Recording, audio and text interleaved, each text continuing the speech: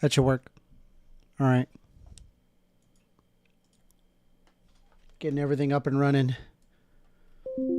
I really got to stop making this stuff last minute. I really got to get better at this where I stop making it last minute. Anyway, let's get my notepad up. And then Bobro says, there we go. Yeah. Let me... Oh, looks like we're all ready to go. Wow, holy crap. Whew, that was fast. All right, so opening Zoom meetings. Okay.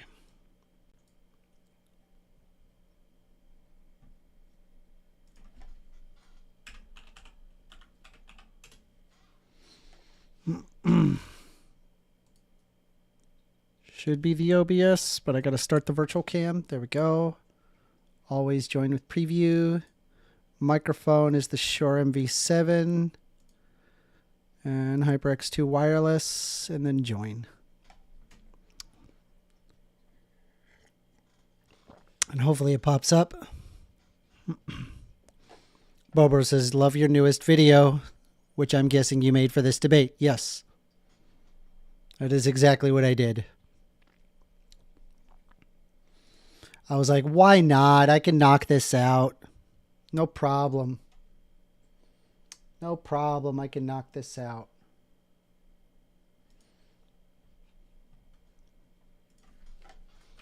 Let me let everybody know that I'm streaming. View your channel. Copy link address. Add everyone. Yo, I'm streaming the MDD debate. And bro, don't even waste your time looking at the comments on Modern Day Debate. Holy crap, is it hateful. It's bad. Anyway. Hello, Ryan.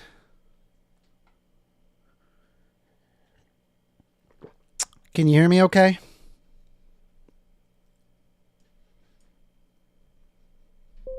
He's setting everything up. Bobro says, did you see that your last live show got over 100 viewers? Bro, I got 200.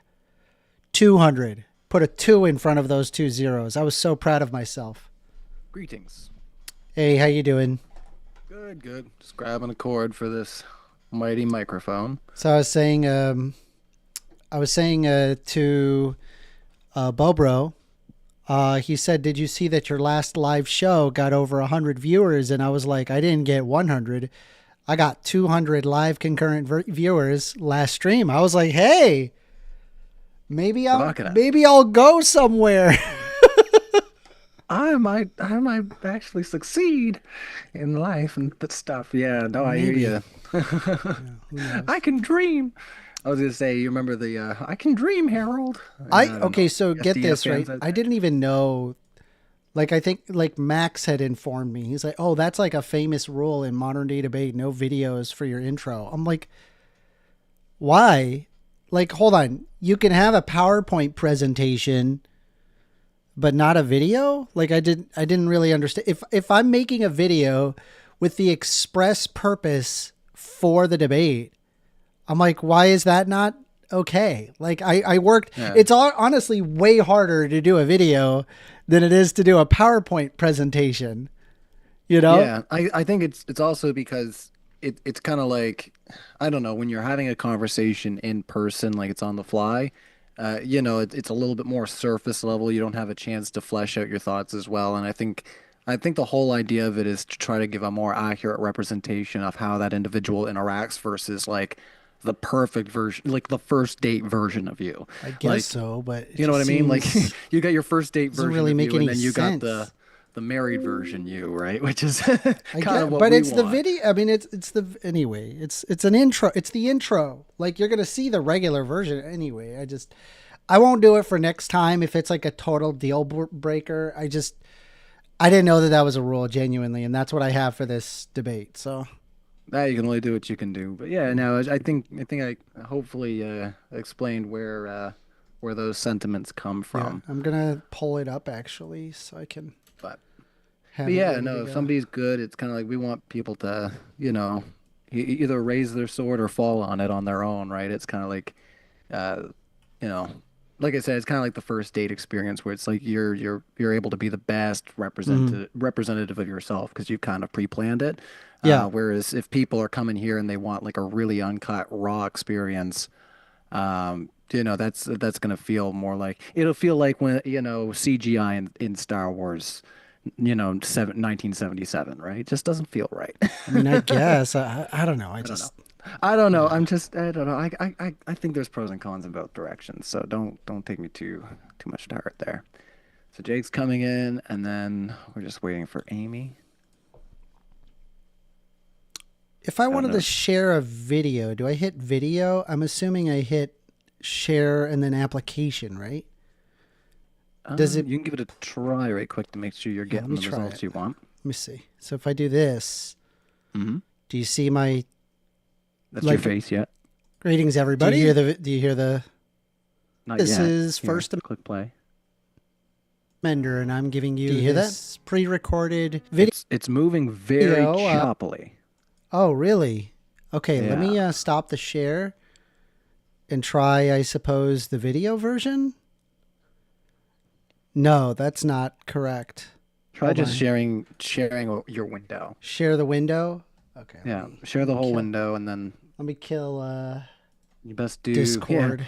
get all your And just crazy have a stuff off the dedicated screen. screen. No, just my Discord. It's not. There's nothing creepy or whatever. All right. Where'd you get so those pictures of me? Do you First see that? Amender? Yeah. Do you see the? Yeah, I see your face. Greetings, Let's see if everybody. it This plays is First decent. Amender, and I don't know I'm if you giving can hear you us, Jake. this pre. Do you hear Uh, this? Did you hear the sound? Recorded. No, there's usually a little box you got to check off to say share sound as well when you're doing the share. Let me figure that But out. but Hate Jake, are Zoom. you able to hear us? Well, I'm not I sure. literally don't know where the. Oh, okay. It for whatever reason it went there. Okay, let me try one more time. So if I hit Yeah. share, screen, share sound. There we go. Okay. There you go. Optimize for video sharing. What does that do? Hold on. Workplace other Optimize apps, it if you Zoom, can, because maybe it's here. not very optimal right now. Yeah, for sure. All right. So if I am I just sharing my main screen? My bad. That's wrong. Let's try Well, one we more just saw time. that, but your mouse was at least moving smoothly. You might want to open Okay. it in something other than VLC. I don't know how good How's VLC this? is. Do you see? All right, Okay. let's see. So if I hit play, video, so that way do you hear it? We'll play it again for a second. Can kind of put all of my ideas. Yeah, I hear it. You might want to turn up the video a little bit when you go to do it, but Okay. I'll kind of give you an up Down sort. pat, all in I'll one. give you a thumb up if you need to turn it up. All right. All right. I Um, appreciate it.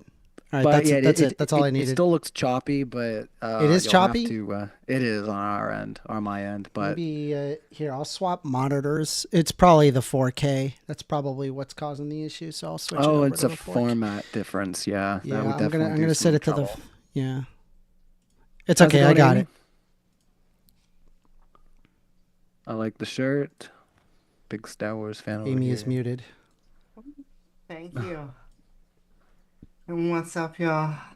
Oh, not much. I was doing kids D&D again today, and they're wild.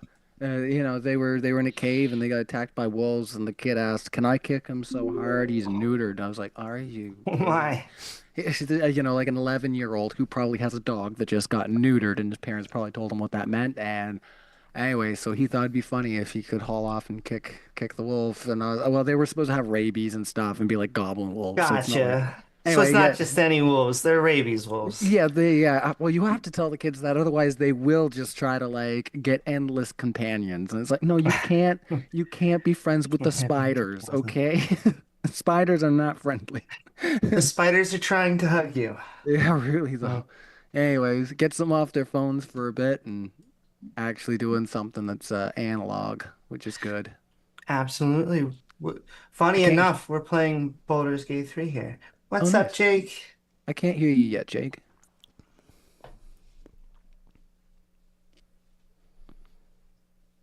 Might not have his cloud lifter on. I don't know. Not sure.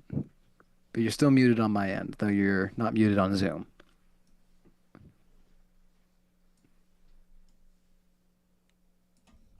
We'll give Jake a second here. Hopefully, whatever's going on there, audio-wise, we can get sorted.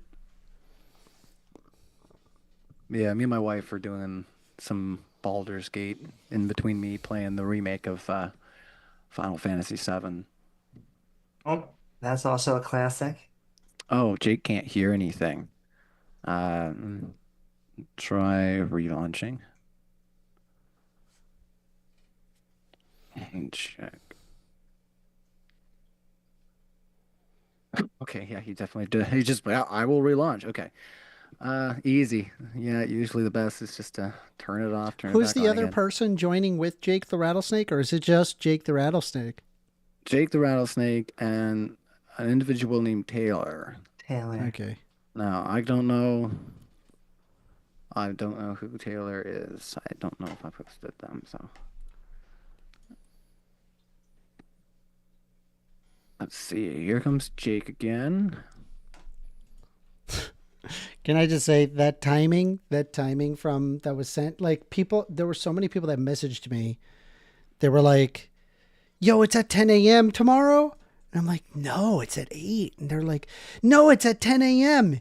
And I'm like, what is happening? And then like, No. I thought like one person was mistaken, but then like two other people approached me. They're like, it's at 10 a.m. And then I was like, where are you getting that information? And then I like check Modern Day Debate and it's like 10 a.m. And then like, I look at the email, it says 8 p.m. And I'm like, I don't know. I'm like, classic Modern Day Debate. Oh, there we go. I see the check mark. Are you there?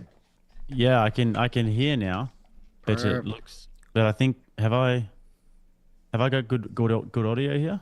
Oh, excellent. Yeah, very clear. Is Okay. Taylor on their way? I have no idea who Taylor even is. Is Oh, that my okay. partner?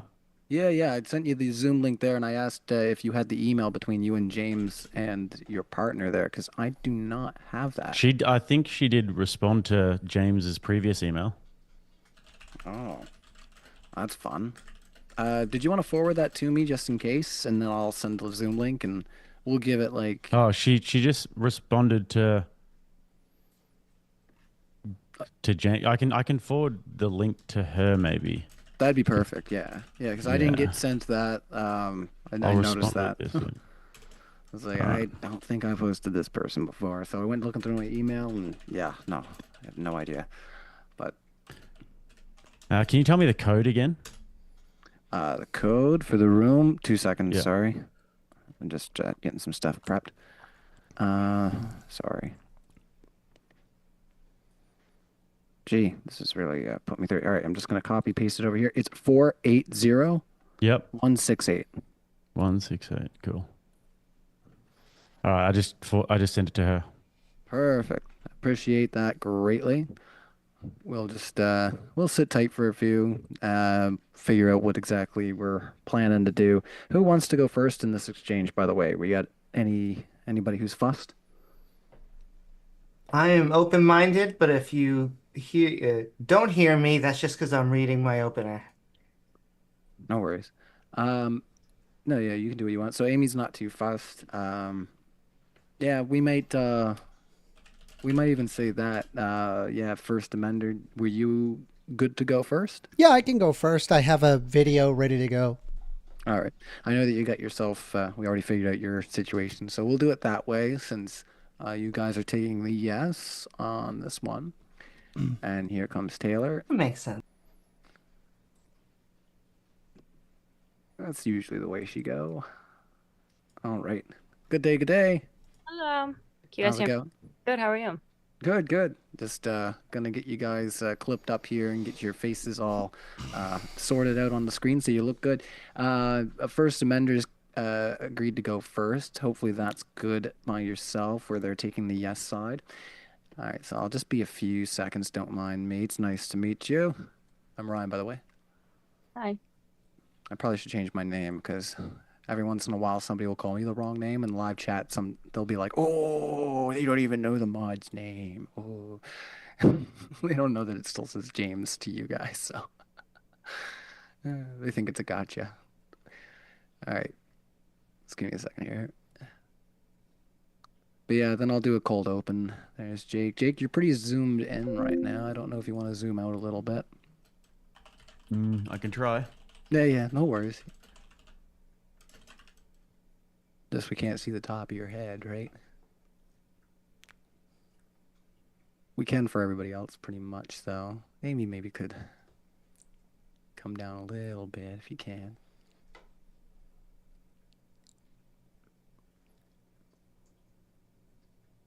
So I can see more of the top of your head there. Yeah, it's a bit better. All right, I'll clip that. Jake's trying to get himself all in position. All right.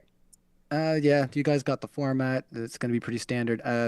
Now, are you guys fussed about having, the full opening? I usually find for these formats, like 8 minutes aside is pretty much maxing out, or 8 minutes. Yeah, sorry, yeah, it's pretty much maxing out. But yeah, we got 12, sorry, 10 minutes for team debates, so like 5 minutes each. I don't know if you guys wanted more than that. If you like have something pre-planned that you're like, I need that full 6 minutes all to myself. But is anybody fussed with that? No, I don't care. I'm like 4:43, so yeah. Okay, so 5 minutes. Yeah, that should be good then. Just because I usually find that it's like people want to get to the open discussion, and I don't blame them. That's the fun part. So cool. Let's go for it. no worries. All right, just clipping out your face now. And I guess I should probably clip myself as well. I gotta wait till everybody's in here because Zoom does this formatting thing, which is just a lot of fun. But we love using Zoom for whatever reason. James loves using Zoom. Taking over the internet. There you go. No more Skype. Oh yeah, that's true. Skype's gone. Oh man. That's all right. I won't miss the sound of Skype. Skype was always kind of doop, doop, doop. Oh, I hated that. Anyway, don't mind me. what happened to Ventrilo? Bruh. Good old World of Warcraft There days. you go. You believe that people, they connected to some random dude's server to a raw IP address? That is wild. We just did that. We're like, yeah, that's fine, I guess. What is this? I've missed it. Maybe. Ventrilo. Oh, I have no idea. Another precursor to Discord or kind of speaking programs while you're on a video game or doing whatever it is we want to do on the internet. A1. All right. I've got everybody clipped. I'm going to start the stream. Just going to check the live chat, make sure that they're able to see all that we're doing, and then we'll get right to it. I'll do the cold opening, and then you'll be first on the floor. So let me just get the stream started up here. And then I'll check the YouTubes. It just takes like 15 seconds to realize what's going on.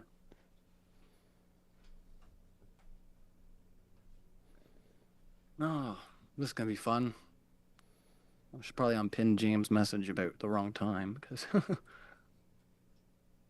that's just not the case anymore. All right.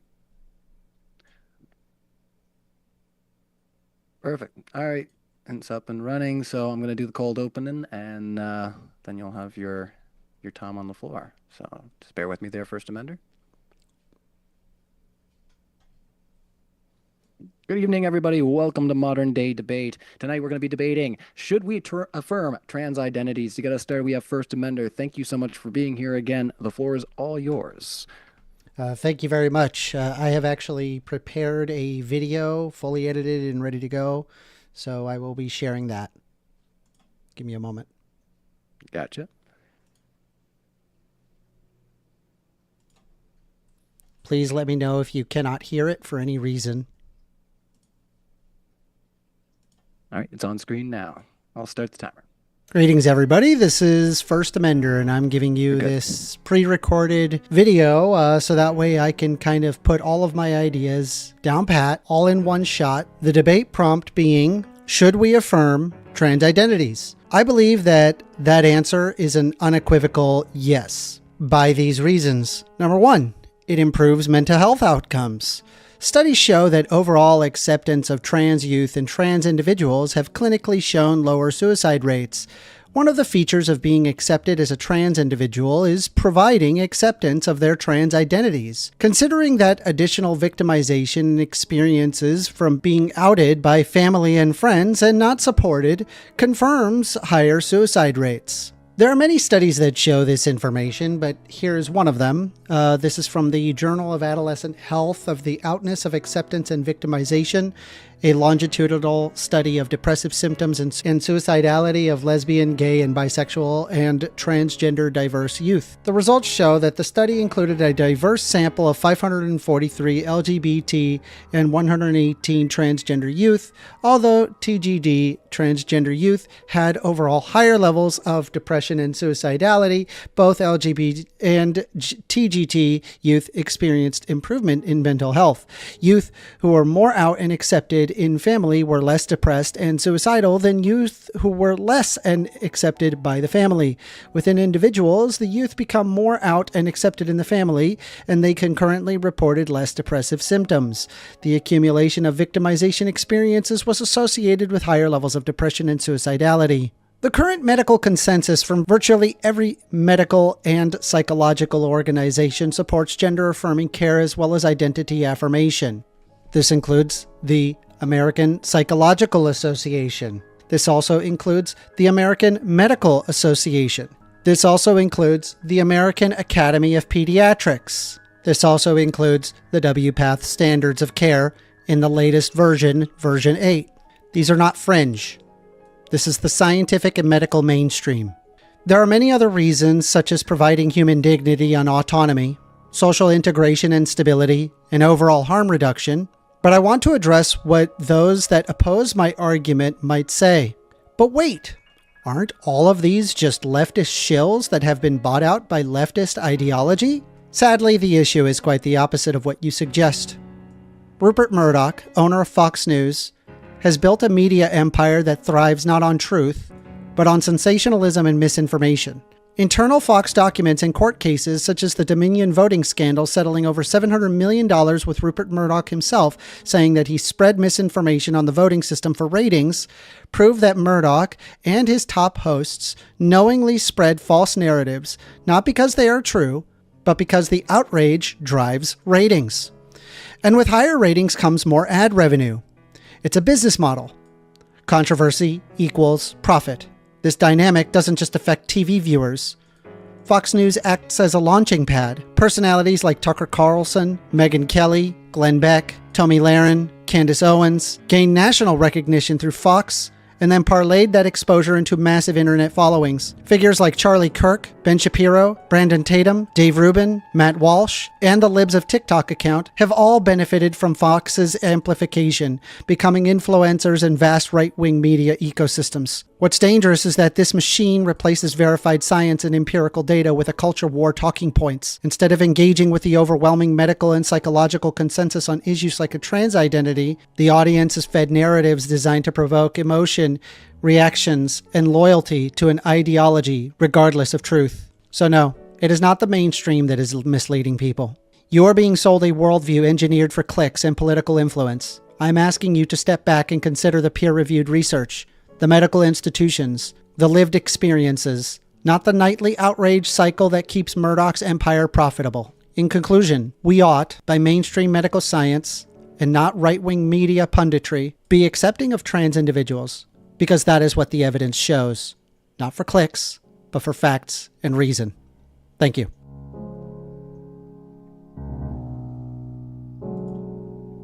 All right, you got it. I think that's just about the end of First Amender's introduction. So thank you so much, First Amender, for that and getting that prepared specifically for this occasion. And we're going to hand it over to Amy. I want to remind our audience that we are Modern Day Debate. We're a neutral platform hosting debates on science, politics, religion. We do hope you feel welcome no matter what walk of life you are from. We also do a Q&A at the end of these discussions, so if you do have a question for any of the speakers on screen, get it in now, and it will be read with priority. So without further ado, we're going to hand it over to Amy. Thank you so much for being here. Thank you so very much, Ryan, for not only moderating, but all of our interlocutors and the chat out there. Hello. My name is Amy Newman, and I am a teacher, comedian, counter-apologist. But today we are talking about, should we affirm trans identities? Yes. Though maybe let's talk some definitions before we speak on some reasons why we should. Trans in this case means transgender. That is to say, someone whose gender doesn't match up with their sex. With gender being a social phenomena or a spectrum of labels we give for masculine and feminine things. Women is the adult feminine gender, and man is the adult masculine gender. That's where expressions like be a man are used. In contrast, sex is biological, and in humans, that tends to mean either male or female. Sure, we could go into intersex individuals, with some people arguing over if this is classified as more than two, though I'd rather focus on the topic at hand. Should we affirm or accept someone who has a different gender than typically matches with their biological sex? Yes, and there are a few good reasons why. First of which, medical studies show that mental health outcomes drastically improve when we affirm a person's gender. Mental health, including well-being, increased resilience, and reduced suicidal risk. There are also studies showing that transgenders have brains that are more closely aligned with their typical gender. However, I think some of the real reasons to affirm a transgender person's gender aren't biological, but social. That's because being transgender doesn't mean changing one's biology or switching chromosomes. When it comes to transitioning, that process instead starts in a therapist's room, discussing what's going on in their brains. Oftentimes, it's the therapist's job to discern if someone has gender dysphoria, a fancy term for if they are transgender, or rather transgender but dealing with stress because of their current condition, or maybe something else is going on. That's also the therapist's job to discern. Though, if they do have gender dysphoria, that is to say, someone is transgender, then transitioning is the best thing they can do. And thus, treating people who are transgender with love and respect or affirming their gender is the best thing anyone else can do, especially family, friends, and coworkers. I say these groups because they are our social network, and there is nothing more important than groups like family, whether blood, found, or married into. They're what make life worth living. Thus, being accepted by them is ultimately what's going to bring us happiness. The same is true to a lesser degree to the people we work with, which is as good enough a place as any to talk about pronouns. A noun, of course, is a person, place, or a thing, but a pronoun tends to be the replacement. Nouns are specific, like Texas or bread, but some pronouns can be he, she, ours. He or him tend to mean masculine pronouns, she and her the feminine, allowing us to make sentences like that's his car instead of that's the car, for a more personalized version. But there is sometimes contention among some who disagree with affirming trans identities that they should have to use a person's preferred pronoun. Why should they have to be curtailed or forced to go along with what they view as either mental illness or someone denying biology. Well, it's true. I would never want to force someone to really do anything that they don't want to do, especially if it goes a personal view. That's why we have the First Amendment. However, let me answer with three closing remarks. First of which, let's start with something we both agree on. No one is denying or changing biology. That's why I think the wider discussion is more about the social phenomena over checking someone's gonads. When we go to buy something from the clerk at Walgreens or CVS or whatever pharmacy we use, we don't 15 check seconds. someone's junk. Do you mind if I go a little bit over? All right, but we'll have to hand it over to them. They'll have a little extra. So go I on. am perfectly fine with that. Instead of using sex, we use gender, or rather, we take a quick glance at the secondary sex characteristics. A fancy way for saying, are they overall, outwardly, masculine or feminine? Throw that person a pronoun like thank you, ma'am, or thank you, sir, and go on our merry way without even thinking about it. This process is why we use gender. Mental illness, although the word gets thrown around a lot as an insult online, tends to deal with can the person function in society? A variety of reasons can hinder our ability to do so, including gender dysphoria. However, the goal of transitioning, along with having people who affirm their gender, is so that they can get a so-called new normal and go back to living life, trying to achieve dreams, pursue goals, spending free time with our loved ones. Isn't that what we want, no matter gay, straight, transgender, or not? That is to say, just live our lives being who we are. And 10 last, seconds. Sorry. that's okay. So should we affirm trans identities? Yes, because it leads to mentally healthier outcomes, because it's about biology as it is about psychology and sociology, and because it morally makes our civilization more accepting for more citizens, allowing them to better function in society. Thank you. All right, you got it. I did want to let you put a bow onto it, but yeah, I will Thank you rescind so on much. my original offer. Thank you so much, AB, for your introductory statement. I'll rescind on my original statement. We'll put the timer back up to 6 minutes, up to 6 minutes per side. So, Jake Taylor, we didn't really establish who wanted to go first. We kind of flying by the seat of our pants. I'm gonna say, just based on who got here first, I'm gonna hand it over to Jake and let you close out the floor there. So, over to you, Jake, for 6 minutes. Thank you very much, Ryan. Thank you for having me. It's good to be back on Modern Day Debate. Good to see everybody here for this spirited debate. I'm sure it will be. It's been a while since I've actually talked with First Amender. Normally we hang out more often than this. And I just wanted to say, it does get a little bit heated sometimes, but you know, me and First Amender are actually close personal friends outside of modern day debates. So I'd like to keep it that way. You know, our wives go to the same Bible studies. Our daughters have the same piano teacher. We play badminton every second Thursday and we go for lime milkshakes after. So, you know, we're buddies. And, you know, he lost his cat a few weeks ago, and who was first on scene? I was. He was really upset. He had his little head on my shoulder and on crying on it. So anyways, all that to say that we're going to remain buddies after this, no matter what happens.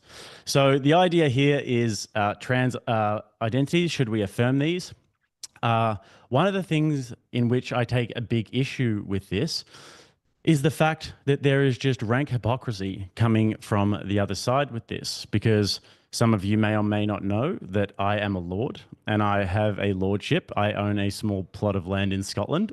So I would appreciate it if during the course of this debate, both of my opponents would refer to me as my lord. So every time they speak to me, they should say my lord X, my lord Y. And if they can do that, then at least they won't be hypocrites. So just to lay the groundwork for this debate, every time you speak to me, please refer to me as my lord, Lord Jake, etc., etc. So thank you very much, and I would appreciate that. Anyways, in terms of this, I would not ever affirm the delusion of somebody who thinks that they are transgender, because transgenderism is actually not something that exists.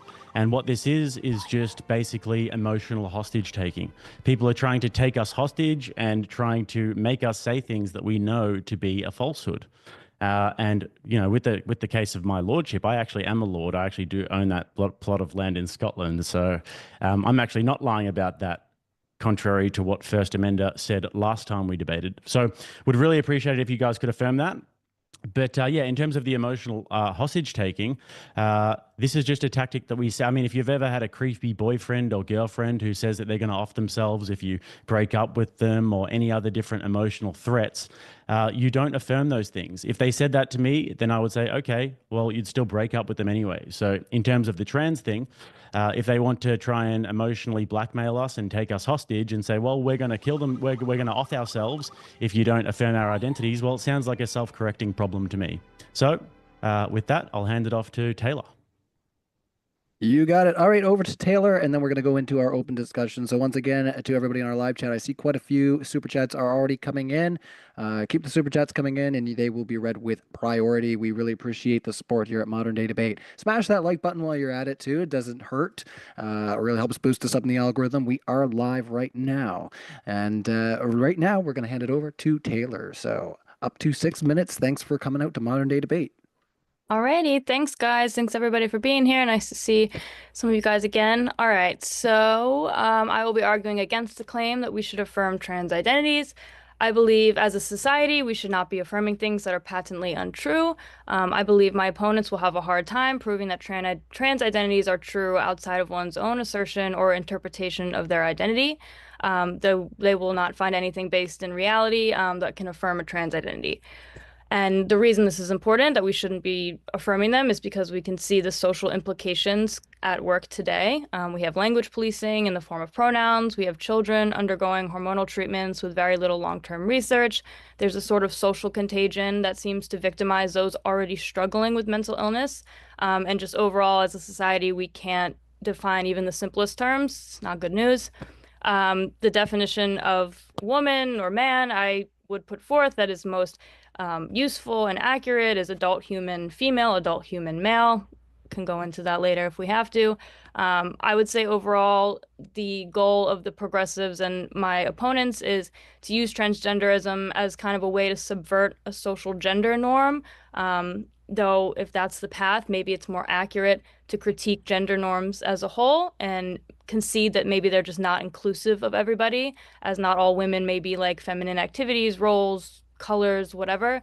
I'd posit that those who take this path are actually hurting their own cause when buying into trans ideology, as boiling a man and a woman down to societal norms would seem to me to be the least progressive way to go. Instead, why not claim that men and women can dress how they want, participate in jobs or hobbies that they are drawn to while still maintaining their womanhood, manhood. Simply performing as something does not make you the thing. I can be mistaken by somebody dressed as a doctor when in fact they're playing a doctor on television. Me being confused or tricked would not make them an actual physician. My opponents have claimed that we can conceive of trans identities simply based on the concept of a feminine man or a masculine woman, and that if that's something we can envision, then we know what trans people are. But this would be like saying my cat plays fetch, so I have a dog-like cat, so my cat is a dog. Just because a person can be a feminine man or a masculine woman, feminine and masculine, those are the socially constructed parts, not the man and the woman. The roles can surely be subverted if they exist. Though again, that does not mean one changes their biological essence or societal definition. And I'm using gender as a synonym for sex. It's always been that way up until about 2 seconds ago, so that's how I am going to use the word. If self-identification is all it takes to become a trans woman or a man, there is no need for hormone therapy, socially transitioning, or surgeries, as all it would take is to simply claim man or womanhood, which is a situation completely unique to gender identity. If gender is all about performance, then there are incongruencies within the trans community itself. Not all trans women perform with hyperfemininity and vice versa. And not all trans people even agree on the definition that you guys will put forth today. I guarantee this. So how can we define women and man if it's based on such a loose foundation? And how can a truth be dependent on other people's acceptance and perception? I want to talk about some of the studies that we talked about. And the point here is that if we're affirming trans identities, then the implications are that people medically transition, children, adults, there are very little long-term studies on the effects of children transitioning, on hormone blockers, things like that. I have personally spoken to adults that have transitioned and then detransitioned. One of my opponents mentioned personal experiences. I think those personal experiences matter as well. And a lot of the studies that I come across on any of this topic are using all self-reported data. Self-reported data is historically inaccurate and it's very hard to replicate. You're just basing it off of people's feelings. There was a recent study, the Cass Review, that came out of London that showed that among many other findings that there is inefficacy in medical transitioning for minors. At best, we just don't know how it affects them.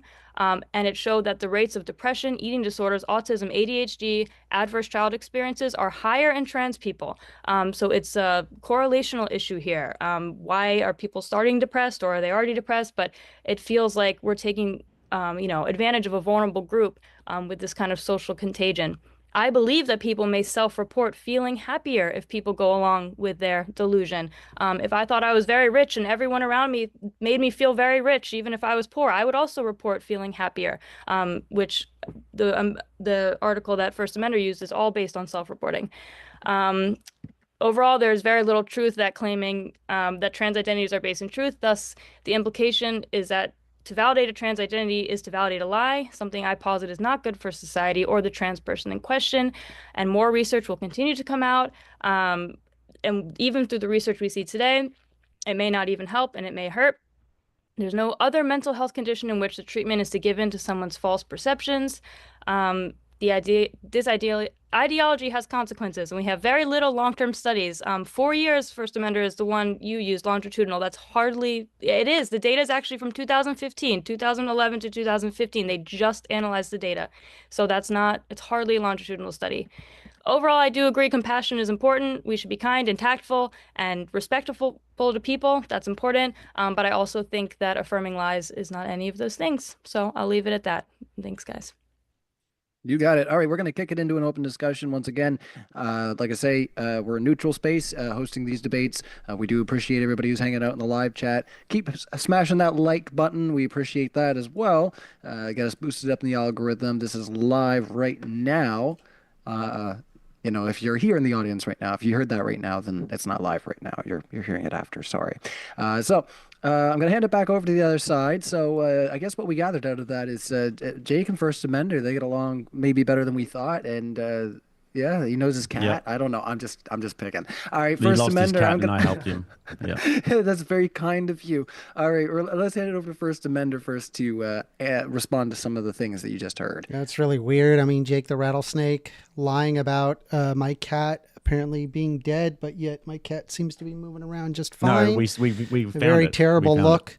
Also, you are not a lord. You got scammed by a scam company. The difference is between trans people are not asking to be treated like nobility. They're asking to be recognized for who they are. So they do not die by suicide. They get denied health care or be dehumanized. You're not oppressed because people do not call you Lord, but trans people are hurt when you refuse their identity. Nobody is harmed if I do not call you Lord. But we have decades of evidence showing, if you could just please allow me to finish. I need to respond to the points that you're making.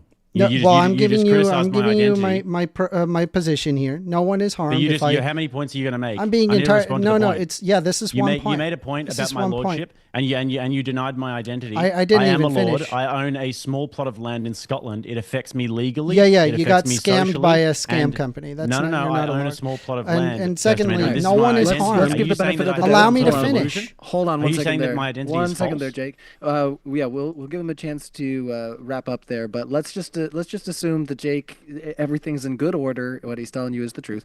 But let's let First Amender make the rest of his case there. I can't tell though, Jake, because I don't. Nobody is harmed if I do not call you Lord. But we have decades of evidence showing real harm when we do not affirm trans people's identities. That's the difference. This isn't a joke for them. It's life or death. Your argument doesn't challenge anything. It's just making fun. You're comparing someone's deeply felt gender identity to a gag title, and that says more about your seriousness than it does about their. You calling yourself a lord is performative. Right. Trans people living authentically isn't. And if you think that they are the same, you're not arguing in good faith. You're just looking for applause lines. All right, let's hand it over to the other side. Go ahead, Jake. Yeah, so, I mean, this is deeply offensive. I am a lord. This is deeply rooted in my own identity. And I don't know why First Amender is refusing to call me a lord. I want him to refer to me as my lord. And if he does that, then I will be less depressed, okay? Because there's always the chance that this is something that's so important to me. First Amender, if I said to you that I was going to hold a gun to my head and pull the trigger if you don't call me my lord every time you refer to me, would you do it? I'm not going to respond to ridiculous straw mans. I would like you to actually be a serious individual. I want to go ahead and address Taylor's argument, however, because at least there was some level of cogency. No, because it's just a ridiculous straw man. It's not an actual argument. It's not an argument.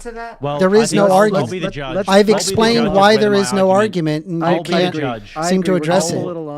I'll be the judge of whether my argument is an argument. Well, we're gonna pull it. Yeah, let's pull it on with some outside voices. Amy and Taylor, I want to get you in here on the idea of what Jake's putting down with the title and stuff like that. So go ahead there, Amy. And I think I'll address it. Is that when we are dealing with gender, we tend to be dealing with masculine or feminine. We really are looking at something and saying, is this a boy toy or a girl toy? Things like that. What I would give as an analogy to my lord is someone who is a doctor and has a doctorate degree, and someone doesn't want to call them doctor. And you have to ask yourself, at what point do you just say, you know what? I'm either going to accept it or not. I mean, if I do think you're joking, but let's just take the example and say, what if you weren't joking? Like, what if it really did make your life better and you functioned calling you my lord? I'll be honest, I would actually be leaning in the direction of calling you my lord if I truly did believe that. Now, I don't think that's the same as a gender. I do truly think that a gender is dealing with two prongs, but it would be like someone saying, look, if you don't call me a doctor and I have a doctorate degree, I could show you, I could prove to you, we can go through the medical records, all the courses, and it's kind of mean and rude that you don't address me as doctor. I feel like it's a good analogy. Thank you. I actually appreciate that. At least somebody here is arguing in good faith and has a consistent standpoint. So you will refer to me as my lord. I think you're joking, but if it truly did make you feel better, I do. I would rather, if I was part of your community, if I was your friend, your family, I really would. I want to go the extra length. And throughout the course of this debate, you will refer to me as such. How about this? Can you look me and promise me? Do you really believe? Does it really, would it make you, it really does improve your mental health? It makes you less suicidal? Yes. I mean, by all means, my lord. Okay, fantastic. First Amender, I would like you to do the same thing. Thank you. At least First Amender, this will make you logically consistent. I don't know, honestly, if this actually works in your favor the way you want it to, Jake. I think you might be arguing yes, maybe. I don't know. I'm confused. Go ahead, Taylor. Okay. Like, just a few things. I feel like what Amy was kind of putting out there with, like, does it, like, there seemingly good intentions, like saying, like, oh, among family and friends, like, I do agree that maybe there's like certain social like situations where we just kind of give in to certain things because maybe it just is the polite thing to do. But when we're implying that something is polite, we're also implying that it's untrue. Like if someone asked me if they looked fat and they did, and I didn't want to be rude, I would just say no. So like, number one, the analogy of a doctor, like you're saying, oh, they really are a doctor, call me doctor, but the analogy doesn't work because what if they really weren't a doctor? What if they were just running around a hospital pretending to be a doctor? Would we still validate them? And if fine, but is that the right thing to do? They're running around. So Taylor, I actually believe that I feel like that you're probably, I think that you're probably likely acting in much better faith here. And so I think I will address you, and I will provide this information for everybody to be able to observe. I have here a paper that I wanted to share. I think it's important. So what I am sharing here, and give me a second while I update it on my end. Not another screen share. Yeah, it's another screen share, All right, unfortunately. okay. No one I'm cares so about your sorry. brainwaves. Give me a moment. I would ask that if you do a screen share, well, yeah, you did give me a heads up. Just give me a heads up firstly so that I can switch the screens. And also, I apologize. and also leave it up so when people are responding, if they want to engage with like specific things, because sometimes people like they blast through a screen share, they pull it down, and people are like, wait, bring that back up. Okay, so you can actually look this up. It's called The Neuroanatomy of the Transgender Identity, Mega-Analytic Findings from the Enigma Transgender Persons Working Group. This is freely available. You can observe this. I have the full paper, but you will likely be behind a paywall. But anyway. So basically what happened is using a mega-analytic approach, structural MRI data of 803 non-hormonally treated transgender men and transgender women, cisgendered men, and cisgender women were analyzed. Structural brain measures, including gray matter volume, cortical surface area, and cortical thickness. The result was that transgender persons differed significantly from cisgendered persons with respect to their subcortical brain volumes and surface area, but not cortical thickness. Contrasting the four groups of trans male, trans woman, cis male, and cis woman, we observed a variety of patterns that not only depended on the direction of gender identity, as in towards male or towards female, but also on the brain measure as well as the brain region examined. The conclusion that they have observed is that rather than being merely shifted towards either end of the male-female spectrum, transgender persons seem to exhibit their own unique brain phenotype. What I find particularly interesting about this paper is that it is not a sociological paper, but a neurobiological one. Specifically, what it is measuring is very specific regions in the brain and can exhibit trans individuals possessing their own unique brain phenotypes.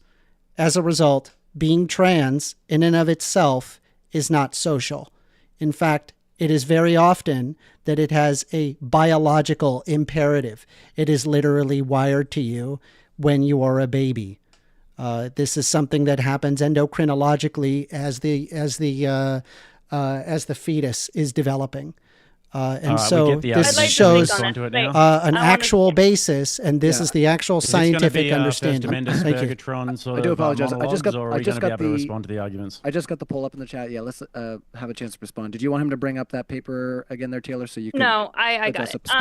Okay. I actually had a whole chunk on brain thing. I just skipped over it. Like, I'll just say really quickly, I studied this, and first of all, brain studies are very, again, hard to replicate. Number two, the brain is constantly changing. The brain is plastic, so things like cortical thickness, that changes all the time.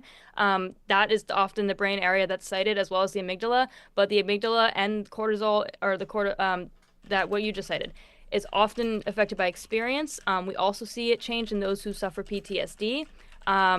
The cortical thickness is affected by age, exercise, environment. So no, it's not when you're a baby. No one's brain is like showing anything when you're a baby. Your brain is very often shaped by your experiences. Like I cited in the other paper, a lot of people that have gone through trans hormonal therapies, they have adverse childhood experiences that can change your brain significantly. They've also found that gay men's brains, because the amygdala can be affected by sexual activity, just all sorts of experiences. Environmental, you're talking about environmental still, so it's not all biological. Gay men's brains, they resemble women's often more than men's. Gay men aren't women. So the brain is very tricky. It's plastic. It's constantly changing. I don't think that's a good basis for your argument. Also, I don't think it includes all trans people. I think that you're going to leave out a lot of trans people if that's your basis for defining a trans man or woman is the brain. All right. Amy was making some faces there. Did you want to respond to that one right quick? Well, I would actually just want to talk to her larger point that she was bringing up about it being untrue. Because I think that comes to whether it is an objective thing, something that is either male, female, or what I would say is more neurology, is more feelings and brain states. And it would be, in my opinion, like saying that your favorite color isn't true. Because to me, it is either your gender is feminine or masculine, and it is, again, how you feel. And to say, well, you don't feel that way, which I think you're saying it doesn't correspond with biology, but I would say that we aren't talking about biology. We're talking either a social phenomena or largely, if we took it uh, out, it would be neurological, social All right. phenomena.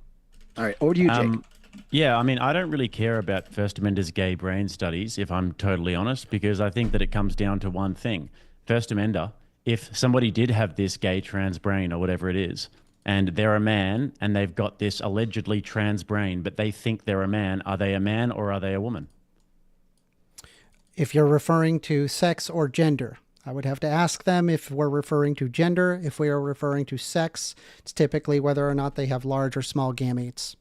Okay, so they have got the transest brain in the whole world. Their brain is just all of the indicators that they have the trans brain, but they think they're a man. Are they a man or are they a woman? If they believe internally that they are a man, then they would be a man. Okay, so there you go. Your whole entire study does not matter. Can we not get any more of those stupid screen shares anymore, First Amender, because it's completely redundant. You've just destroyed I was in for roughly 98% of trans people possessed these morphological differences in the brain. And I would also agree that the cortical thickness can change. That much is true. However, you are not accounting for additional portions of the brain, and it also doesn't address the bed nucleus of the stria terminalis portion, which is the brain region involved in the gender identity, has been shown to align more closely with the gender identity than the biological sex. This was found in Zua et al., 1995 in Nature. Yeah, literally doesn't matter though, First Amendment, because it all comes down to what they think and what they feel. So it is. You have to ask them social. what it is. Yeah, so it comes down to what they think. It doesn't matter about if they have this you gay have to trans ask brain. them what all it matters is about what they think. So it does not matter. You can't confirm how it is they feel internally. Do you understand what like qualia is? This is a basic concept of qualia. If we have to understand what somebody is experiencing during qualia, then you would have to ask them. For example, if you went up to somebody and you say, "Does it hurt?" and then they say, "No, it doesn't hurt," but you see a giant gaping wound, right? You have to take them for their word that it probably doesn't hurt, and they're going through some internal experience that would be vindicative of that. Yeah, so you would argue then that actually it does hurt, or they are going through this experience, even if they say it doesn't hurt, but they are going through that experience. No, right? I wouldn't. I would apply what their internal phenomenology is. That's how it works. Okay. Fantastic. So if they say that they are a man, and they're a man, and their internal phenomenology says that they're a man, so it doesn't even matter about anything that you just said. Like right. it does, because the people who self-report themselves, 98% possess these morphological differences. But Taylor's been trying to jump in, and it's only fair. I'm going to ask Jake just to make some space here for your partner as well. Go ahead there, Taylor. Just the simplest question, First Amendment. Can internal perceptions be wrong? Yes or no? Sure. Okay, so then again, your argument falls apart. If everything is based on internal perceptions and you agree that internal perceptions can be wrong, then that's it. They can be wrong. I think what's really important, if somebody is possessing an internal sense of being the opposite gender, what I would suggest is follow WPATH standards. And typically speaking, if you're going to show up and you need medical care because of gender dysphoria, you feel like that you're a man trapped in a woman's body or whatever, then you talk to a psychologist, you talk to your endocrinologist, you actually get informed consent as to what are the results of these things. This is the standard procedure. So because of the study I brought up earlier, in the UK, they no longer let children under 18 take hormone or puberty blockers. That's recent. So clearly these standards can change. Do you feel like because of the lack of long-term studies, because of the fact that we don't know what these medications are doing to children, which is an implication of like validating this whole thing, that we should be very like prudent in the way that we understand this, and we should be very clear and have very clear standards when we mean what we say. We should have agreed upon definitions if we're going to make, children take puberty blockers. Hormone blockers and puberty blockers in terms of throughout the world have been operated and used on children for decades. There are numerous sex disorders and hormone disorders that allow somebody to get gender affirming care. This is not new. This has been something that's been around since the 70s. It's only roughly until 2015 that these things started coming into vogue and wanting to protest against it. In terms of UK papers as well as the Sweden papers, fair enough. There's always developments that can be done in the scientific community, in which case that is a discussion that ought happen between the endocrinologists. But I'm just going to let you know the amount of papers that exist on my side is like this giant mountain of evidence in comparison to maybe I think there's 3 or 6 papers that are on the other side in the European journals and studies. I'm not wrong about this. There's there may be lots of papers, but you're having a replication crisis on your side. It's very hard to replicate the results that are happening. And again, almost all of your papers are based on self-reported data. Again, I concede that if someone is going to affirm my delusions, I will report being happier. That does not mean anything. That is not a great basis. There's a replication crisis throughout all science. And the reason why that there is a replication crisis is because these things are becoming more and more specialized. Because things become more and more specialized, it gets harder and harder to actually have other people replicate it.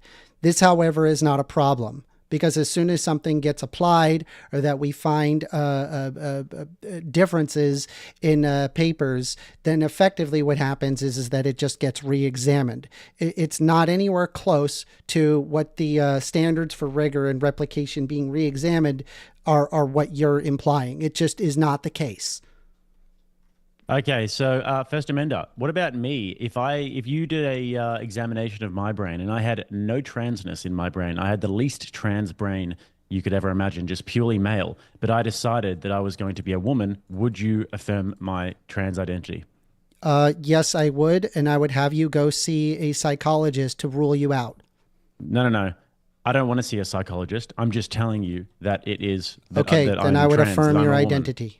Then you would? Okay, so then it's all about how I feel. Then it doesn't matter about what my brain says. Well, I would also say those are drag queens. You have to understand that what you're talking about effectively is... So those people aren't trans. What you're talking about is effectively an impossibility. I don't think you understand just what requirement is necessitated in becoming trans. You think that it's as easy as just flicking a switch. No, I'm just saying it's not as easy as simply flicking a switch. You can't just sit there and say that you're that. Yeah. What's the process then? What's the process until you become trans? Well, I mean, typically what people do when they become trans, they usually exhibit themselves outwardly as well as inwardly. There's behavioral changes. What if they don't do that? Okay, yeah, exactly. then I suppose then they would probably be quite happy and wouldn't possess gender dysphoria in any way. But what if they do?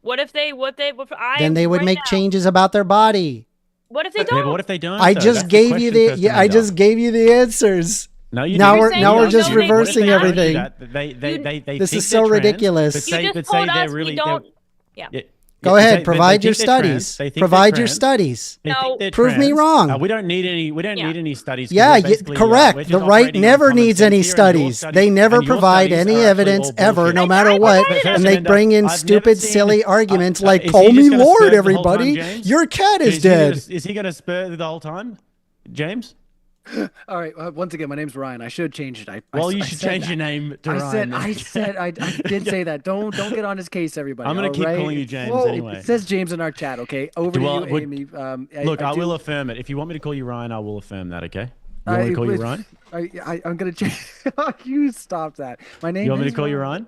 I mean, you want to call me James Coons? I can get like instantly swole or whatever. I don't know. All right. Let me just rename. Here, but First Amender, the question is quite simple here, First Amender. Perfect. We're asking you, if somebody identifies as trans, but they don't want to have any of the outwards expressions, but they're saying to you that they're a woman, but they reject the social construct of womanhood. They reject that women wear dresses. They reject that women wear lipstick. They're going to dress as a man. They're going to call themselves a woman, but they look like a man, and they're not going to get any help because they reject the psychological paradigm as well. Is that person a trans woman if they have zero medical diagnoses and zero social outwards reflection of that? And And then if they gender. outwardly show themselves like, or if they say that they are that, then I'm going to call them that. Yes. Okay, so then what it ultimately boils down to, First Amender, is it's whatever the fuck we say it is, and you can't get away from that. So you can try and bring up yeah, studies all again, you want, but it's, your studies, you it probably has have the to worst do with studies I've ever qualia. seen in my life, First Amender. Your studies It are has so to do bad, with qualia. and they just are so instantly Let's let refuted that it's Jake finish actually up. embarrassing. He's not addressing at all what I have addressed. I've already addressed this. I've said that it's qualia. That in order to understand qualia, you have to ask them. You don't have an option. If you ask somebody, then you get an insight as to what they're experiencing. There's no way Beautiful. I around love that. it. I love it. That's the standard then. It's Oh just my if you God. ask them and they say it, that's the standard. So that's what your worldview Would we boils approach down to. And you're other- trying to any- intellectualialize it, and it's just not working, First Amendment, I would because that's really what it comes rather down with to. Taylor, because at least Taylor is I know, somewhat because I'm just destroying somewhat you good faith. constantly. No, it's just cutting your- because it's Can I not just good respond to faith. something You're not that I acting in think good so? faith at all. Does that Not hurt? even, Does that hurt? not even I remotely. hurt That You're me and doing my it for football shirt clicks. here- That me and my football such shirt a here, shame. right-wing chud, is just destroying all of your arguments. I'm just gonna put you two on mute for a second. Go ahead there, Amy, and then I want to hand it over to Taylor Sure. and try to wheel us into some different territory, maybe. Behave Indeed. there, fellas. Because after I answer this, I just want to ask both of them a question. I would say that someone who dresses outwardly, at least, and yet doesn't feel like a woman or feminine on the inside, explains many drag queens. Maybe not all, but I get told often that they go home and are very comfortable just going back and being men. And it's actually when they're just going out for performance that they like to be drag queens. Doesn't mean you can't be transgender and a drag queen or a drag king. But I wanted to ask you two actually a question, which is I think that transitioning, being transgender, is often a response, at least in Western society, to there being two buckets, to there being masculine and feminine. And they're not really having a good pipeline for feminine men in society and masculine women in society. My question to you, are you for gender norms? Are you for the type of traditional roles, as they would call it? Or are you more postmodern?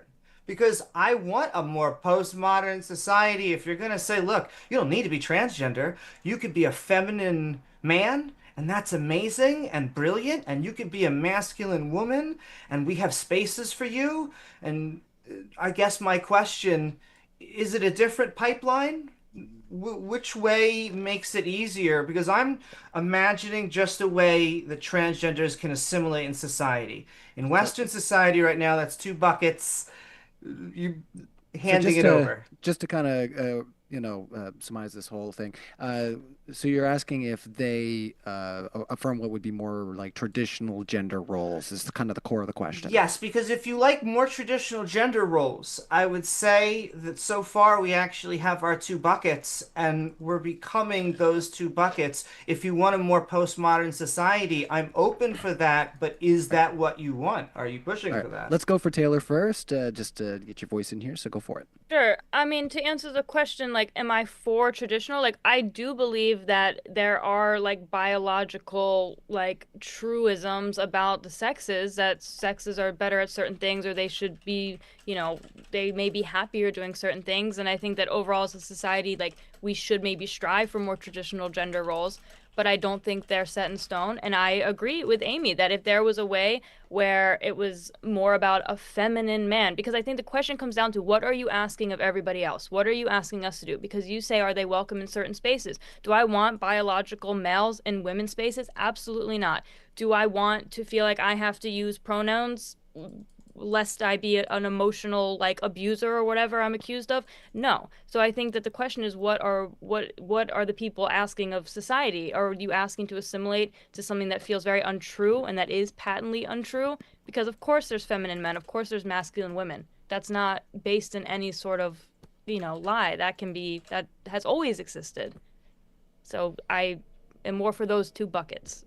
All right. Did you want to add on anything there, Amy, to respond before Jake kind of gives his 2 cents? Sure. I will just put my 2 cents in because I am very sympathetic when I get told that we want safety, or biological women say we want safety. We don't want to be put in with biological men. What I would push back towards is that I don't believe that transgender men or women are a threat to biological women, and I would rather push towards more inclusive, universal design, which tends to be how can we make everyone safe? And so it's how can we make a more inclusive bathroom? Maybe that's in having all doors and having individuals, more family bathrooms.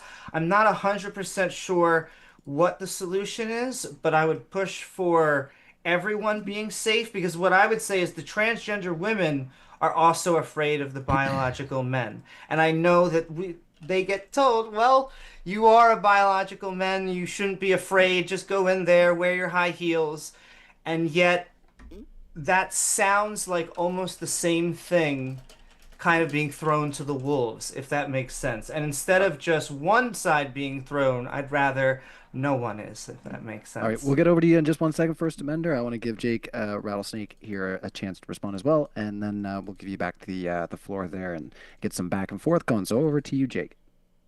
Yeah, my personal preference would be that traditional roles of men and women are a positive thing. I think it kind of does deviate from the topic of the debate a little bit, in the sense that we're asking, should trans people have their identities affirmed? But yeah, my personal preference would be that roles of the sexes are important. Can I just respond real quickly? I'll tell you why it ties together. As if, again, this is just a Thanks for your patience hypothesis. there, First Amender. If you were to have your child come to you and say, I'm a transgender woman, would you be okay with them saying, look, I'm not a transgender woman, but I am a feminine man and I want to live my life as a feminine man? Is there a difference there to you? I mean, what do you mean by feminine, though? I would say that defying what you view as the traditional gender roles. I'm not knocking traditional gender roles. I'm not knocking people who want to break those either way. But what I'm saying, is there some sort of difference? Are you saying, and I don't want to put words in your mouth, go be a feminine man, or are you saying, again, not to put it, but man up and just stop being feminine and just be a traditional man, be masculine? Like, what is the solution where everyone wins? Is there a solution where everyone wins? I mean, well, if he said that he thinks if my son, let's call him Timmy, right? If Timmy comes to me and Timmy says, Daddy, I am a girl, I will say, no, Timmy, you're not a girl. You're a boy, Timmy, okay? But if Timmy comes to me and says, Daddy, I believe that I have some more feminine characteristics, like maybe I'm a little bit more sort of empathetic and maybe I cry a little bit more, all these sorts of things, well, then you wouldn't necessarily have a problem with that. But if Timmy is saying to me that he thinks he's a girl, that's the problem. All right, over to you, First Amender. You've been listening to a lot there, taking it all in. Your thoughts on that closing statement from Jake? Yes, I have a few questions for Taylor, and if Jake wants to answer honestly, then I would love to hear it from him as well. I've been answering honestly. If affirming someone's gender identity drastically reduces their risk of suicide and it doesn't harm anyone else, why not affirm them? Because it's a lie. Oh, sorry. Yeah, I don't think that you can prove that it won't harm anybody else. We've already proved that. I've provided the papers to indicate that exact thing off of multiple medical journals. Okay, but you're saying that you can prove that me affirming somebody's identity will not harm anybody else. I'm saying that if we as a society do that for everybody that is trans all the time, then that is creating a societal norm of transness, which I think transness in general is bad for society. So I don't think you can say that that can't harm anybody. That's not Okay, I feel like calling somebody by a trans identity is not harming anyone, and I'm also losing feel that you. way.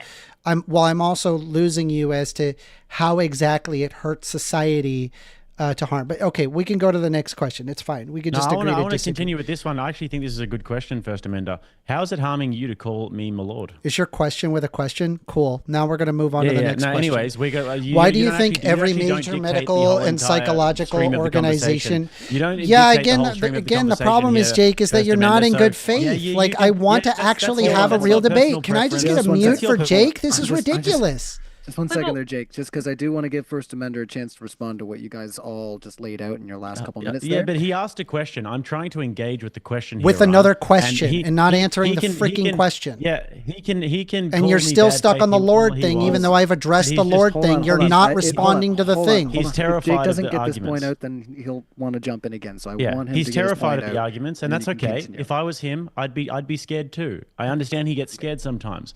But First Amender, simply put, you're saying, well, it doesn't hurt anybody for you to affirm these identities. We would disagree with that. We would say that it actually does hurt people. It's corrosive to society. However, how? I'm simply asking you, how does it affect you negatively to call me my lord? And because even if you think that I'm wrong, if you think I'm delusional, if you think I've been scammed, if I say that, and don't answer my question with another question. This is a perfectly good response to your worldview. If I say I want to be called my lord because it affects my mental health, it's not going to hurt you to say it. Why don't you say it? Because you don't have a risk of suicidal ideation by me not calling you Lord. Prove it. What do you mean prove it? You're not doing it now. What do you mean? Okay, so and you're not going to do it later or 2 weeks from now or a month from now, and you're not going to get completely removed from your family and your friends and your job and literally anybody who doesn't agree with you. Okay, so if a trans person it's ridiculous. Okay, so I want to go back to the next question instead of the ridiculous discussion. I want the next question. I would like to ask Taylor another question. You put a lot out there, First Amender. Let's let him respond, and if you want to respond to him, or he gets scared sometimes. He sleeps with the lights on. Hold on, that's okay. Without the meta sorry, if he does sleep with the lights on. But anyways, so if a trans person comes to me and they say, affirm my identity, or else, I'm going to off myself, and I say, do it then. You're not doing it now. So how am I meant to tell first? If they're not doing it now, if they're not currently in the process of hurting themselves, why should I affirm their delusion? Yeah, I mean, you're still stuck on the Lord argument, and I would like to move forward if that's okay. No. So I'm going back to the next question for Taylor. Why do you think that No, I'm not going to waste my time. I've already addressed it. I've addressed it very clearly. Just both of you gents there that it doesn't seem like we're going to move past this one, so I am going to give it back to First Amender to push us into some other territory. Just quickly, I'm a functionally illiterate Australian. I rode a kangaroo to school in my youth, and you can't even respond to my arguments. All right. So the next question I have for Taylor. So let me ask you this. Why do you think that every major medical and psychological organization around the world supports gender affirming care? Are they all wrong, or is it part of a conspiracy? Genuine question. I think that it is more societally acceptable at this moment. I think that a lot of, academia right now is very left-leaning. I think that a lot of research showing opposite results would not be published. And again, I just don't trust the validity of these papers in general because it's all self-reported. I just don't trust the validity of them in general. So I guess my only concern is number one, you're saying it's all self-reported. Yes, if you're referring to somebody's qualia, you kind of have to ask them. So it would effectively, by all intents and purposes, be self-reported. That would mean that no matter what criteria, for example, if I had a paper that gauged, pain level, that would be self-reported. You would basically have to reject all papers that engage with pain level, I guess is my issue. Okay, so I understand your concerns. I see how you see that it is more societally acceptable at this moment. Actually, I would actually venture to say that most people are actually quite anti-trans, and me being on the side of the pro-trans position is not seen as societally acceptable. It is not more societally acceptable at this moment. There are currently laws being put in place that are specifically discriminating against trans people, as well let them jump in here. Hold on, it's not left leaning. Before you steamroll away, I want you to hold your thought and let the others jump in here. So go What ahead. would you talk? Well, how can you speak on the proven comorbidity of mental illnesses that go along with people that are trans identity? Things like autism, depression, adverse childhood experiences.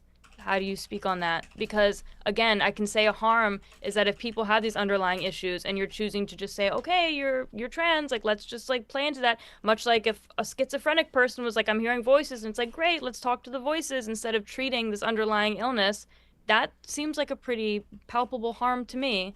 I couldn't agree with you more. I think that if you're going to have any amount of effective treatment, it would be really important to have a psychological evaluation as determined by the WPATH standards.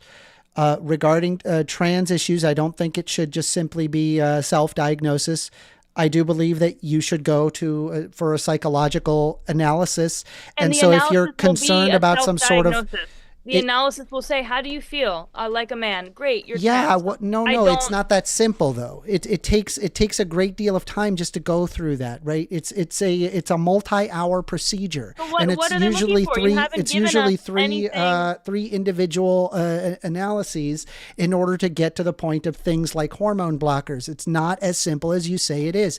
But I agree with you. We should weed out those comorbidities and have proven methods to be able to weed out things where it could be a social thing. Sure, I completely agree with you. But you haven't given us any objective criteria onto what that diagnosis would even look like. There is no one-size-fits-all approach. Right. The human brain is in itself possesses millions and millions of different variables and factors to take into account. You need to ask them. That's how it works. That's how it works with any... Do you believe like all of psychology is wrong?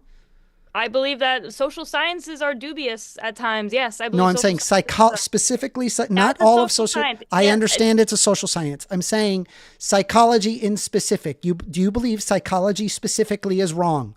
I believe it can be wrong at times, yes. Okay, so things like the placebo effect, you would say is not true because it's discovered in psychology. No, because you said you don't trust psychology, right?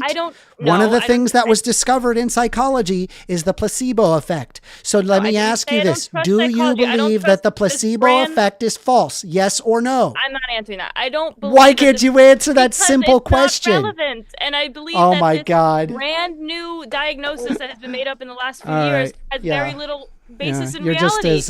You're just as lost as everybody else. Question before when she talked about the replication crisis. I did answer that question. A lot of times these things actually struggle to replicate their findings. And also there's a lot of politics that goes on with psychology as well. In terms of these studies that you find, you'll often get lobbies who are trying to fund these various different studies. So it's very hard to actually tell what is true and what is not. And also psychology is just a study of the mind. So it's just a study of the abstract and abstract concepts. So it's very difficult to actually create objective realities. Whereas if you're looking at cancer, for example, if I tell you that I've got cancer but I don't have cancer, then I don't have cancer. So we can objectively look at that. But psychology is different. Just 1 second there, Amy. I'll hand it to you in just 1 second. Actually, I think he's done. Oh, look at that. I was like, I keep my points concise. That was great. All right, over to you, Amy. So I just want to address that. This notion of self-reporting, because it is true we're taking a lot of self-reported data. I think that unfortunately happens sometimes.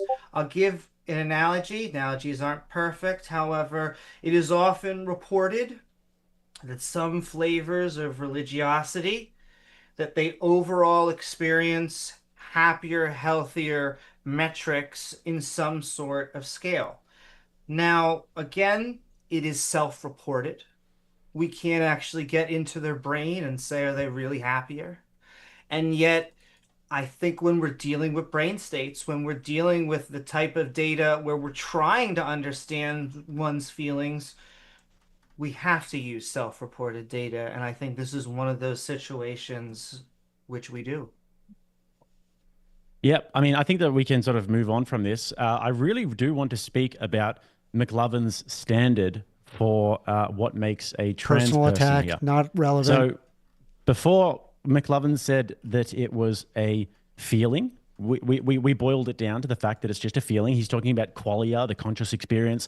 It's just a feeling. You have to right? ask people how they're experiencing things. That's what qualia is. Psychological analysis. So you'd have to go and have somebody analyze you psychologically. But then we said, you what wouldn't if they doubt don't do a that? pain He test. still That's said, also so if you want qualia. to just let me speak, that'd be great, McLovin. This is what people are here to hear anyway.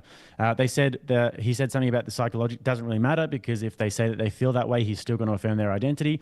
And then he said something that was really quite actually troubling to me.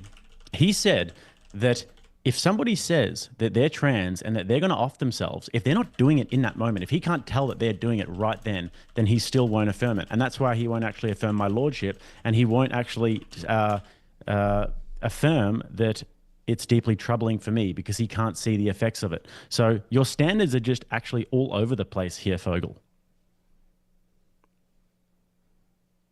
Whenever you're ready there, First Amendment, that's over to you. I want to address the replication crisis instead of just the ridiculous personal attacks. It's obvious that Jake the Rattlesnake is not actually being serious in this discussion. Yes, because you're not. Just made good arguments. Can I just please get a mute? Can I please get a mute for Jake the Rattlesnake? I actually want to address people who are serious. Hold on, both of you. I'll put you both on mute for just a second. I'm going to give you the floor First Amendment. I hate putting people on mute when I'm already planning to put on mute. But I think if he is truly dodging Jake the Rattlesnake, I think you've already gotten that out there, that's how you feel about the situation, and other people will be able to make that determination. But I do want to give him a chance to respond. So if he dodges, he loses. If he dodges now, he loses. Go. Yeah, I mean, I've already addressed the Lord argument early in. I gave you a full 2-3 paragraph long explanation why it's wrong. So I'm moving forward, right? You're still stuck on the ridiculousness, and you are not addressing what I even responded with. You completely dodged it, and you just kept saying Lord. Now I'm going back to what was an actual argument that was being presented, the replication crisis. There is no systemic replication crisis in transgender studies. The field faces challenges like funding limitations, political interference, and sample size constraints, but the core findings around the identity affirmation, mental health outcomes, and efficacy of medical care are well supported and are being increasingly replicated. Okay, we can move forward. Actually, the efficacy of medical care was just disproven in the study I cited, that at best we just have no idea if it helps at all. So that's just like the efficacy of medical care has been disproven. Of what are you referring to? Medical care, the gender affirming medical care. For okay, young hold on. adults and so children. Did you see my video where I showed all of those different groups that agree with gender affirming care? Those are all wrong. I just want to be clear. There's about 20 different groups, all scientific basis, that are telling you that gender affirming care is effective, and you're going to cite a single study to say all of that is wrong. The point is that the reason I keep knocking on the self-reporting data, which is all that you have, is that, again, if we're going to agree, no, it's important. If we're going to agree, which Jake and I agree, that there is no basis of truth to this, and that thus it must be some sort of delusion or mental illness, is that we cannot trust self-reported data then. If we ask people, are you happier because we affirmed this? And they say yes, that proves nothing. So you keep citing all these studies, but what I'm saying is it means nothing. Because, again, if I had this delusion that I was the most beautiful person in the world and everyone just said I was, yeah, I'd feel happier, but maybe there would be some underlying issue of why I need everyone to affirm that for me, and that it's not true. I'm going to ask you a simple question. Wrong. Self-reported data, it can be highly empirically valid. I'm going to ask you a basic question. How do you determine that somebody has depression? There are behaviors that we can see as well. No. Right? It's not just behaviors, right? Because if you're applying DSM-5 criteria, what about anxiety? What about PTSD? I can talk do about do we ask them how you feel? Yes, we do. But that's not but is that valid? It can be, sure, but okay, it also cannot so be. then that is also the Because we have case also regarding observable things trans that we individuals. see. It I'm comes not gonna- down to qualia. Exactly. You're assuming that Oh my Give Taylor a goodness. chance. You're All right, let's let Taylor assuming in. that I validate every like psychological like method, that I think that all of these methods are bulletproof. I think that there's many issues wrong with the field of psychology, but that's not what we're debating. You're I look asking why forward to your paper that is going to dismantle literally every single empirically validated mental health diagnosis, such as depression, anxiety, and PTSD, gender identity, pain and symptom reporting, substance use and behavior disorders, as well as global health studies on self-reported happiness. I really would love to see you disproving all of that. The only reason we're continually talking about this is because you keep citing papers about self-reported data. That's the only thing You're the one dismantling citing. self-reported Right, because that's data, all but the you're reality citing is that about why we should take self-reported this data seriously. can absolutely be empirically verified. It can be, among other things. Okay, so then what have you read regarding gender identity and gender studies? What do you know about this subject? I cited it in my opening. So I'm not going to What did you cite? Here. The CAS review about this whole, the actual... So that single study? Wait, hold on it's first a a minute. review leading of explain. many studies. So that single study? It's not, of many studies. You have It's not many a- studies. I that's cited what a many review studies. is. I didn't see you cite many studies. Okay. I saw you cite one thing, and then I showed you the little tiny handful of papers that exist in Sweden in that But the one UK difference- study, and then the mountains and mountains of empirical evidence on difference- multiple different fields of study. All You're right. somehow correct. Just quickly, let me Before get in here you for a continue second. on, and absolutely, I will let you in, but your mic is a little bit louder than everybody else. Sorry, If you I'm could just yelling. tweak I'm it yelling. a I'll little bit. quiet down. Well, it's not just the yelling. I'll quiet down. All right, it's just the headroom on the amp there, or your mic. But go ahead there, Jake, when you want to jump in. Yeah, I mean, this isn't a debate about who has the most studies. And if it was a debate about who had the most studies, then First Amender would surely win. So congratulations on having a lot of studies, First Amender. This is a debate that ultimately boils down to who has the most logical position and who can defend their position the best. Taylor's position is much more logically defensible than First Amender's position. And all he's saying is, I've got more studies than you. First Amendment, we don't care if you've got more studies because we can just reduce your studies to their logic and we can just destroy them as Taylor just did with you. So you can pull studies out of your backside until you go blue in the face. We don't care. The audience doesn't care. The audience wants to see who's got the more logical position here. And your position is illogical because all of your studies, if you got all the studies in the world, First Amendment, thousands of them, and they were all just, completely rigorous, your position still boils down to it's whatever they say they want to be. That's what it still always boils down to. And when you say qualia, you're just talking about personal, subjective experience and preferences.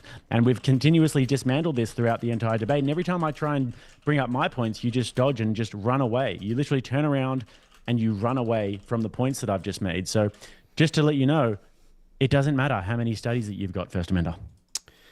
My position does not boil down to whatever studies say. That is my view is informed by evidence, not vibes and ideology. If all of the best data, science, and expert consensus say that affirmation saves lives and it improves well-being, and if it causes no widespread harm, why would I ignore that? You, on the other hand, are asking me to throw out all of that in favor of what? Your gut feeling? A meme? You're not providing any critical thinking. You are providing anti-intellectualism. A gut feeling? So what's wrong with a gut feeling, First Amender? If I just feel as though it's all bullshit, and I can't really sort of like defend it in any way, but I just feel as though it's all bullshit, what's wrong with my gut feeling? Is PTSD bullshit? PTSD? Yeah. I don't know. You don't know if In it's some bullshit? cases it might be. I In some think it's cases not it might be. In bullshit. some Do you cases think it it's might not bullshit? be. In some cases it might be. In some cases it might not be. I'd say for the most Okay, part. do you think people that it can- probably people can have requires a PTSD. psychological diagnosis to determine if somebody has PTSD, maybe? Yes, I would say so. How do you determine that?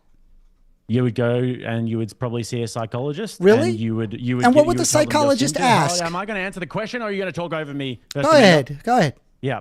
So you'd probably, you'd feel some sort of symptoms internally, and then you would go to a psychologist, and then you would speak to them, and they would tell you if this is corroborating with the evidence of what PTSD is and what the symptoms are of that, and then they would tell you that you've got PTSD or you haven't, and then they would treat you for that. Great. So are you saying that you would rely on a person's self-reported data? No, I would rely on the evidence, and this actually goes against your point, First Amendment. Wait, that's literally what the diagnosis is for trans individuals. It can't just be a personal preference. Hold up there, fellas. I want to let Taylor in. So go ahead, hold on a second, just quickly. If after this debate, this is actually likely to happen. If after this debate, First Amender says to his friends, guys, I've got PTSD because Jake Rattlesnake just destroyed me and he's an illiterate Australian. If that happens, then your friends will probably be like, you probably don't actually have PTSD, First Amendment, even though you did get destroyed in the debate. You're probably just a little bit upset about it. But then if it just persisted, and if I was living rent-free in your head for the next 6 months, which is also likely, and you went to a psychologist and they said you actually are displaying the symptoms I'm going to sleep like a baby and not think about you at all. You would have PTSD. I don't know if he's been that rattled, but I hope that that's part of your branding. You've been rattled. Anyways, it'd be kind of funny. Taylor was about to speak. Taylor was wanting to jump in, but yeah, definitely, Amy, you're next if you got a thought there. So go ahead, Just Taylor. a very quick question. Dudes, does every trans person have to go through psychological testing to be affirmed? Does every trans person have to receive a diagnosis in order for their identity to be legitimate? Let's let Amy respond. If you want Amy to go, I can. That's fine. Either one. For Let's sure. let Amy. Yeah, I'd like for that. I would say, thank you. Honestly, the process starts with a therapist. It is one thing to just self-report into a void. However, I would prefer that people go to a therapist and really suss out, is there something in my past? Oh my God, I didn't even know about. Is there something to the left or to the right that is depression, something happened, and remove those. And if we have removed all those and what is left is gender dysphoria, then I think you should move on with other options like puberty blockers and hormones. I do want to answer the bullshit question because I think it's one of the biggest pushbacks that our side gets. And I would say that an answer to that, which I would love to have a back and forth, is that it's the morally right answer. And I know without getting too deep into moral ethics, I think that it is the nice and kind thing to do. And I think that it allows transgender individuals to easier assimilate, thus allowing them to function better in society. What's the question? Are we responding to? Well, I guess I would say the reason why it's not I guess your feelings or thoughts is the reason why it's not bullshit is because it's the morally right thing to do. I would actually put that forward. It is the nice, kind thing to do. And by doing so, it actually is of benefit to society. But I just reject that. I reject that it's the nice, morally right thing to do. I reject outright that it's the morally right thing to do to affirm somebody's delusion. I also don't think it's nice or kind to do that. So I reject the premise of that statement.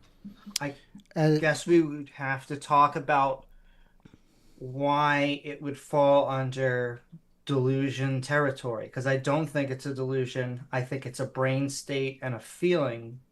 I think that a brain state or a feeling, you have to that there is a distinction there. I'd argue a delusion is a brain state. So I would agree with you, but in other words, it is someone saying I feel masculine, I feel feminine.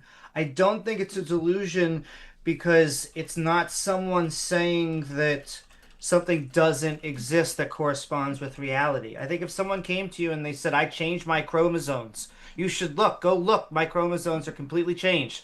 I think maybe you could say they have a delusion. But if they're saying, look, I didn't change my sex, I just have this label that we call a gender that is this aggregate of properties. It's just easier that you use she, her, or he, them. Yeah, I mean, just personally, First of all, I reject the premise, like I said before, that it's the morally right thing to do. And second of all, even if a trans person is saying, if you don't say this, if you don't affirm my delusion, then I'm going to off myself, I don't care. So that's another thing. I just don't really care. That's called emotional hostage taking or emotional blackmail. And if people want to emotionally blackmail me, then I don't care what you do. But can I give you the opposite? Oh, I feel bad, Taylor. No, go ahead. I feel bad, but if one were to say to you, look, I'm a Christian.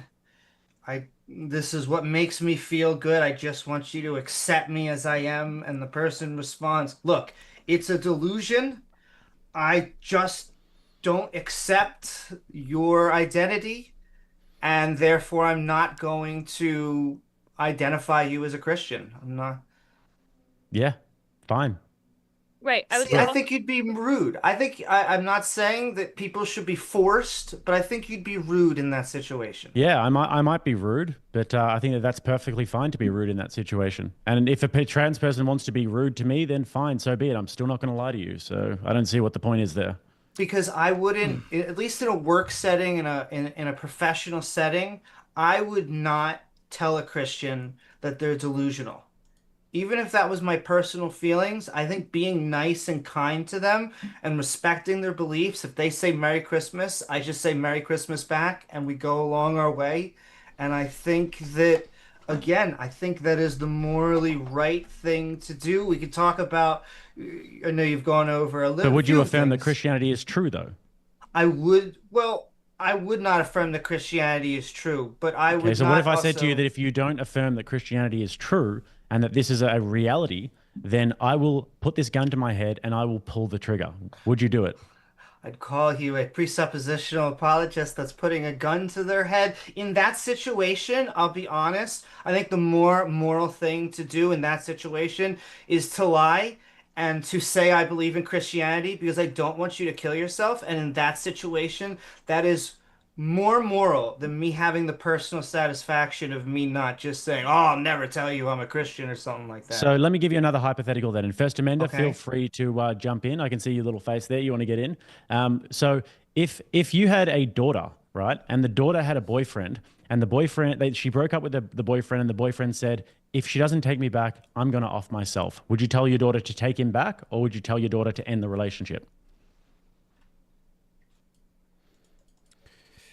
You're twisting a serious mental health issue into a manipulative caricature. You're effectively being dishonest and cruel. So you're not going to answer the question again? Affirmation. So you're going to run away again? I am answering the question.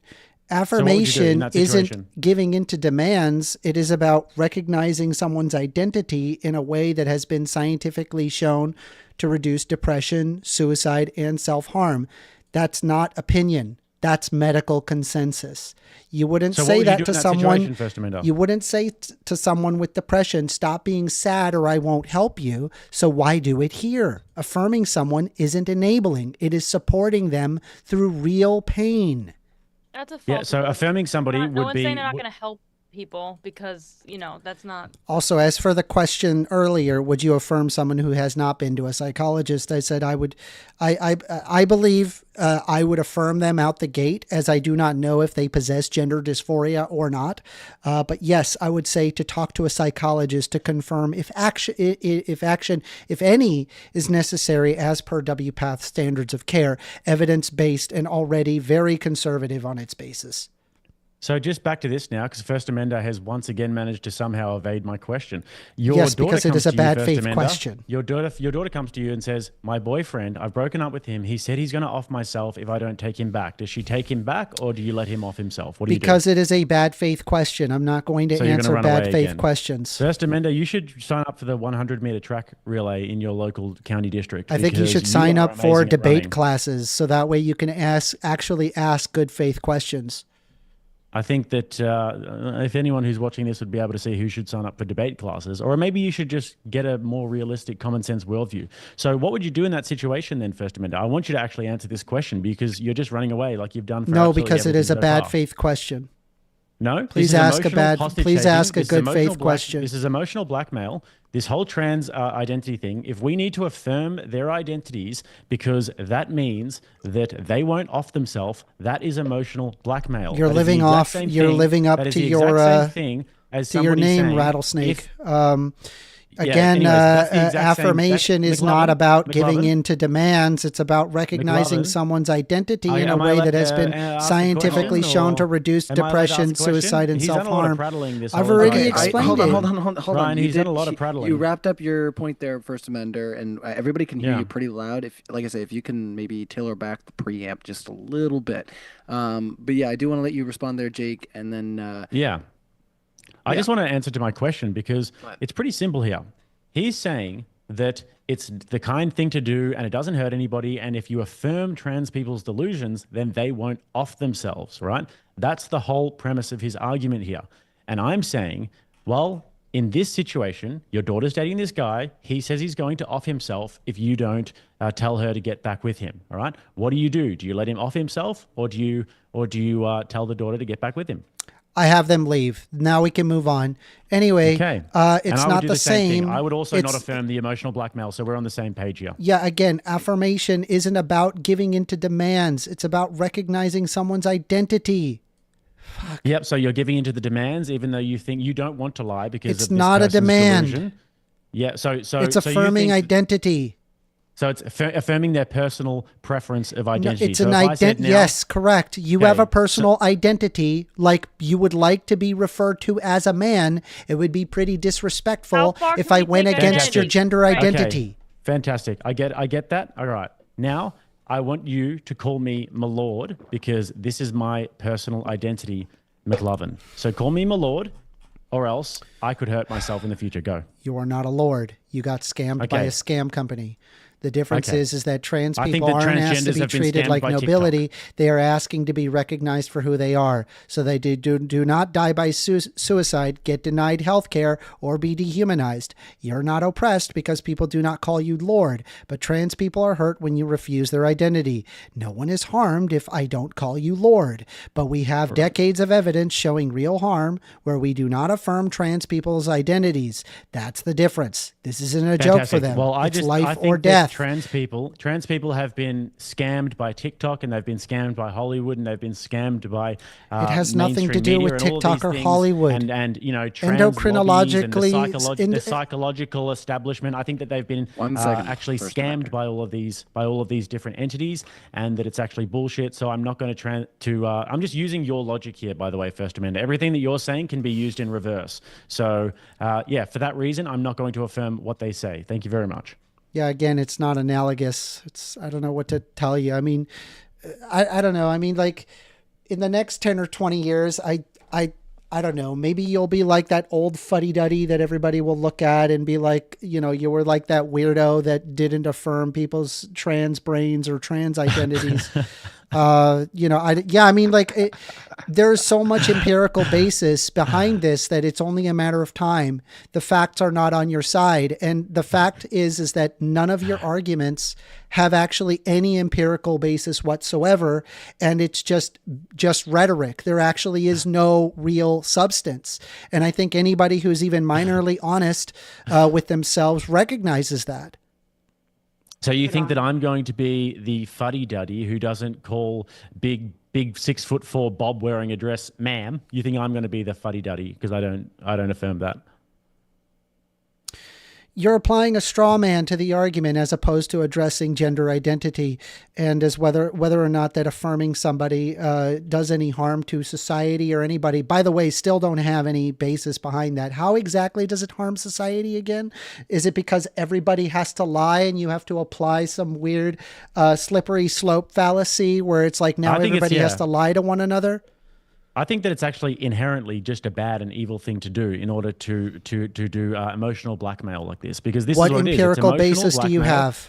And it is emotional hostage taking. Yeah, it's my feeling. What's wrong with my feeling? I just feel that way. Affirming it's my personal preference. Yeah, you have a personal preference to being identified as a man. What is that argument? Yeah, no, it's my personal preference that I believe it's bad. So what's wrong with my personal preference? Well, can I respond to that? Then have the personal preference. No one is denying you. Okay. Then Yeah, you have I no do then you want to have let no leg Amy to in stand here. on to say that So my hold personal on there, preference guys. is wrong. You're Once having a again, First great back and Amender, forth, and that's going another to spur L. some thoughts on the panel. So, Amy, I want to hand it to you.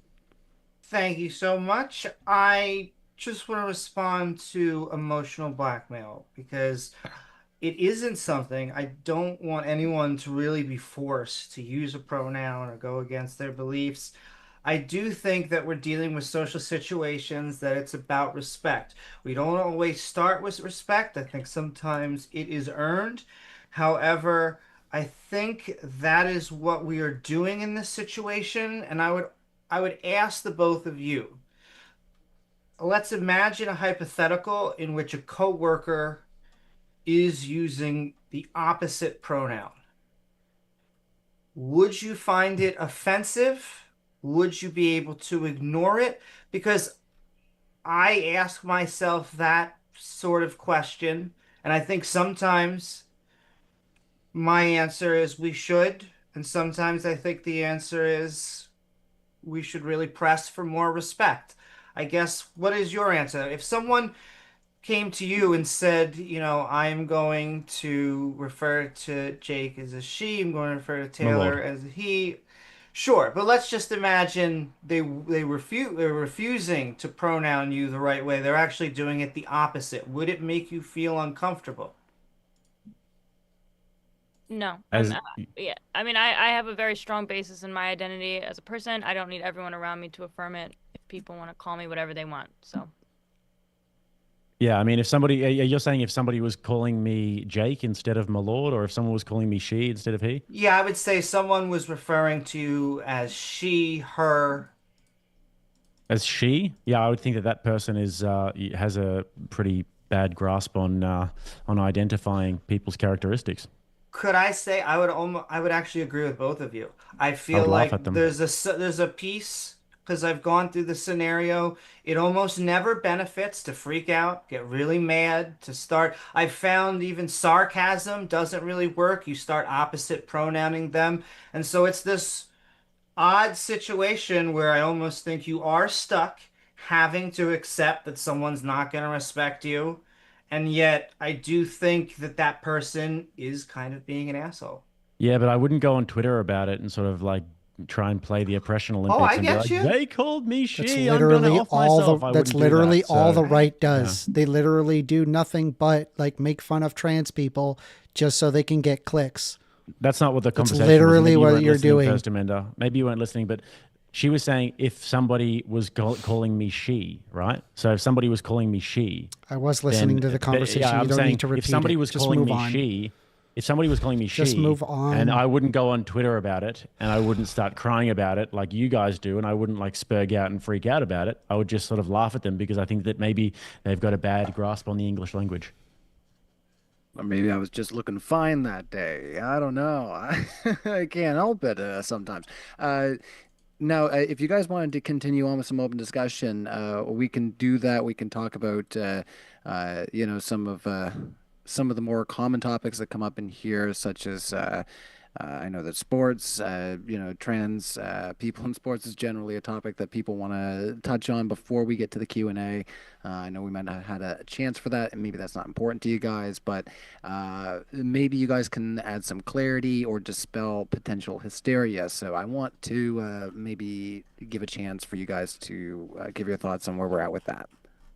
As in trans Let's people in sport. Yeah, let's start over with you, Jake. Yeah, I mean, sport should be allocated into the biological sexes, and we can see the damage that it does when it's not. Obviously, in boxing, I've done boxing for the last 10 years. I've competed in boxing, and I know that I would absolutely fuck any woman up if she tried to get in the ring with me. It would not be competitive whatsoever, even the best female boxers in the world. So if men obviously have a distinct biological advantage there. And we saw this recently with Khalifi in the Olympics, who is a verified man, was going and bashing the skulls of women in, and there's no universe in which that is okay. The only good thing about it is that it like might ruin women's sport, which sucks. All right. Do you want to respond there first, Amy, or are you I feeling like chomping there first? well, I will say that at least in Olive Branch, I think the sports issue of all of the transgender things is the most difficult because there's so many different parameters and factors. Sometimes you're going to have hormone levels be a good way that we can move people forward. Sometimes we're going to have weight categories. I think when we're talking about sports, we're dealing with very specifically fairness. We're asking it, are the people in this category fair? Is it a good competition where the people are going to come out as we think the accurate winners? I think that's going to be hard as we have to look at each individual sport and we're going to just have to make determining factors. My joke is sports of all of these is the most first world because we're clearly dealing with people trying to have a good time. However, scholarships are involved, other factors. I'm going to keep on trying to find some sort of universal design, which is where everyone wins. And that generally is when the categories are match fair. Sometimes means not having transgenders. Sometimes it means having ways in which transgenders can join. You're going to have to play it sport by sport basis. All right. Yeah, let's let Taylor have a response here, and then first, if you want to give your final thoughts there, we'll let you have the last regarding one. So, trans sports. Yeah, regarding where we're at Okay. with that conversation. So we'll let Taylor respond first if you have any thoughts there. Yeah, I mean, I basically would just parrot Jake. I mean, we should just, it should be based on sex. It's only fair. I mean, even the strongest woman versus the weakest man, like I wouldn't want to be in any sort of boxing room with any sort of man. Women deserve spaces to compete and be successful. So there you go. All right. First Mender, your thoughts, and then we'll get into some more open discussion if we have any more left to provide to the audience before the Q&A. Once again, get your super chats in there, guys. We've got all kinds. It's going to be a great Q&A from the looks of things already. We don't want to miss your question, though, if you have one, so get it in there. Once again, we have First Amender here, Taylor, Jake Rattlesnake, and Amy Newman. Thank you, everybody, for having the great discussion, and we're going to keep going for, well, as long as these guys want to keep rolling. So, First Amender, your thoughts on this whole discussion here? Yeah, when it came to sports, I felt like that there were certain sports that are probably not appropriate for trans women due to innate differences that would make them better, such as bone density as well as muscle fiber, even with gender affirming therapy. But as I thought about it further, Emaine Kelif is actually a fabulous example, possessing actually no medical evidence that they have XY chromosomes or elevated levels of testosterone have ever been published about them. However, there had been frequent misinformation surfacing on social media about her gender and eligibility to compete. False claims that Kelif was male was fueled by Kelif's disqualification from the 2023 Women's World Boxing Championships, which was organized by the Russian-led International Boxing Association after she allegedly failed unspecified gender eligibility tests. However, the International Olympic Committee, as well as the Paris Boxing Unit, did state that Kelif was eligible to compete. And so the IBA's previous disqualification was effectively sudden and arbitrary and taken without any due process. What's interesting is that there are biological women that possess excess levels of testosterone. This is more common than you think. And if they possess these excess levels of testosterone at an early age, then they effectively have more man-like conditions. And one thing that happens to these people is that when they end up competing, they actually end up crushing women's championships. Another good example is Caster Semenya. And what I find interesting about this is that, well, if you think about what sports are and what it means to be really, really good at a sport. Number one, you're very good at a particular skill. You're skilled at it, and you probably have some sort of genetic predisposition that allows you to be better at that particular activity.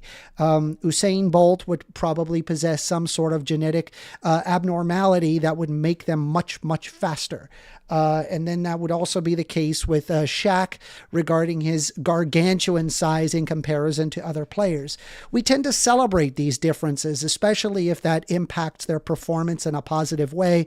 And I see, so if if it's possible for a biological woman to take advantage of their excess testosterone in a particular sport, then why not trans women? Yeah, that'll never happen. Women who are born females are never going to be going and competing in any sort of like heavy duty sports against men.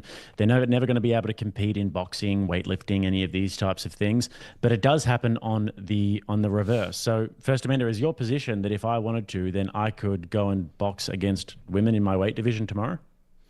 In the same weight division as women? Yeah. I think looking at testosterone levels would be necessary as a part of gender testing. So likely that they would require you to get a certain level of testosterone in order to join. That would probably be my position. Sure. So if I just lowered my testosterone a little bit, then you would be fine with me going and beating the shit out of a woman? I don't believe that you'd beat the shit out of a woman. I don't. Yeah. Mm-hmm. Well, I'd suggest that you maybe go and get yourself in a boxing gym at some point, First Amender, because there's a very, very big difference in terms of how men and women fight. Okay. Do you not know that? I'm sure there is. There is? Yeah. So you'd be happy for me to go and crush the skull of a woman? Well, just so you're aware, those injuries that Emain Khalif had provided is very common injuries that occur even in the women's division. So I'm talking. I don't know where you're getting the idea that don't worry about that somehow Emain was somehow crushing the skulls in. And I think if you lacked testosterone, you would definitely lose muscle mass and your performance would drop drastically.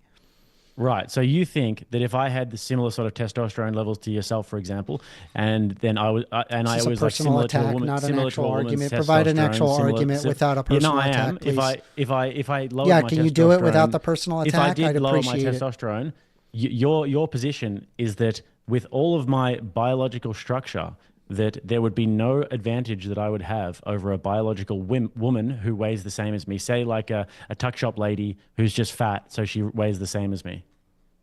Yeah, again, if you are taking testosterone suppressants, you would indeed become a lot smaller. Do you have any idea how ridiculous that sounds? No, it doesn't. Fist, I have a big fist, First Amender. My big fist. Yeah, do you think punching women the face can't have big of a fists? of a small woman's skull. You think that is a fair fight? Do you have any idea how ridiculous that is? I've already answered. Like, I don't know what else to tell you. You think you think that you're like doing social justice here, but you're arguing, I'm not. First Amender, for a man to I'm be just able arguing to bash like a woman. where I can logically Why are you go arguing to. for men to be able to beat women up? I'm not arguing for men to beat women up. I'm what you arguing for just the argued. inclusion of all individuals in society, which includes trans individuals. That's what I'm arguing. Yeah. Well, let me argue from a position of authority here then, First Amender, because clearly you've never stepped foot in any sort of martial arts environment. There is a massive difference. Like I said before, I never disagreed that there isn't a massive difference between men and women in sports. The absolute brakes off of the best professional woman in the world without a single issue. If you take 2 years of estrogen and testosterone blockers? Yeah. Yeah, you think that you'd be this giant dude after 2 years of that? Hands. Yeah. I got news for you, man. You'd look like a woman in 2 years. Your beard would disappear. Your muscles would disappear. What about my bone structure? What would happen with that? It would maintain the same. However, you would still go up against people who have naturally higher testosterone, and you would be at that level.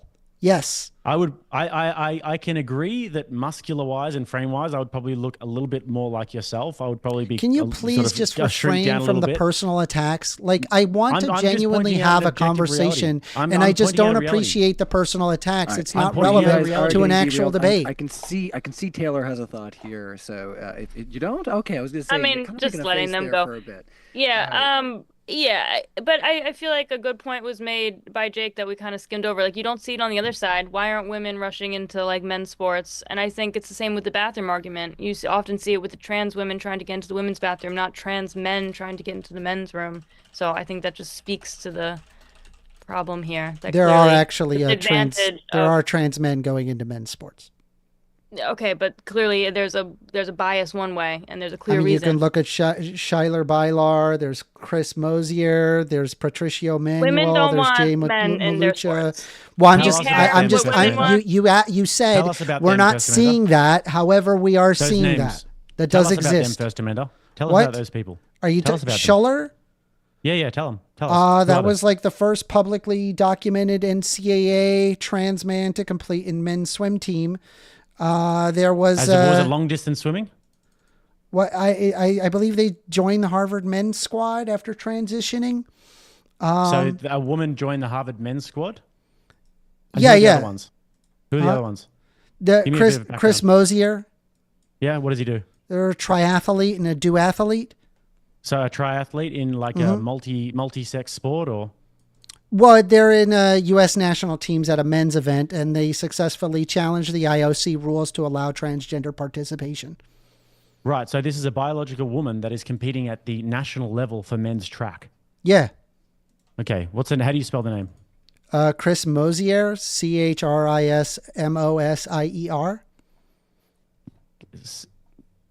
All right. Go on. Who are the other ones? There's Patricio Manuel. And what do they do? They're the first trans man to fight professionally in a men's boxing match. What was the record? Was there What a was their record? record? Are you Yeah. asking for? I don't What know was if their they have a record? record or not. I don't watch sports. Oh, well, goes to show. I Anyways, we don't see the same sort of infiltration. I don't of know sports. why We don't are- see them at the Olympic I don't level. know why We you're see- we doing see- we this see trans- we see personal trans women- attacks. We see trans people This who says more transition about to becoming you than women it at does the to Olympic me. Like level. you're asking all of these pointed questions. I'm providing you relevant empirical data, Yeah, and I don't your see a single response is to Olympic just athlete make here. fun of me. It's not really an argument. When did I actually didn't make fun of you just then. I refrained from it. So where are the Olympic athletes that were born biological females that have gone on to become Olympic athletes or Olympic champions in the men's? I'm not sure. But I would also say the same problems are present. So, although the focus, especially on the media, is definitely on trans women, there are trans men that want to go into sports competitions, I and need they to pee, are I'll be right back. met with two different, I would say, groups. There are some that say, well, they are females, let them just fight with females. It doesn't matter that they have a beard and are now bigger. And others who would say, well, hey, they are in essence using steroids. So why should I let this person who's using steroids up against the biological woman? That's why I think it's such a complicated issue and why there is going to be many factors that maybe determine fairness. Why some sports, sometimes when we're dealing with like swimming, where it may actually be that a leaner frame actually has some sort of advantage. That's not going to be for every sport. However, as long as we're trying to find what I think is the metric of fairness, we're going to come out with a more universally acceptable system. Might take us a little while. Did you have a response to it, Taylor? I think that first No, one I had mean, Jake my step away. opinion stays the same. Like biological sex, sports, I don't care that much about this issue, but it just seems very clear to me. So, yeah. I know they're trying to make us care about sports. Yeah, don't care about sports. All right. I Well, care, but not enough. all right. Feel the Well, same very good. way. Very good. Yeah, no, I'm not a big sports person either, so that's why I had to frame it the way I did. I have no idea, if this is just, like I said, is it a problem? Is it just hysteria? What's going on? The other thing that I guess if you guys wanted to touch on, some of the talk about, trans in the military, and Are we done with that sports topic? Yeah, I think we're gonna move on. If that's all right by yourselves. I was just quickly. I just wanted to say, we asked about all those athletes before, all of the alleged, biological women who went into men's sport. Absolutely none of them at the top levels of Olympics. However, the other side, you see biological men transitioning to become women and then making it to the top of the Olympics. Why is that? Why is it that there are none? Why is it none of that is happening in the reverse? Is that because maybe men have a biological advantage physically? So I just want to be clear, right? I mean, I agree with you. There's likely a biological advantage. I'd never disagreed with that. But I'm going to ask you this. If there were, would you affirm trans identities? What do you mean? If there was a trans man that performed at the top levels in Olympic sports, would you affirm trans identities? No. Okay, so this question doesn't matter. Cool. Yeah, I'm just pointing because the question actually points to the absurdity of what you're saying, and now you're giving me an impossible hypothetical and acting like that somehow refutes what I'm saying. Is that kind of like what you did? I wouldn't affirm that they're a man, but the evidence. That's actually literally points in our direction, I love that. direction. I do love the projection. It's really fabulous. What's projection about it? You just projected the exact thing you did this entire debate towards me. First Amendment, you've been asking us this whole time about proof that there's like a societal decline with affirming the identities, and we're just giving you one. Like, women are losing out on sports opportunities. Let me get this straight. Trans women get included in sports, which, by the way, right, just to point out, across all sports, it's suspected anywhere around 200 total. Who cares? That we're talking like from high school all the way to professional league. There's a total of 200. Okay, so knowing that there are 200 trans individuals joining in sports, then society collapses. Why don't you take me through the steps how exactly that works? How does society collapse? If we keep affirming identities, then there'll be more than 200, and that doesn't more matter. Than 200. We're talking about just how we operate as a society and how we separate people and how we define people, and that the spaces that women have fought for years. And I assume you're some sort of feminist as a leftist, so you should care about this. So more than 200 women fought for spaces. Then what? Why don't you let her answer? Do you care about what women think about I do. Okay, I sure and what do. if most women were against trans people in sports? Would you? Ooh, hot take. You know what? Most women don't feel that way, but okay. Anyway, so now so more than 200, then women. No. I want to understand your position. What she said. I'm saying more than 200. It doesn't matter. No study I'm going to show you matters because I've presented studies, and then you say, well, I don't care about the studies, so it doesn't matter what I send you. Anyway, so if there's more than 200, because this is actually based on feelings. So you would say that there's more than. Shut up. You would say that there is more than 200. Can I get a mute on this guy? Like, I can't say anything without him freaking out. Hold on. This has been a lot of fun having the back and forth here. But yeah, let's give First Amendment a little space here so he can flesh out his thought, and then I'll definitely give you a chance to respond. We were going to move on to some of the changes to the military regarding the subject, but we can talk about that in a few minutes. I'll let you guys. Okay, you can segue naturally. Go ahead. Societal collapse because trans women in sports. Okay, so you said, there would be more than 200. Women fought for those spaces. Okay, get me to societal collapse. Show me. The point is that if we as a society cannot define man and women and truth and untruth, then the society does not thrive. And so if you can't stop. To grapple. You talk for so long, please. You talk for so long. But you just made a jump.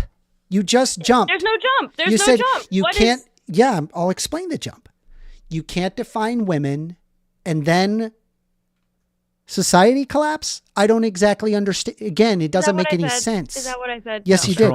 Go ahead. Then explain it. Explain it to me. How does society collapse? I'm asking you to grapple with your hypocrisy in your own worldview. I'm saying that you say you care what women think about. You claim to be some sort of feminist, and I'm telling you that even if it's 200 spots that are being taken from women that worked hard to get there by biological men that come in because it's the easier route to go, that should matter. And I'm telling you that the more you affirm these identities, the more that number will rise.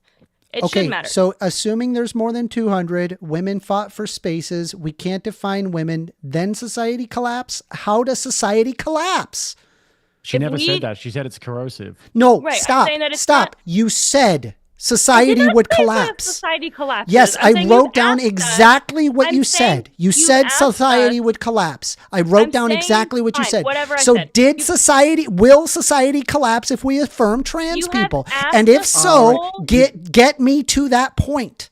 All right, to be fair. Go ahead, sorry. No, it's okay. I was gonna say, just to be fair, I'm just gonna place you on a brief mute there, First Bender, just so we can get some of the thoughts out here in response.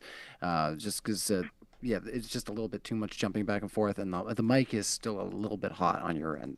I don't know if there's anything you can do about that, but I'm not trying to call you out or anything like that. It's just audio stuff, guys. All right, so over to you, Taylor. I want to have some space to get your thoughts out. You've asked us this entire time, what is the problem with with affirming trans identities, and what is the societal harm? I've pointed out several examples. Now we're talking about sports. I'm giving you a specific societal harm that people are suffering because we are affirming these identities. That is a simple jump to make. That's it. And that the more that we affirm identities and the more that the spaces open up to biological men, that biological women will suffer. If we cannot agree on what a biological man is and what a biological woman is, then definitions mean nothing, spaces mean nothing, and people will suffer. That's another slippery slope argument. This assumption. Yeah, you can take yourself off mute. That is fine. I also want to give Amy. That's another slippery slope argument. It's you're saying happening. that you're There's saying no you're saying that if you affirm trans women, then all of a sudden definitions mean nothing. No, it just means there's an additional definition. If I say the word, you have no definition. I do. I really do. If there is if I say the word bat, what am I referring to? Am I referring to the tool that is being used for baseball, or am I referring to the mammal that screeches and can't see and flies around at night? Like, and yet there's clear definitions. Like obviously, me adding a definition to woman, where it's like the gender identity of female, that's not an issue. That should not be an issue. And nor does that make society fall apart. And it doesn't turn society into a sophistry, nightmare paradigm where up is down and down is up. That's not how that works. Look, First Amendment, actually, if you want to try and call her out for doing slippery slopes, yours is a slippery slope fallacy in and of itself, because you're saying that if we don't affirm trans people's identities, then they're all just going to off themselves. First of all, but there's empirical basis behind that. But second of all, it's just I reject your empirical basis. Yeah, you reject the entire medical institutions. Yes, you do in fact do that. That is a better thing to do. I'm curious if you ever end up with a heart attack. That whether or not that you go to the hospital, or do you just just talk to your right-wing buddies as to how to cure your hospital condition? Like what would you do? Obviously you're going to trust the medical institutions, but for whatever reason, this particular topic, you don't trust the medical institution. It's nonsense. Okay, so what if I told you that I was having a heart attack right now? Would you believe me? No. But what if I felt like I'm having a heart attack? If it's my preference, dude. If you told me you felt like you were having a heart attack, yeah, I would tell you dial 911. Yeah. Yeah. What if I said that what if I said that I felt like I was having a heart attack because my toenail hurts? Huh? I know. I would say dial 911. So would you believe me? Or would you? Yeah. Yeah. If someone told me, I feel like I wouldn't doubt them. Are you stupid? Okay. No. What if I said that I feel like I'm having a heart attack because my brother's toenail hurts? I would be like, okay, they're being delusional. And then I would say, okay, let's call the 911. If someone feels like if they tell you they feel like they're having a heart attack, 100%, I would absolutely call 911. Yeah. Are you kidding? And if they got to the hospital and they said to the doctor, oh, I'm having a heart attack, my toenail hurts, and then they did all the things that you do for a heart attack, and they gave them treatment for a heart attack, and they opened up their chest and they fixed their heart, would that be the correct method of treatment because their toenail hurt with no other evidence and no other anything? Well, usually what they do is that they connect them to an EKG machine and to determine what's going on. Okay, but what if they just said that's it? It doesn't matter. If nothing's going on, then nothing is going on. But they went and they found they got to a medical professional. Correct. That's also true regarding trans individuals and the WPATH standards. You did it. Look at you. No, it's not. First yes. Amendment, yes. If we went to the doctor and we said we're having a heart attack because I've got a. Oh my God. If we said I feel like I'm having a heart attack because my toenail hurts, the doctor says you're not having a heart attack, but I say no, I feel like I'm still having a heart attack. I am having a heart attack. Oh my God. Would you affirm that I'm having a heart attack? Well, no, because there actually is an empirical basis. Who does this? However, if you were said that I'm trans and you went to a psychologist and said that you're not trans, but then you came back home and said, no, I still feel like I'm trans, you would affirm them First Amendment. So there you go. There it is. Good one. Let us He's move scared. on. If you guys Again. would like to move It's into just that more bad final- faith arguments. It's just it's stupid. It's I just think I pure actually just dismantled stupidity. your entire argument. I No, think that it's might just be what pure happened. stupidity. If I I think just that's what just present happened. this completely disanalogous thing that's super absurd, then is it true? I'm not talking Ooh. about that. I'm talking about something that can be empirically verified. Why would I sit there and address some stupid straw man of an argument instead of an actual argument? At least would ask- Taylor's Just doing verify somewhat of by a your good job. Could, I would could just I ask address kindly- Empirically that? verified by And your then I feelings. want to. Hold on to I'm just going to meet the two gents there. I hope you understand. I do want to let Amy in here before we move on to any other subjects, if you would like. So I think I want to address that, and then I also have a thought about the trans military. Because it is true that someone could come to you and say, look, I am feeling like I have a heart attack. I think when it comes to something like that, self-reporting would be where we begin. I think it would move towards an empirical, objective basis once we get to a doctor, because now we're trying to suss out whether their feelings actually correspond with reality. I think that being trans is closer to a favorite color of or a favorite type of ice cream, in that it really is how we feel about something. Someone likes to do X, Y, and Z. That tends to correspond more with femininity. So we put them in the feminine bucket, or masculinity, masculine bucket. But what I would also add on there is I would say the military, along with gay marriage, those are two things that we pushed for the LGBT community in the past few decades. I think uh, that I have actually been very proud of the West. I think that it has become increasingly more inclusive society. We should celebrate those gains. I think the military is one of the largest employers of transgender people. I know it's a political football right now. It gets kind of sent back and forth, but I am very proud not only of our country, of the West, but of our military, of the transgender people that have decided that they want to patriotically defend their country. I feel the same way of straight biological people that want to defend their country, and I think it's something we should support, be thankful of. Sometimes it always just feels empty to say thank you for your service.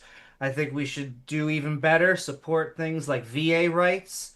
But I think any person, as long as they are able-bodied, I know that might be maybe where we're kind of a point of contention, that wants to sign up and defend their country, I think that's an amazing thing. All right, let's get into that point there. So I didn't mean to be sharing the live chat there. You guys behave yourself over there. Let's hand it over to Jake if you want to respond to some of those points there. I'll let Taylor go first with this one. Sure thing. Sure, Go sorry. I would say that typically mental illness disqualifies people from the military. I would say that if we're going to go on the argument that, like, if we don't affirm people, then they're at risk for suicide, I imagine the military, there may be risk of not affirming identities. I think it's a stressful job. I feel like if people have underlying issues, mental health issues, no, they should not be serving in the military. Yep, I'd agree with everything Taylor just said there. And yeah, it's one of those jobs where you do need to be mentally sound as possible. So having people with mental illness would not be a good thing, especially if you're giving them guns. I do one point of just pushback, which what I would say, it's true that there is a high attempt rate within the transgender community. I would say that's more a symptom of them wanting to find outreach, and that once they actually transition, they tend to be very mentally healthy, functional people that I think we could find worthy of active service. Yeah, I disagree, but yeah. All right, any thoughts on this whole conversation there, First Amender. Yeah. That there's been some changes. I think, or at least that's what I've been led to believe. I mean, I'm elsewhere in the world, but there's been some changes recently to this whole structure. So I do Yeah, have they some thoughts they there, they if you have banned any. it based on Pete Hegseth. It's actually kind of a shame because I've read his book on regarding military readiness, and he extended this as well to women. Unfortunately, the reality is that your modern military is not all front servicemen that need to carry a 60-pound pack. Trans service people, it has exhibited itself that the U.S. Department of Defense's own studies had found that transgender service members have had a minimal impact on readiness as well as cost. And the U.S. military currently allows trans people to to serve openly with policies updated since January of 2021. But it had, of course, had been denied by Pete Hegseth, which is really a shame. The AMA and the APA, the American Psychological Association, and other medical bodies support the rights of trans individuals and serve to affirm transition-related care. It does not impair military duty. So there are multiple different areas of expertise that was able to exhibit no issues regarding a trans person being able to serve. Yeah, I think I just grant most of that. I mean, sure, maybe in some sort of support roles, but I think I'd agree with First Amender when he says don't let the trans near the guns, and make sure that they don't have access to those weapons. But if there's some sort of a support role that they could play, then sure. And also don't use the American taxpayer dollar to chop the penis of various different men off, or the other way around.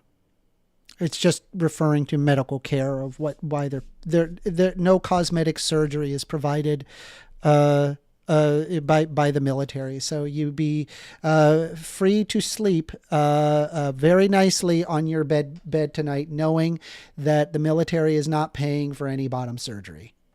Okay, well, I also think the military and the taxpayer shouldn't pay for any sort of gender affirming care whatsoever. So that'll make me just sleep medical. nicely. It's just medical care in general. Like they just pay for medical care. Yeah, well, I disagree with that. All right. Let us wait potentially here, unless Taylor, you want to jump in here on all this. Let's wait till Amy gets back, and let's jump into the Q&A. Get what the audience is. I just will say that I here. do have to head out soon, Ryan, because I'm going to a water park today with my little cousins, and I'm definitely not above a water slide, even though I'm nearly 30 years old. Nearly 30.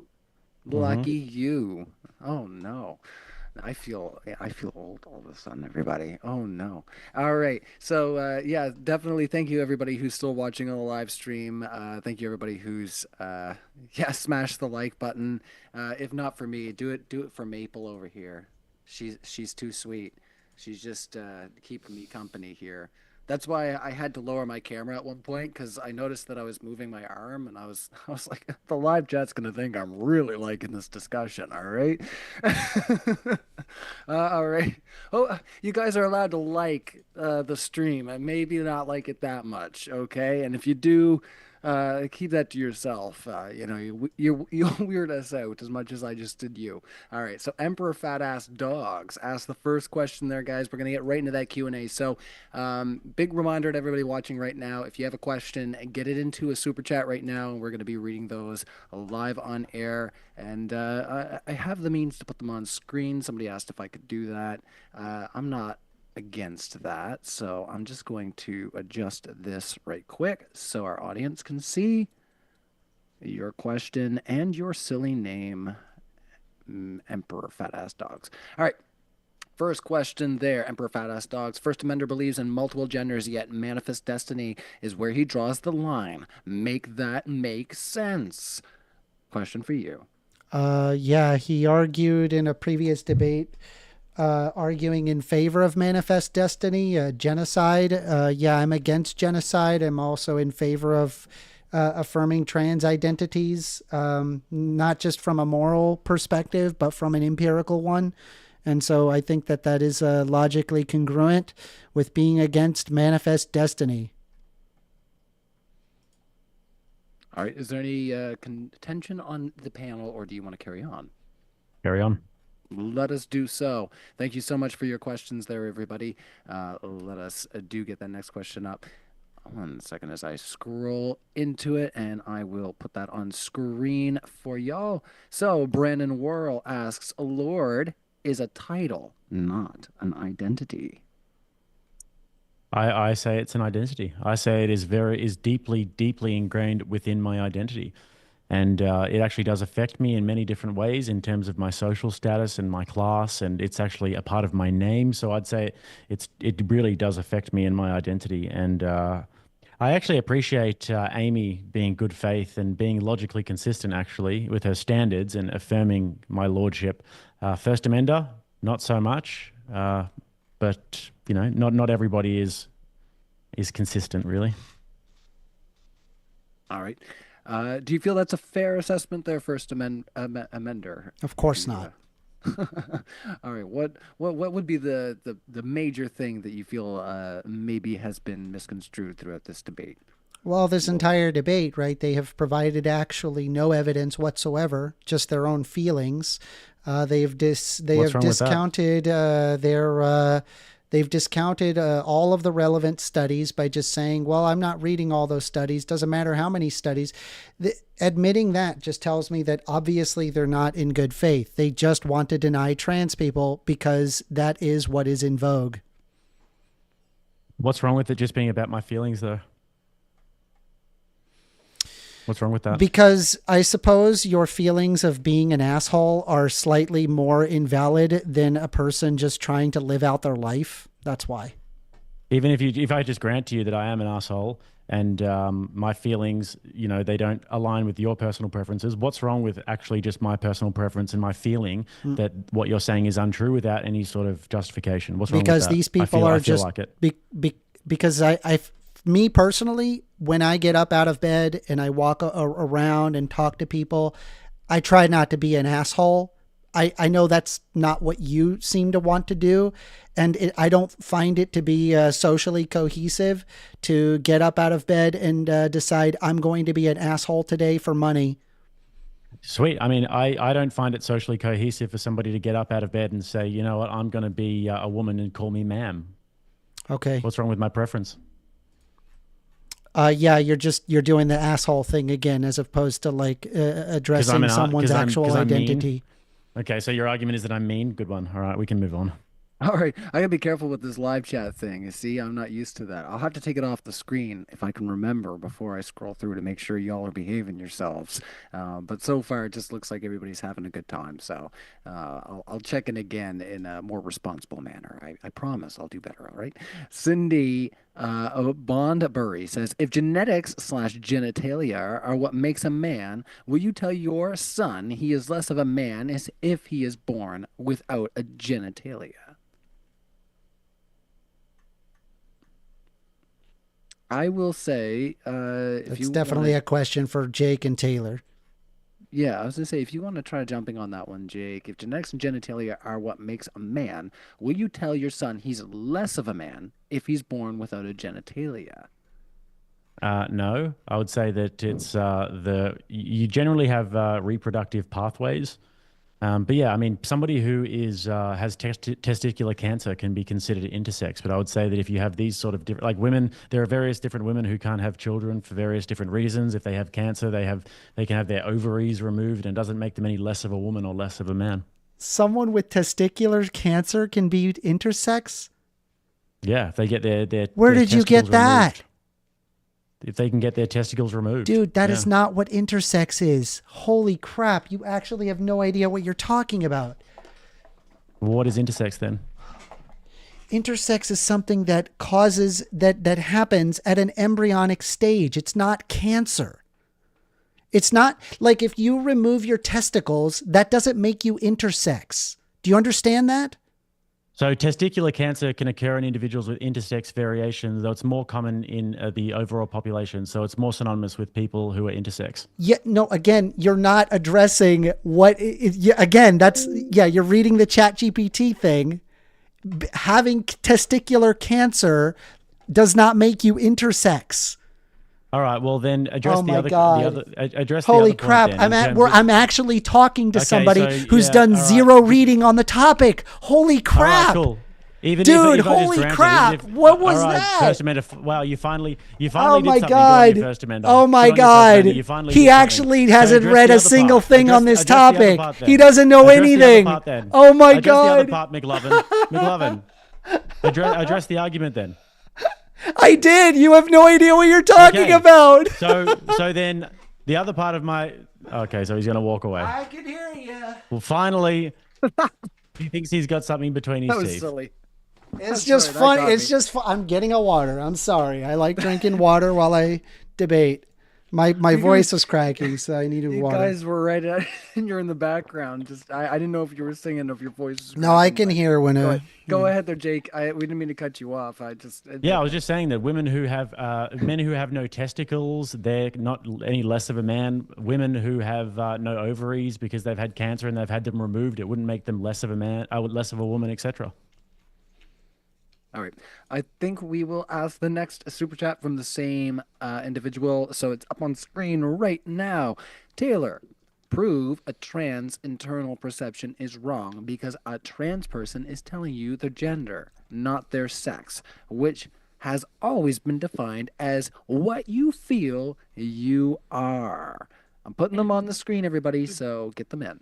Go ahead. I just reject that definition of gender, that it has just always been an internal perception of what you are, so I can't really, answer the question because I just reject outright the premise of gender. I think gender is just a synonym for sex, and that's always what it's been. And the burden of proof would be on the person claiming to be something that they are not, which I have objective reality on my side. Get ready there, Amy. I'm going to call on you to... I would jump love in to here. mention in on that as well. For sure, but I haven't heard from Amy too much from the Yeah. Q&A so far, so I'd like to ask if you can kind of help clarify here for the people in the audience where we're at with this discussion. Sure. So I think that it is less to deal. The question was about Jeanette. Can you read the question one more time?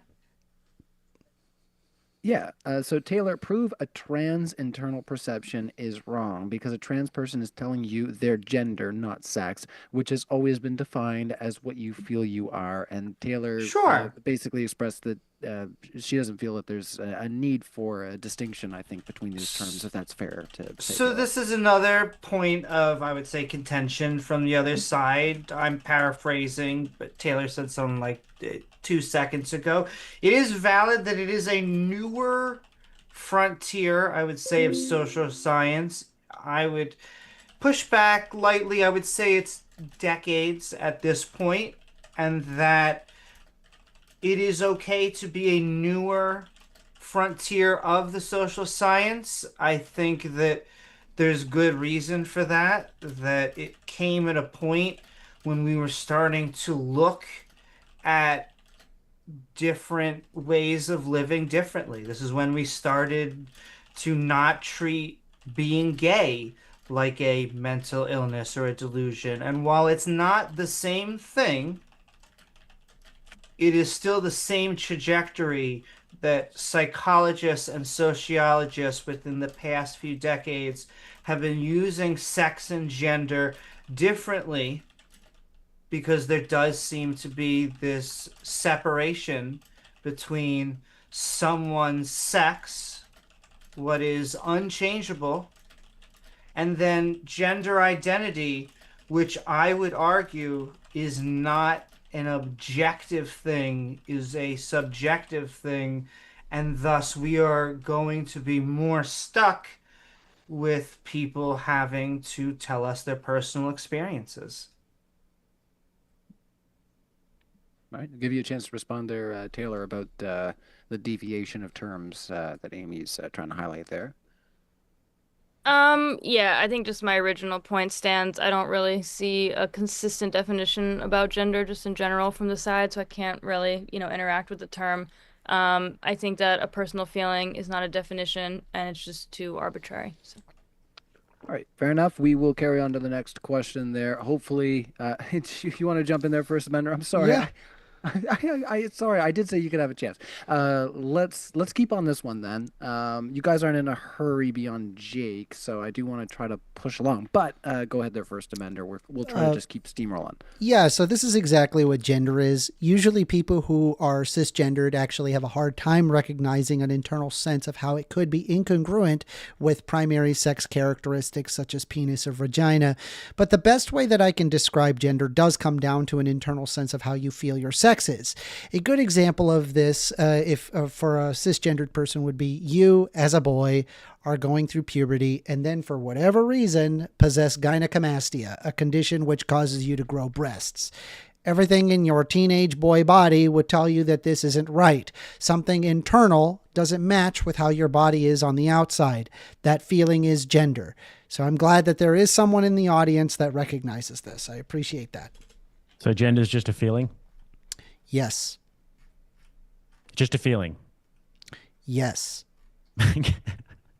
I've already addressed the qualia concern. So anybody can be anything at any time. No. I mean, this is why your it's argument just the always difference falls between off. gender and sex. You can't actually present empirical sex evidence. doesn't. You can have all the studies I did. you like. I provided You can empirical present evidence. all of the empirical evidence, but it actually doesn't matter because it always just comes down to a feeling, and this is what it ultimately That's boils wrong. down to. It just comes down to a feeling for you. In order So, to, yeah, I mean, wanna- is PTSD real or any of these other things that require Do I want personal? to affirm somebody's delusional We're feeling? just repeating No, the same I'm not gonna stupid affirm nonsense. Somebody's delusional feeling. Totally so ignorant. That's what it just comes down to. And this is All why right. you just keep on getting destroyed over and over and over again, First Amender, is because it all comes down to a feeling and you're trying to intellectualize something that is unbelievably simple. You guys are all in Mortal Kombat mode right now, all in destruction mode. Let's get back into the super chats. Let's see if we can destroy a few of these. Josh Brooks, this is $20 super chat, so I do want to give it some attention. I believe I'm female. I just had a baby, and I bled out of my butt for 5 days. Well, I said I want to give it some attention, but boy, Lots to unpack there. yeah. Oh shit. I think don't know. First They Amender have would to probably unpack it. affirm that. You behave. All right. Jeez. All right. You know because I'm female. Do you believe me? If not, you're a misogynist bigot. I don't make the rules. They paid $20 for this one. All right. I can't knock that. I mean, thanks for your support. I for mean, the if channel. you actually feel it, go see a psychologist. I There. don't know. And I could respond to Hot that. take. Sure thing. I was gonna say I don't know what we can unpack from that one there. It's Sure. it's interesting. I believe I- I'm a female. Go I to just a had a baby, doctor. bled out my butt for 5 days. You know because I'm a female. Do you believe me? If not, you're a misogynist bigot. I don't make the rules. Go ahead there, Amy. I would help push us out here. back there because at least from the definitions that we were putting forward, female is a biological term. And so that would be a time to use chromosomes, gonads. We've been talking about, cases in which that's not the case, but I'm being very specific on terminology here. Because if you had said woman, then I would be offering a different opinion. But I can actually sit here and say, from what we have been defining, no, you're not. All right. First Amendment or anyone else? If anybody else has any thoughts, or if we could just move on. I mean, I addressed it already. I mean, like if you're bleeding out of your anus, go see a doctor. Okay. All right. You should take your own advice, First Amender. Oh my goodness! I would go to the toilet and vomit with all the shit you're spewing. Oh man, you can take it, you can give it. That's great. You guys are a lot of fun. Smash that like button if you're having fun on the live chat as well. Like I say, these guys know how to dish it out. It's been interesting to say the least. Emperor Fat Ass Dogs says Emperor Trump.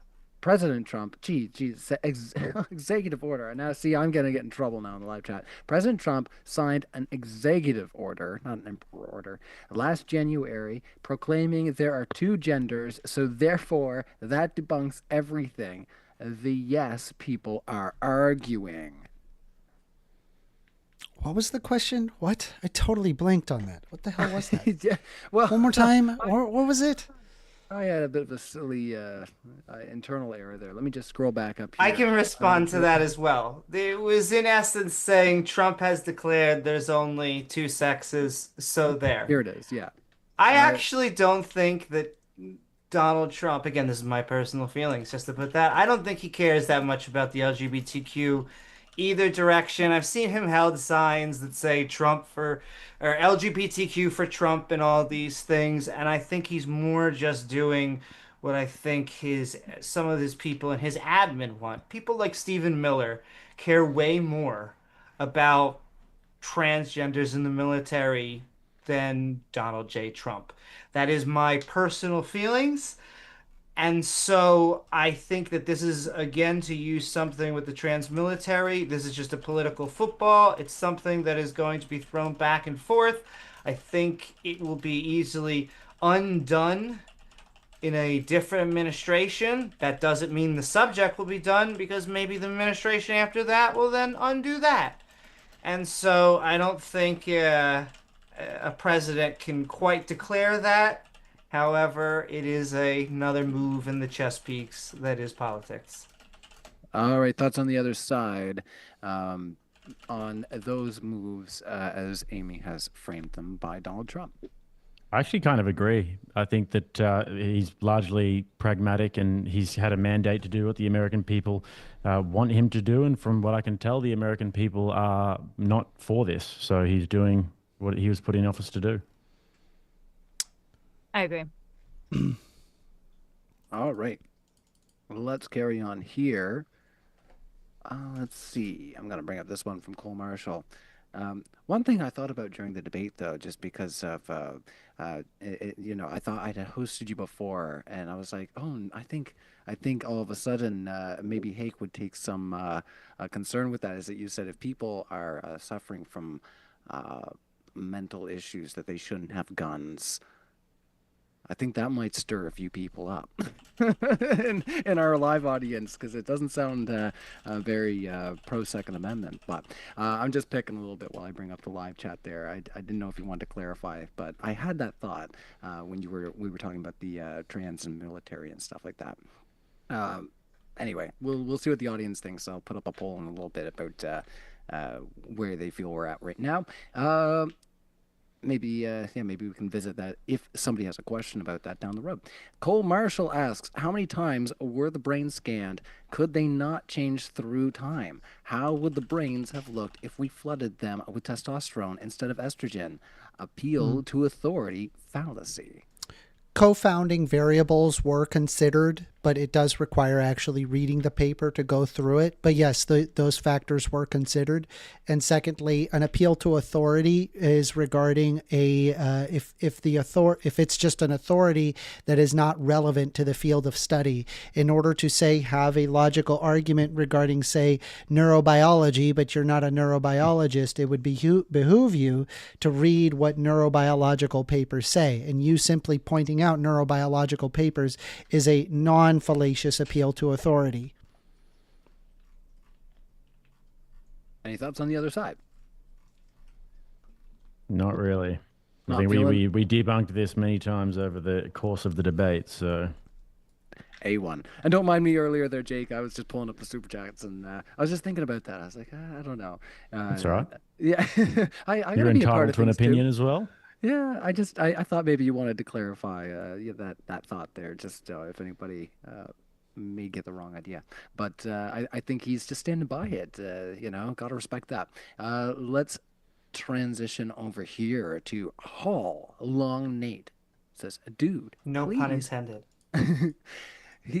Please affirm my Lord Jake's identity so he feels mentally stable and socially accepted. This could be life or death. First Amender? No one has harmed you if I do not call you Lord, but we have decades of evidence showing real harm that if we do not affirm trans people's identities, that's the difference. This isn't a joke for them. Based on a feeling? It is life or death. Yes, it is qualia. You know what the best part of this whole entire debate, which I just absolutely love. Stop wasting my time. I love to the to next no end. Question. The best part of this whole debate is that First Amender gets so triggered about me being I'm not a Lord. triggered at all. That whole You're the argument, one freaking out. The Lord argument actually destroys your entire point of view, which is just unbelievably satisfying. I could literally chew on this for days. It's so satisfying. I know it. You can chew on it for days, but I've already addressed your issue, and you've not addressed me back. But okay. All right. You haven't addressed me as my lord. That's correct, because you're making it a joke. It's not a joke for them, bro. It's my preference. It's not a joke for me. I will update your name there, Jake, on the screen. To Lord reflect Jake, thank you. What our live chatter would prefer there. Thank you. What you've asked for yourself. Thank you. Yeah, but I do think that when you say that, you might be arguing for yes. Maybe a little bit there. No, I'm arguing for logical consistency is what I'm arguing for. All right. Well, I've got that updated for you there. We want to have fun as well at modern day debate, but we do want to, like I say, take these questions seriously as well. There are serious issues surrounding some of these topics for sure. But we also want to be human as well and try to have fun, and not get caught up on certain things. So let's just carry on. Chief Dylan, you see that on screen right now. Is it logically possible to identify as multiple genders throughout one's life? If so, what is the threshold to be able to tell if it is genuine or disingenuous? Did you want to start? Sure, I could respond to that. Sure. I think that it could be very complicated to really talk about multiple genders. You could say maybe I feel more towards one or more towards the other. I know that, there are people that view themselves as non-binary or somewhere in between. I am open to listening to how people interpret their feelings, their brain states, who they are. But I would say that the move towards especially these two buckets, like trans man and trans woman, is to fit into Western society's current view of these two. And so having multiple, I would actually say, complicates things. I mean, I'm open to your interpretation or a reason for why, but I would say that instead of making it easier, it just makes things more complicated. Open being wrong, but Kitty, First Amender, See, you have any? She's not dead. Yeah, I mean, typically I didn't say she was dead. I said that she was lost briefly, and we went and typically found her. what we do. It was heartwarming. Typically, what we do is you talk to a psychologist, and it actually requires a specific psychologist that is specifically trained in diagnosing gender dysphoria or being transgender. And specifically with gender dysphoria, there is a specific criteria that is found in the DSM-5. And a lot of the times, literally 90% of the cases among adolescents, it's just a social transition. It's actually not necessary to go on hormone blockers because the situation is not that serious. But the minority of cases do exist. And so that's mostly the area of contention that people have. But the medical institutions agree. Yeah, so once again, this all just comes back to preferences, though, because all of those things aside, it just matters what somebody says they are. And if somebody says that they are a man or a woman, then that's the only thing that really matters. So unfortunately, you can use all the sophistry you'd like and all the medical jargon and papers you'd like. Is PTSD sophistry, Jake? Your argument always How do you figure out someone has PTSD, Jake? You ask them, Jake. Yep. So that's what you do, but we don't affirm someone's PTSD. They get a psychological diagnosis, and you ask them how they feel. That doesn't make it invalid. You dotard. Jump on in, guys. So let's let Taylor in. Why do you keep referencing sending them to a psychologist, saying oh, they think they're multiple genders, send them to a psychologist, when you've already conceded that if someone just says they are, we have to affirm it? Why do you keep saying that? Because I don't know what they're going through. You don't need it. So I don't know what they're going through. So would you affirm an identity without a psychologist? Why do you affirm somebody who says that they're having a heart attack that you dial 911? Obviously, you would just assume that they're actually saying that. Yes. Answer a such question. Such an idiotic position. I'm astonished at how you guys can walk around and just pretend. How do you pay taxes? How do you pay bills and have this low of an argument? It's so ridiculous. I don't know what else to tell you. Answer the question. Yeah, answer the question, First Amender. What is the question? And Go then I ahead. can answer after. Would you affirm an identity of multiple, whatever the question was, multiple genders without sending them to a psychologist? I would affirm them because I don't know what they're going through, and There I've you already go. There it answered is, that. First Amender. You lose again. Yeah, would you 100% of the affirm time. somebody if somebody You said, lose. "Shut up"? Would you affirm somebody You lose if they once had again, First a Amender. heart attack? You would assume that they're having a heart attack, but you're kind of taking their word for it. That's the same concept. This is so dumb. I tell them to go. What I a actually do dumb the same thing I would argument. do with I tell them to Your go get medical arguments help. And if are they were having a dumb. heart attack, then we They would are sort that out. dumb. Just like The says, entire medical consensus is against you. You are dumb. Nope. The entire logical consensus is against you, unfortunately. That is First wrong. Amender. If you think Yeah. that all of the endocrinologists, all of the psychologists, all of the embryologists, all of the neurologists, all of the biologists are lying to you, you're just dumb. No, I think that your point is just retarded, unfortunately, and everybody Okay, can good actually talk. see this, and this is why you just lose these debates so miserably, because it actually just comes down to a preference. No, So because none of that all actually anybody matters. You ever can say talks about endocrinologist is and ridiculous psychologist and rhetoric biologist. instead You can say- actual you can say evidence. all of the idiots In fact, in the no world. You amount can say of all empirical doctors agree evidence with will you. ever change your mind. What's You can the say evidence every of single that? ist that I you can provided possibly the evidence. imagine, You First didn't Amender, but at the end of listen. the day, In fact, you don't even just care come down to what preference. what What's the studies evidence there that are. every- It's every complete doctor agrees with nonsense. you? What's your evidence that all doctors? Yes, all I provided doctors, neurobiological every findings. single one in the world. You can't just say things. Well, a majority of doctors agree with me. I Yes, don't think that's true. that is 1,000% true.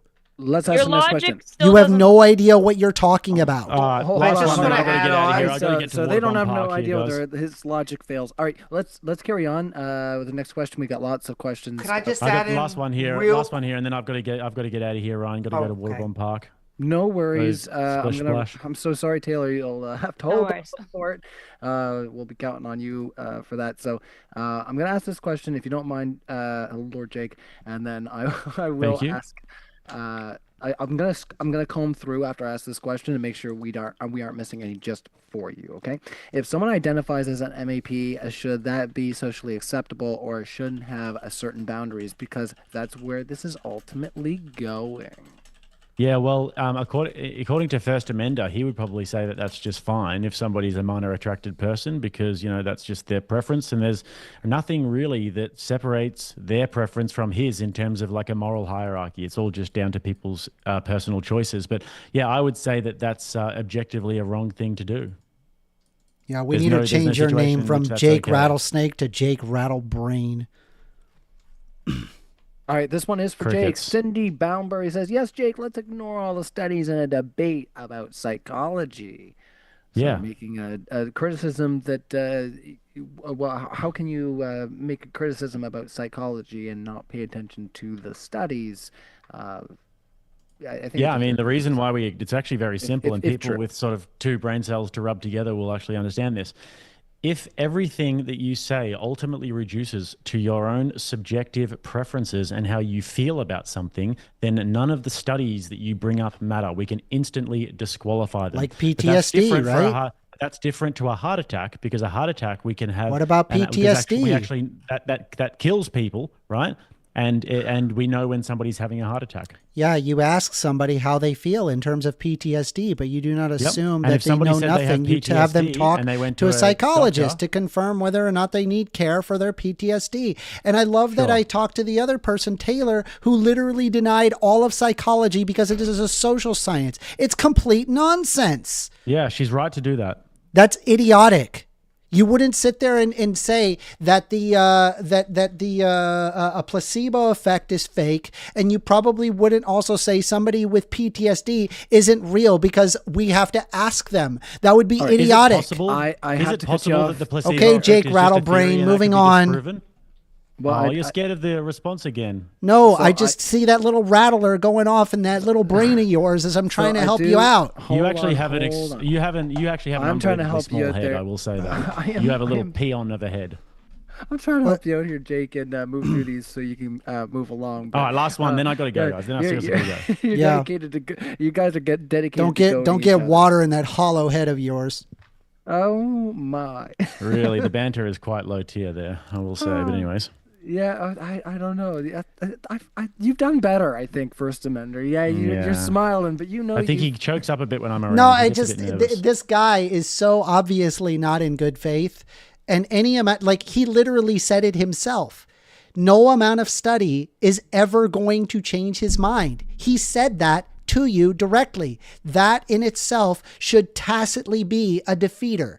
I think anybody who's even minorly serious about debate would know that he is incorrect here.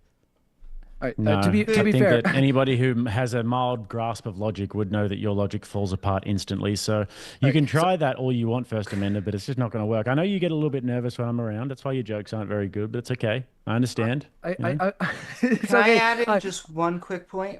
Sure thing, but I do have another one for Jake that's just like a fan chat because he does have to go. But if you want to engage with Jake right quick, if he's got time, that'd be pithy. You can go to Jake first. I have mine written down. Okay, thank you so much. All right, Hall Long Nate says the fact First Amendment refuses to use the pronoun Jake has requested for months shows his intentional refusal to be consistent with his worldview. I will have to say, Hall Long Nate, you said the pronoun Jake, not pronoun Lord Jake. I think I think you've messed up here. No, I'm just picking. I do want to give you 1 minute before you go. I did want to read that out just because it's fun. I want to give you a minute to give a summarization of your thoughts before you carry on out. So I'm going to put your super chat on screen there, Hall Long Nate. I'm trying to get everybody's on there. So if you have a question, I'm trying to get them on screen. It's a lot of fun. We've had a lot of fun tonight. Lots of fiery back and forth. Lord Jake, 1 minute on the floor, and then we'll bid you adieu. Yeah, I mean, I think that at the very least, Amy is consistent with her view. I think Amy's saying that if we should affirm these identities because it makes people happy and people won't want to hurt themselves, and then I think that it's apt to call me my lord, which you did, Amy, and so I can at least respect that. At least you're consistent. First Amender, however, is only doing it on one side.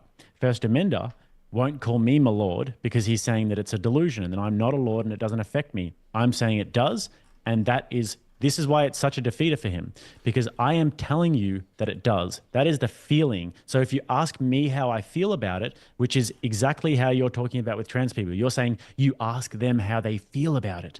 That's how you ascertain whether or not it's true. If you ask me how I feel about it, I'm telling you that it affects me negatively, but you won't call me my lord. And that's why it's such a defeater for you, First Amender. Even though you think it's ridiculous, it's actually not, and it actually defeats your entire worldview. Another standard that he used was psychological assessment. He also said that it wouldn't matter if there was a psychological assessment. He would still affirm it, meaning that it only comes down to feelings. And then that actually destroys everything else that you said. None of that matters. None of the studies that you said matters because it comes down to feelings and personal assessment. That's another defeater for your argument. You also said that in order for you to affirm my identity as a lord, and in order for you to affirm that it affects me negatively, then I would have to be engaging currently in some sort of active self-harm. Firstly, I find that vile. And secondly, you wouldn't hold that same standard for trans people. So another defeater for your argument. Thank you guys for the debate. I really appreciate it. Taylor, I thought you were great as well. And with that, I'm going to sign out. All right. Well, thank you so much for being here. I'm going to switch on over to our other screen here.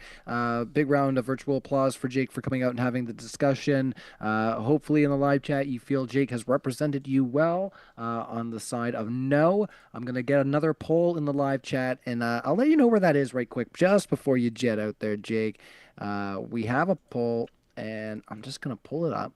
And I'll let you know where we're sitting so you can kind of take that home with you. It's kind of like a little to go. Let's see here. So should we affirm trans identities? So right now in the audience, we have 10%. So the lowest of the poll says they're pulling the Peterson. So they plead the Peterson. They say, oh, what does we mean? Then we have 11% say yes, we should affirm trans identities. And then 79%, just flicked to 78. People must have liked that Peterson impression. 78% say no, we should not affirm trans identities. So thank you so much, Lord Jake, for being here. We will catch you next time. Enjoy the water slides. And, All right. I'll see you Thursday for badminton and live milkshakes. First Amanda. See you later. I think if you if you plug up your ears with some ear plugs, you could probably float around in the water with that hollow head of his. Oh, gee. Well, he's already gone, so you can't razz him right now. Yeah, that'll be the last razzing. Would you mind? I just want to make one point that had Yes. nothing to do with Jake. You wrote yours down, absolutely. Yes. Let's hear what you have to So, say. and for example, Taylor brought up detransitioners. I think detransitioners are only about 1%. However, 1% is still a lot of people. And I think that one of the ways we can prevent or lessen detransitioning is by having people who say that they are going through gender issues to have them go to a therapist. I think a therapist is one of the best starting positions, starting ways, because it allows a person, an expert, to suss out whether there is something going on, whether, we often get accused, the LGBTQ or liberals, of pushing a fad. I don't want it to be a fad. I don't want it to be something that is in replacement of something else. And I think one of the reasons I know I would push so heavily, even if someone were to tell me and we're going on feelings and all this, I would take that all on board and still want them to see a therapist. So just putting that out there. Just to be fair, I don't know. There was a certain wavelength of thought that was coming up at a certain point of the debate where it's like, if somebody says like they feel like they're a Christian or they feel like they're a Muslim, the idea of like, oh, well, I'm just going to call you a Buddhist because that's how I feel. I don't know. That was kind of like where my brain was going with that. It was like, I don't know. Would that really be worth it at the end of the day? You know what I mean? I don't know. I appreciate that. I would say, so I'll put a giant asterisk the same asterisk I use when I use all analogies. All analogies eventually break down at some level because we're comparing one thing to another. But I think it's apt because I think that it's a type of claim that we can only truly get from them telling us, and we don't have, at least currently, any way of getting inside their brain and saying, well, no, you're actually this or you're actually this. Fair enough. I just wanted a little clarification. Not that I feel one way about it or the other. I just No, by all felt very means. interested by that train of thought. It's definitely interesting to think about all the ways that people think about themselves, I suppose, during these discussions. So if you like, we can move on, or if you want, Taylor, you can jump in on that one as well. And I just want to add one thing to that specific, not just like religion, like at least with, claiming to be a Christian or Jew or whatever, like there are some necessary, like, you have to do certain things to be considered X, Y, Z. You have to believe in God to be religious. So, I think that is the criticism that I'm going to push back on a little bit, is that there's really no standard of definition I get from the other side of like, what is the requirement because I don't think all trans people meet the requirements that have been put forth so far. All right. Well, let's ask the next question there while I get the screens fixed up. That's kind of where I was at while I was trying to push into some of that territory there. I thought, like I said, that was interesting, to say the least. Cole Marshall says, how many times were the brains scanned? Could they not change throughout time? How would the brains look if we flooded them with testosterone instead of estrogen? Appeal to authority fallacy. I'll get that on screen just one moment. I again am presenting that is not an appeal to authority. If it is a relevant authority, you should probably look at your basic logic book that will tell you the exact same thing. Simply pointing out an expert in a field does not mean, therefore, it is an appeal to authority. I am presenting the evidence that the experts are providing, which are relevant to the subject. As for the, what was the first part? I'm sorry. How many times were the brains scanned? Yeah, I mean, they were, I believe that this specific analysis was a mega analysis. And I believe what all they did was just measure the subcortical brain volumes and then we're able to find that there are differences in brain morphology. I mean, I don't even necessarily need that particular study. There's all sorts of different studies from like an endocrinological basis. There's hormonal differences that occur as early as childbirth. And there are a lot of different studies that show the exact same situations. And so this basically shows that there is a biological imperative to why somebody would feel that way. You were shaking your head there, Taylor. Do you have any thoughts before we move on? No, because every point is going to be met with, but not all trans people. Like, you don't have anything that can span your whole group that you're trying to define. Thus, the definition does not exist. Well, again, that's okay. It just meets. Again, it comes down to you have to ask them how it is that they Right, feel. it's all about feeling. It's all about internal Well, feeling. but you wouldn't say that regarding PTSD, but if somebody told you that they had PTSD, right, it would behoove you. If they told me, it doesn't matter. I don't care that they have PTSD. It doesn't matter, right? If they told a psychologist, there's going to be necessary and sufficient requirements. You want to know one of them? That's the same thing regarding gender dysphoria as well as being transgender. Yes. What if I don't have gender dysphoria and I want to be a man and you again, like, okay, if you don't have gender dysphoria, then you would have something like gender euphoria. What if I don't? What if then you wouldn't be trans? I want to be a man. How do you know that? You said it's all about internal feelings. I just explained it. I explained the internal feeling of why somebody would want to transition. Maybe you either have gender dysphoria or gender euphoria or both. Or none, and it doesn't matter. I'm not aware of a single trans individual that doesn't have either. You're not aware of, but who knows? You don't know. I mean, maybe, but it doesn't exist. No, I just don't. I'm not aware of any instance of that.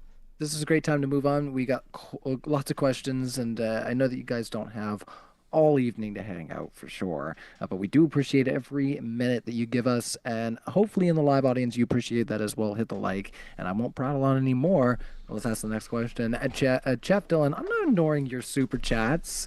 Like, why would I do that? I've already asked one of them, but I had to skip around a little bit just because, we had somebody that needed to go, and I wanted to get some juicy ones out there. So forgive me.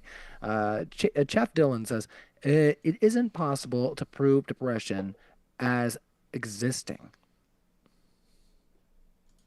Thoughts on the panel? Repeat that question. I'm so sorry. They're saying that you cannot prove depression exists. How can you? Prove that. How can you show it? I'm trying to expand there for you, Jeff, but I would say that there is both biological factors, people exhibiting, they're not eating, they are more lethargic, but then there's going to be social phenomena that people may be expressing. They used to always go out, now they are exhibiting, not wanting to be part of the group and things like that. It is something, unfortunately, that again, we're getting into the realm of personal testimony, feelings, brain states. It is always going to be more subjective when we do so. I think, there may be a time where we're going to have equipment and we're going to be able to scan someone and go, yep, this is a depressed person, or this is a not depressed person. But unfortunately, we are not at that level right now. And so we are dealing with things, I think, as First Amendment said. I think PTSD would be a good example. Depression, being transgender. I think these are things that we have to accept, that there is some sort of psychological, sociological component. Yeah, and Amy, just to add on to that question, it actually sheds light into the absurdity of the opponent, because in order to actually determine whether or not someone has depression, they don't do a brain scan. What they do is they ask them. They ask them if they have 5 or more of the following 9 symptoms for 2 weeks, and you have to have at least one of the 2 symptoms of either. They have to have a depressed mood or a loss of interest or pleasure. And the way that you determine these things is you ask them. That's how you do it.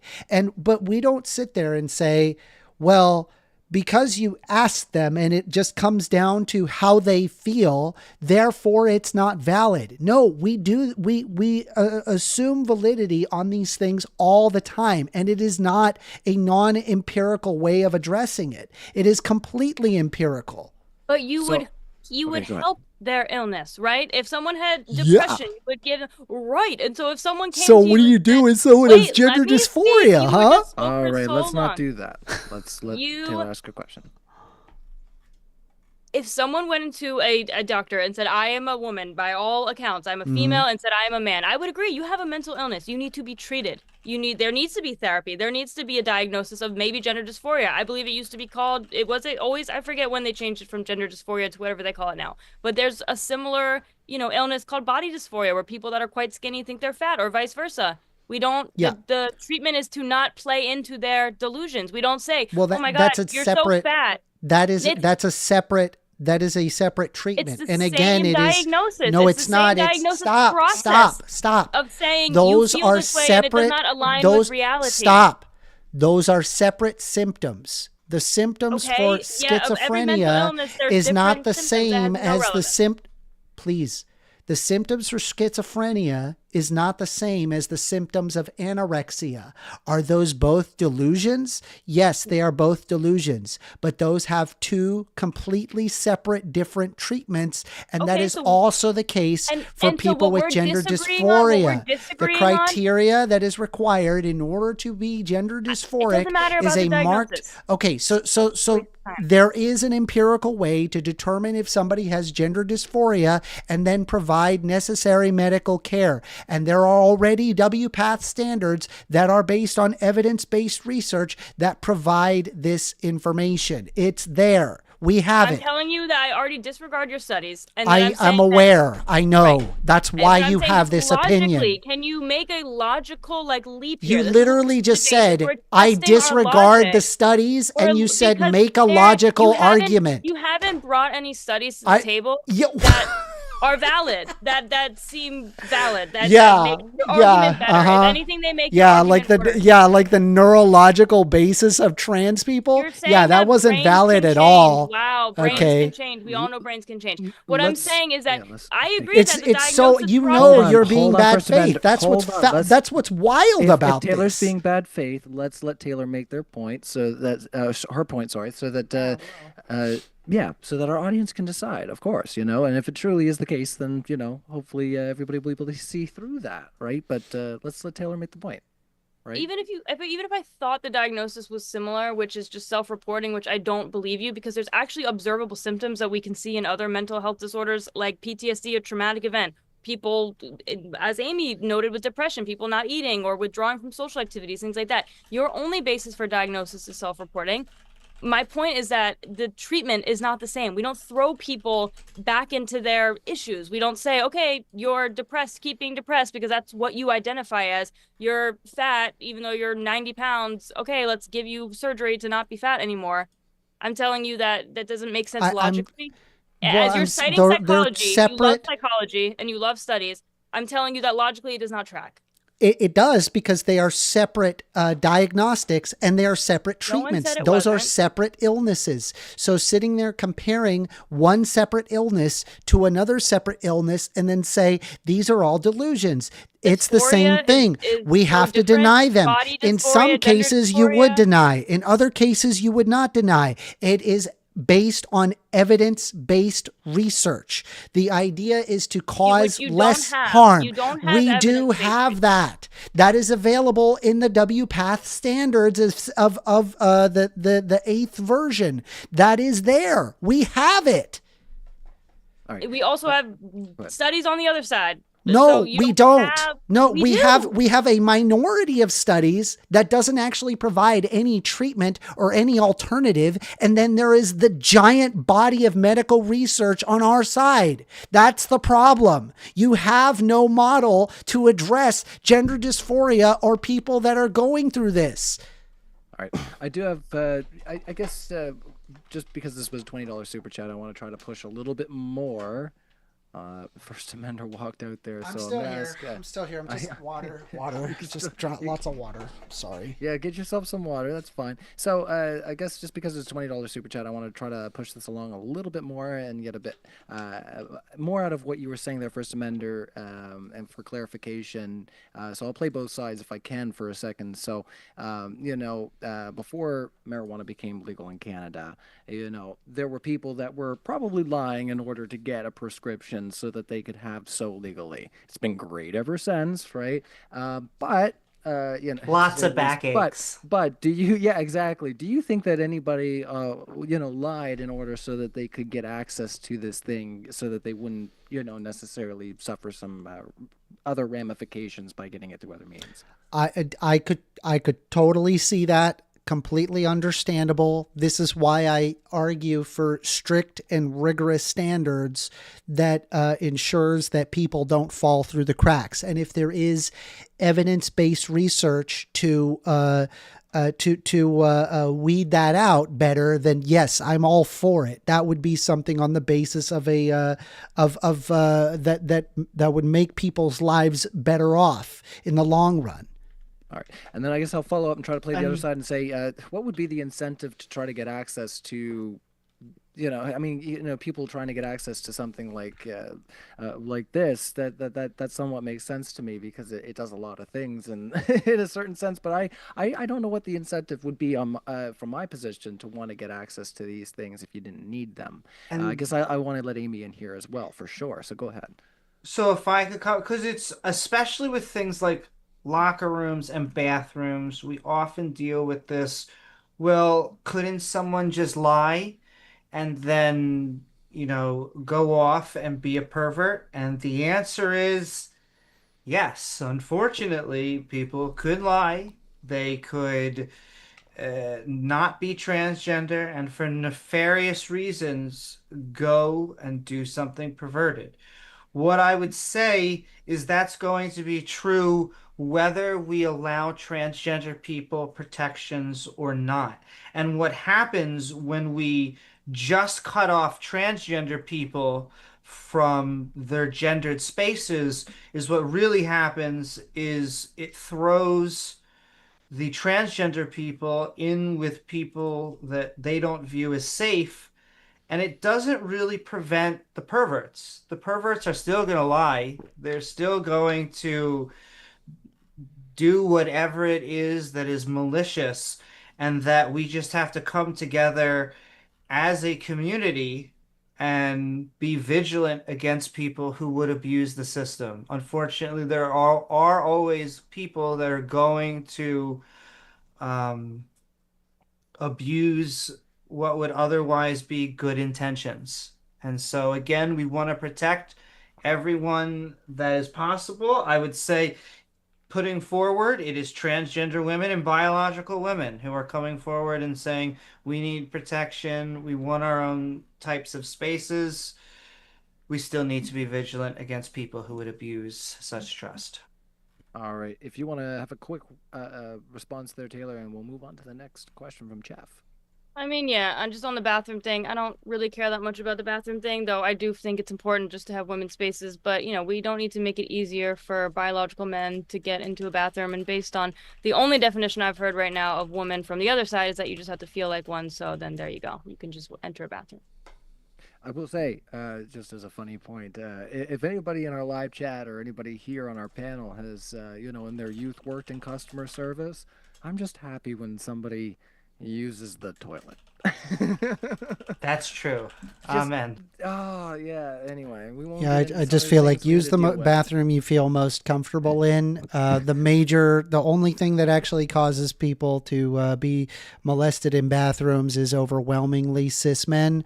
A cis man wearing, like, you don't have to imagine. I want to move on to the next Sorry, question. go ahead. I wasn't making a statement about anything like that. Yeah, go ahead. Sorry, go ahead. Move on. There may have been some messes we dealt with that, A PSA we could all support: wash your hands. Yeah, wash your hands. Fair enough. Yeah, wipe and put it in the toilet. All those good things.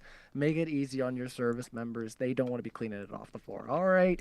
Anyway, and they don't like it when it backfires either, and you have to scream and run away. But that's a different story. All right. We're scrolling up through the questions here. So thank you so much, Jeff. We got another one from you here. Leftists think that the negative position has the burden of proof. Astounding. So do you think that the people on the no side have the burden of proof currently? Do you think that's where we are socially, or do you think that it is still on the yes side to try, and prove that point? Where does the burden lie for you guys? I'll ask you first there, Amy. So I think that over the past few decades, the burden of proof has shifted. I think if this were the 60s, the 70s, even the 80s, that was really when things were changing. That's when really LGBTQ were really starting to become accepted. I know within the psychological and sociological community.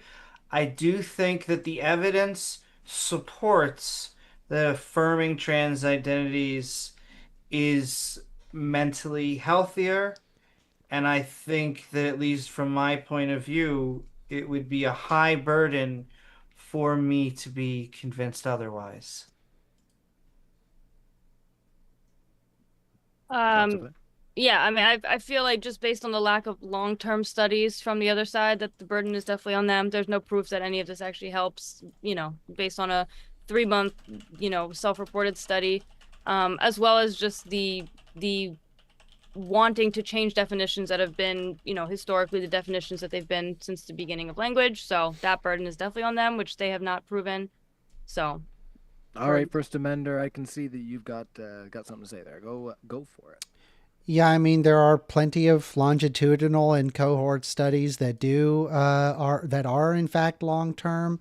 GAHT and mental health, Albridge et al. UK. That was an 18-month-long study. There was the Inigi study, a Europe-wide cohort since 2010. There's the Strong paper that was since of 2015 that study has been running, as well as the telehealth GHAT study. There has been the NEJM study, which was ages of 12 to 20. That was 2 year long. There's plenty of studies that are very, very long, and you're just acting as if that all of this is just BS. And what's insane about this is that the papers keep piling up. This is not going to get better for you. Your argument is going to get harder and harder to defend, and it will become the point that you're effectively a flat earther. You have to deny huge entire portions of science in order to affirm your worldview. Asking people how they feel is not science. Asking people how they feel because we yes, it can be. I've explained how that is the case. Equivalent to a flat earth. You really haven't, but okay. Right. I did. Before PTSD. When you ask for medical conditions or any kind of conditions. Yeah, and you ask them. There's actual, you can how do you know? Wait, how do you know they went through a traumatic event? Because that's just, that's a real fight. Really? Even if you lie about it. How do I believe them? That's something palpable. Oh, you just freaking ask them. You freaking ask them, Taylor. That's what you do. Correct. You ask them. It's based on a feeling. Correct. You ask them. Holy crap. It's actually brain rotted. I think anybody who has triple-digit IQ in the audience can see how ridiculous this argument is. Requisite except a feeling. Oh my God. Yeah, so with PTSD. Guys, we're done with this one. We're moving on. Cindy Bonbury says, yes, Jake, let's ignore all the studies. Yeah, we read that one. Sorry. Jake left. I had read that one. Sorry. All right. Emperor Fat Ass. See, I didn't put it on screen, though. So there you go, Cindy. Emperor Fat Ass Dog says, Matt Gaetz for president. You go, girl, whatever you want. All right, Amy, you are the best. That's from Robin Webster. Thank you so much. Sending that love right back. I actually love Amy, too. She's great. There we go. Big hearts to you as well, Robin. We appreciate you here. You've been hanging out in a lot of spaces that I've been over the years. I always see you being a positive voice in our live chat and stuff. So I appreciate that. Chef Dylan says, "Does first offender?" This is one of your fans. Does first offender think that science affirms gender? Please explain what replication crisis is. Yeah, I've Tends to already rise. explained the I concept of see the it. replication crisis. It's actually not an issue. This is just a rhetorical tactic to sow doubt into multiple fields. The reality is that as science has become more and more specialized over time, it becomes harder and harder to replicate because you're referring to likely very specialized tools and very specialized knowledge to be able to challenge it. But what ends up happening is that people in their own fields of study end up finding papers that are incongruent with another paper, and that's where you start to have replication issues. So they end up replicating those papers within those relevant fields of study in order to resolve that. So yes, the replication crisis is actually not an issue regarding gender affirming care. All right. I think we can just carry on to the next one from Chep Dillon that says, Ryan in the chat said you should be facilitating reluctant answers from First Amender. What say you? Facilitating reluctant answers? I'm not sure what they mean. This was a $10 chat. I've First addressed the Amender. questions that were provided by Jake the Rattlesnake. Jake the Rattlesnake's argument was call me Lord.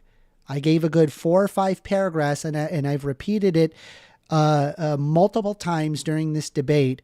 And rather than addressing what I had just said, it was as if that I was holding a doll and I pulled the little string and it just repeated the same exact thing back at me.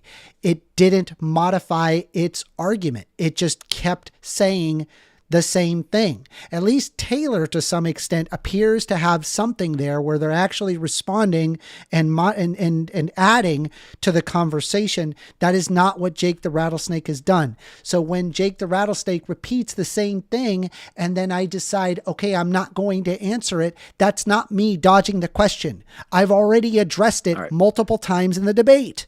I'll let you put a bow on that one. We'll move on. I want to ask this one to the other side. So this is an add-on from Cindy. So we're going to scroll up a little bit their live chat. So they said, yes, Jake, let's ignore all the studies and a debate about psychology. You guys hopefully remember some of what Jake had said there. If not, I'll let you represent the side there about them claiming that Jake has ignored all scientific papers. Cindy Bonbury follows up and says, ask any career therapist, every single patient comes with risks that they are lying about how they feel. Who cares? LOL. Laugh out loud, they say. My God. And it's very telling. You were born in the 90s. All right, so ask any career therapist. Every single patient comes with risks that they are lying about how they feel. Who cares? So why is this so important? Given, well, I'd asked that question earlier to First Amender about, what used to be illicit, and has changed. So it's like, yes, there's people that care, but probably, a lot of people have back pain. So the majority of people probably aren't lying, I guess, is the underlying premise there. So, And who that cares? is something that we have to do with when we are dealing with testimonial.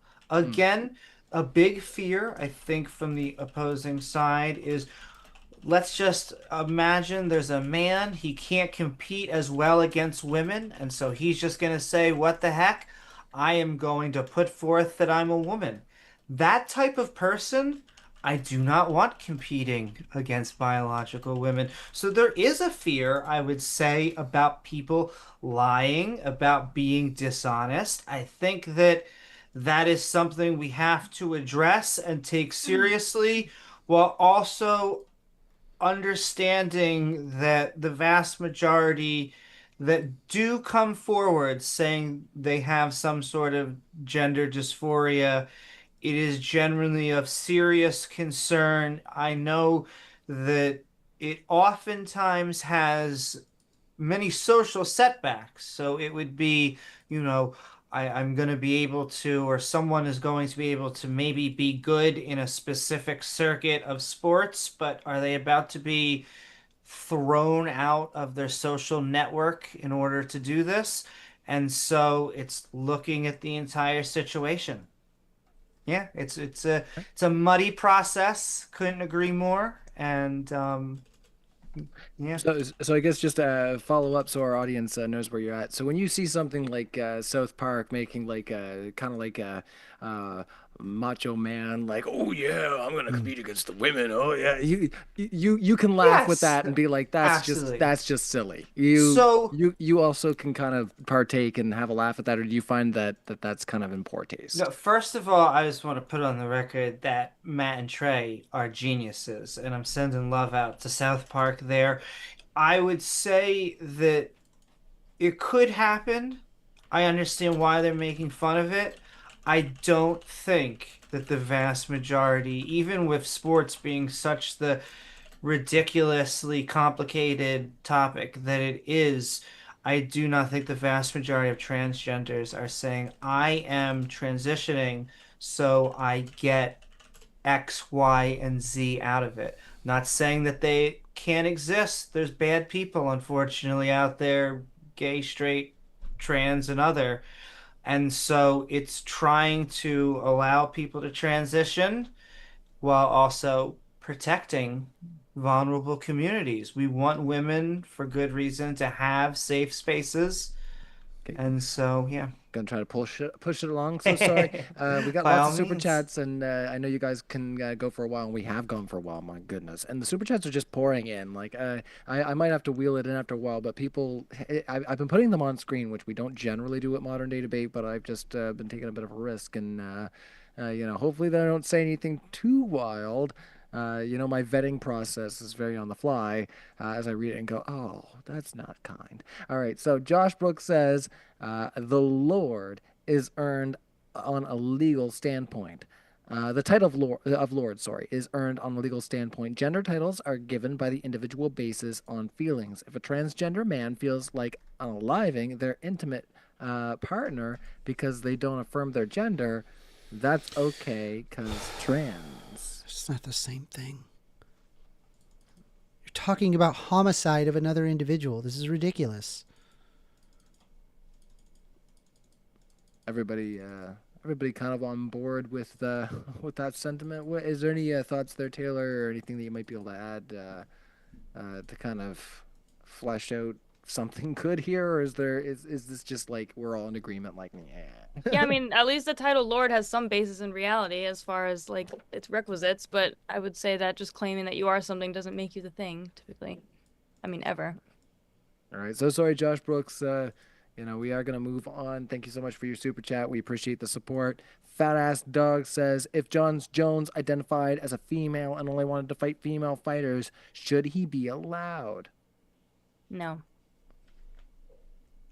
If John's Jones' dog identified as a female, what? No, What? Emperor Fat Ass Dog. I'm sorry. I want whatever you've got. All right. No, I'm just. All right. It's All right. fine. You got water. I know. I'm picking. I've got way worse. I have beer and other things. Anyways, if John Jones identified as a female and only wanted to fight female fighters, should he be allowed? I don't Yeah, know I mean, if I that's a said that congruent thing 'cause they said there he may at be the an end, but- argument to be made regarding having to take a certain amount of hormone blockers and estrogen in order to match that of the other females. There's an argument to be made there. All right. Any contention on the panel there? You guys want to move on? No, I would just say that when it comes to dealing with sports, I would say that it is more than just, I would say, the feelings component because of the uniqueness of each very specific sport. There is going to be different factors. And so just coming forward and saying, I feel like a woman isn't going to be enough at that level. I would say at that point we have to have other factors. Have you gone through hormonal therapy? Did you transition earlier or later in life? All sorts of different. Also, it's a straw man of an argument. Nobody actually does that. Nobody like transitions their entire identity just so they can win a freaking trophy. Why not? Why not? Nobody does. They could. What if they did? They don't. Based on your worldview, they very well they could. don't. The point of a debate is to stretch your logic to its potential and logical conclusion, and so that's what we're doing. I answered the question earlier if you listened carefully. You're saying it's just not possible. Yeah, in reality, it doesn't happen. But if I operate in your hypothetical, I'll repeat exactly what I said prior because you weren't listening. Hold on for a minute. I'm just gonna. Taylor's had the least time in this Q&A to have a response. I do want to let Taylor have a chance to flesh out their thoughts. So to be fair, you were interrupting. I do want to give Taylor a chance to finish her thought. So just because like I said, we've had most questions that are, towards you and Amy. So go ahead there, Taylor, if you have the rest of your thought still put together, hopefully. There's no really amount of hormones or any supplements that you can give a man to make it a fair fight in a boxing match with a woman. I don't know any woman that would agree to something like that. It's an insane thing. And I'm just stretching First Amenders' worldview to say that all you have to do is identify as a woman and you're a woman. So why can't he be in a woman's sport? Who cares? Like, that's the only, right now we don't measure for hormone levels among women, right? So why would it matter? If that's all that it takes to become a woman is to say that you're a woman because you feel like a woman, he should be allowed to enter the women's sports in your worldview. If someone wanted to do that tomorrow. All right. Did you want to respond there, First Amender? Yeah, I already responded to this. I said there was an argument to be made that you likely ought to have an X amount of testosterone and estrogen to ensure that you are allowed to compete. There is an argument there to be made. There's also like some caveats to that. For example, you can look at a runner by the name of Castor Semenya. They look like a man. They're very manly. They were actually born with testicles instead of ovaries internally, but they have a vagina. They have a full vagina, and they're actually perfectly happy with their body, and they absolutely crushed it when it comes to running. And it was actually kind of a shame because recently the Olympics had denied her the ability to compete. And and they're actually completely happy with their body. They don't actually want to take testosterone suppressants. Yet, I just feel that we allow all sorts of different genetic differences that give somebody advantage. Why not trans people? So that's kind of where I'm at with it. All right, you got it. I feel like I finally understand what AC/DC meant when they said she's got big balls and he's got big balls. Anyways, okay, you guys, you keep musically triggering me. I swear, there's been more than a feeling, going off in my head. I've been having to work on that song lately. There's harmonies and lots of screaming. What else did you say? Oh yeah, man, I feel like a woman. I was about to say that title and you beat me to it. Anyways, yeah, Canadians we know. We only know a few things, and Shania Twain's one of them. All right. That and igloos. Yes, that's where we live. All right, we read this one from How Long Nate. I'm going to put it on screen. Thank you so much for the super chat. We asked that one to, Jake before he left, so we appreciate you. We're almost... we're almost more than halfway. We're going to try to rack through them here. Chef Dylan says, Mr. Amy. Oh, I'm sorry there. That's for you, Amy, but I'm just reading it as they put it. There are sports in third world countries, not just first world countries. That is all. Forgive me. Sure. No. It's a valid, because I brought up the point that it was a first world problem. I still contend that it is a very low issue, low stakes thing. Again, we're not talking about other issues. This is relevant, so I'm glad we're talking about it. But if you were to put up trans sports and universal health care, I would actually be more focused on universal health care. I think that is a problem that deals with more people. I think it's something that not only covers trans people, but straight people, biological people. And so I don't want to minimize it to the point that it's gone away completely. It's still something relevant that we have to talk about.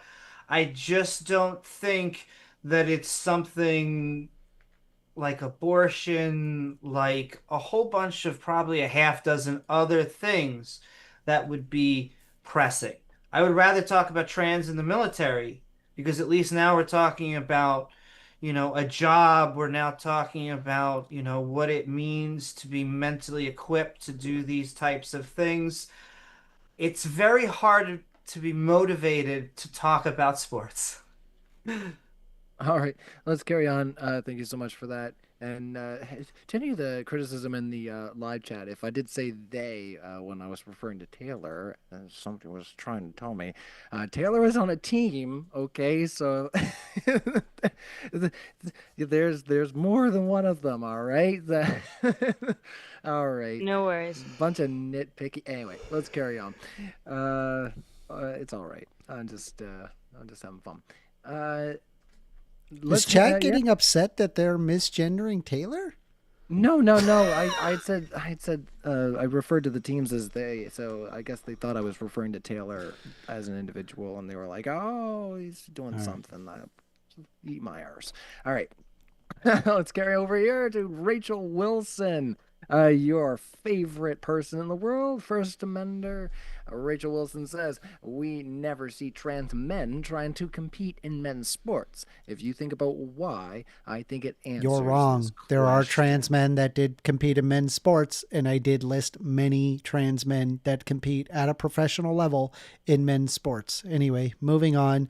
You once again have no idea what you are talking about, as usual. I didn't mean that literally. I know she's not your favorite person. Anyway, did you have any thoughts? I'm just picking. Did you have any thoughts there, Amy or Taylor, about this, what Rachel's saying? So we never see trans men trying to compete in men's sports. I will just say that I think that trans women tend to be the focus. I think there's good reasons for that. I actually think trans men and trans women actually tend to be fairly 50-50. But the media tends to focus on trans women. I think that a lot of the arguments get pushed and focused on defending biological women, for better or for worse. And so it is framed in that direction. All right. You got it. We're going to carry on. Thank you so much to the panel for staying late. This is a late one for sure. There's so many questions. It's really lively. You got everybody stirred, right? You got to appreciate that at the very least. Indeed. So big round of virtual applause to the live panel. Hopefully, if anybody has a hard out, they'll let me know. I'll get more coffee if needed. I'll speak now or forever hold your pee or whatever you got to do. Anyway, all right, everybody's equipped with their catheter. All right, let's ask the next question. So Cindy Bonbury says, what is a female? Let us go around the panel and ask your question. Let's start with First Amender. So what is the term? What is a female? Produces large gametes. Moving on. Whoa, produces large gametes. All right. That sounds highly erotic. No, I'm just joking. Female is one of the two sexes. Yeah, just they took a certain path of development, started in their mother's womb, sex cell production gametes, very simple. XX chromosome, typically. I like it. All typically? Right, let's carry on. Nice. Yeah, there's typically, that's what we say, because exceptions don't make the rules. We already know this. There you go. Actually, I think as much as you're laughing, so going off your feelings? I think that was a moment of potential agreement. I know. Yeah. That. Maybe let's appreciate that for what it was there, First Amendment, and carry on. Christopher Howard says, why aren't trans men having any success in men's sports if they are indeed just as strong? Yeah, again, I presented multiple people that exist in trans men's sport. Like, can you just Google this? It's just because they're not in vogue. That's literally why you don't know about it, but it does exist. Jesus. They're asking why they're not successful, not why they're not why aren't they winning the sports? I agree with you that there are sex differences in terms of strength, and I completely agree. Yeah, I'm not disagreeing that there isn't some level of performance gain, but that's also true for those that possess excess testosterone, as well as people who are faster, as well as people who are taller, as well as people who are bigger. There's all sorts of different genetic implications that causes someone to be more performative. Right, why is it different? Why is it different for trans people? It's literally just trans hate. It has no basis in reality. All right, moving on. Thank you so much. It's been a lively back and forth. We got, well, let's try to whack a couple of these ones right quick. So what is female? We asked that one. Thank you so much. Warrington's been having any success in men's sports. So that was from Cindy Bunbury and Christopher Hour. We appreciate your support. Victor, as Dampenko says, if the left wants trans people to be in women's sports so badly, let them beat them up. That's their problem. They let it happen. How me dissect this? What is Victor trying to say? As opposed to what? A female that has excess testosterone can compete. That's the problem I'm having. The same exact advantage, some sort of bizarre DSD or intersex condition, they can compete because vagina. They can? I thought we were testing everyone's hormones then. I thought we were testing I levels. wouldn't necessarily be against that, but we're not even at that level. I have to like operate way, way lower than that and then talk about like what exactly are the, because they're not born a man or whatever. It's silly. All right. I'm just checking in on the live chat. Thank you, everybody, for your support. We still have a very lively live chat. You better squeeze in your questions because, like I say, we're whacking them out now. I'm just going to go back to the fan funding. You guys can see me going up through here. This is how much we still have, guys. This is what we got. If you're watching the live chat. So I'd say we got about maybe 10 to 15 questions. I just scrolled up through, maybe a bit more. Boys, yeah, maybe more.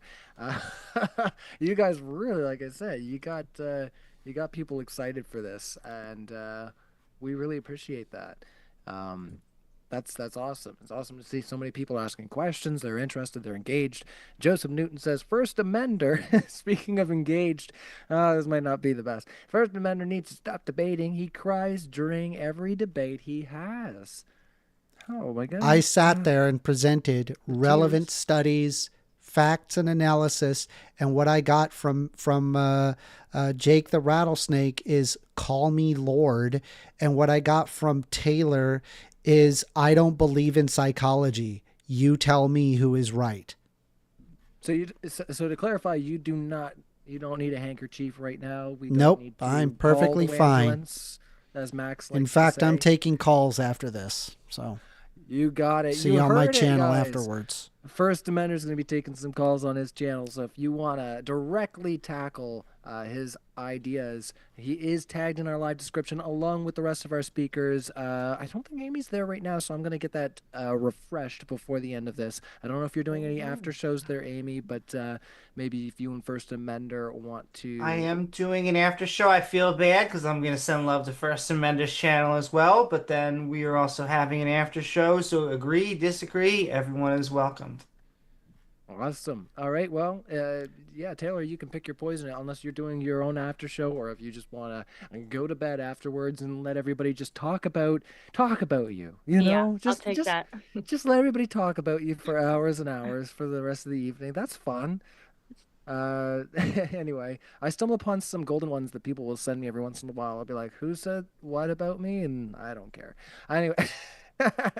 All right, sorry to you. Emperor Fat Ass Dog says, I think Uganda has the right idea when it comes to LGBTQ issues or LGBT issues. I'll push back on that. Yeah.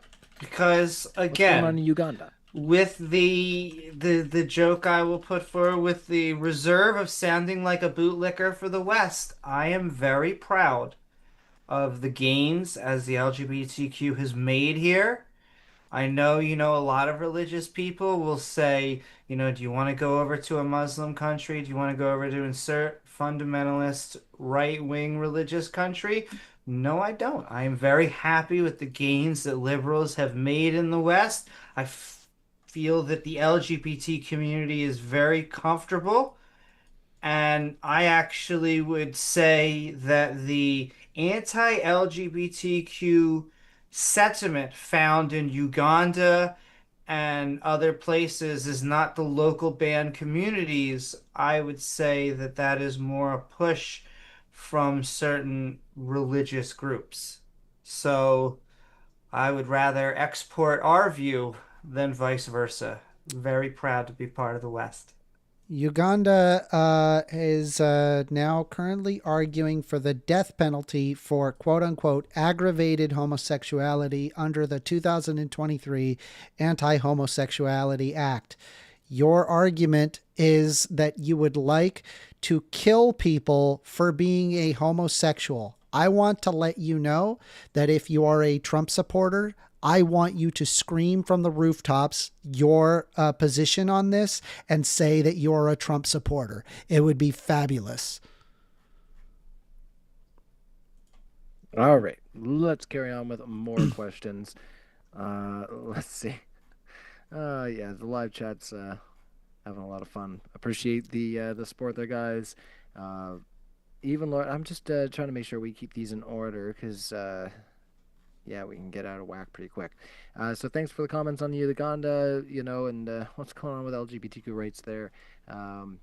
Yeah, Christopher Howard says, what are the metrics that would affirm a person's feeling that they are the opposite gender? I'll put that on screen. What is I'm sorry. What is the feeling that they are the opposite gender? What are the metrics? Feeling that they are the opposite gender? Yeah. So you're saying what are the metrics that would affirm a person's feeling that they are the opposite gender? I would say that when it comes to masculine and feminine, it is an aggregate of data. And so if a female tends to like rugby, and rugby is a masculine thing, does that make them a man? I would say no. I would say that it really only becomes a different gender when you have a higher aggregated, you like to do the vast majority of things, and it would actually become difficult for you to be identified in the other bucket. I think that trans women fit naturally into the feminine bucket, and trans men fit naturally into the masculine bucket. And so they are just doing what comes natural to them. Well, I want to hear First Amenders answer. What are your criteria? Because you like to cite psychology and PTSD, and there's clear, you have to meet certain specifically criteria for being certain amounts of time. So what's your specifically for being trans, there's not like a diagnostic criteria for being trans. There is a diagnostic criteria for gender dysphoria, but typically speaking, if you're just talking like from a sociological level, it's a deep sense of incongruence. And by the way, it doesn't have to be this. It can be different factors. There's a deep sense of incongruence on how you feel inside and how others see you. There's usually a persistent longing to be recognized or treated or referred to as your true gender. There can be a discomfort or a detachment from certain parts of the body, such as your chest, genitalia, your voice. There can be a feeling of not being real or out of place in assigned gender roles. There can be assigned distress, dysphoria, shame or confusion, frustration and anger, and loneliness and isolation. There are some positive feelings associated. You can have, for example, gender euphoria, which is a deep sense of relief when they are seen or referred to or treated the way that aligns with their gender identity. They can also, for example, have an increased self-acceptance and confidence after beginning transition. There also is additional emotional clarity. Anyway, yeah, I apologize. Wait, my question, can a person have none of those things and still be trans? If you have none of those things, then no, you would not be trans. How many do you need to have? I don't know. Again, it's an internal sense. It comes down to how a person feels internally to really address this diagnostic criteria. All right, let's move on to the next question there, if you guys don't mind. I'm doing it for you, I swear. Even Lord says, Judd Bros, we can't stop winning. 2 genders, only recognized by government, trans removed from all military. Lord Jake, are you tired of winning? Well, Jake is not here, but we'll send your love along there, Even Lord. You can get real weird with it. Do whatever you want. Can I comment on that?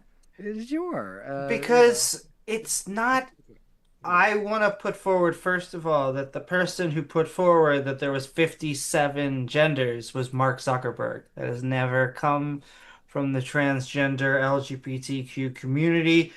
I would even say from the definitions that we've mostly been pushing forward that it tends That means to it came from be the robot community. It's dun dun dun. That's right. the Terminator. Or the Sorry. lizards. Yeah, exactly. Sorry, I didn't mean to derail you. Go ahead. No. Um, I did. I Oh would my goodness. say that I would say that even we are putting forward that there's only so many buckets. It's not some sort of, I would say, free for all as they try and make it. It's not supposed to be adding, how many is can we add? It's really just, there are men who were born male. And then there are men who they're biologically female. And it's just the gender and the sex are two separate things. All right. Let us try to carry on. I know there probably is some thoughts on the other side, but we do have lots of super chats, and we'll try to move along. But we do expect that you probably don't agree with everything that was stated there, Taylor. And I know it's two of us now. Yeah, it's not entirely fair. So if you had something pithy to say just before I read this next one there, Taylor, like a 10 seconds. Now you're good. All right, cool. Thank you so much. You guys are very easygoing. We got to appreciate that. Once again, like I say, it's nice to see that at the end of the day, everybody I think can get along. Chief Dylan says, if genders are mind dependent, then they are not real. Thanks, Amy. PTSD is mind dependent. Therefore, PTSD is not real. That's not true. You keep I know it's I know I'm aware. Not mean it's true.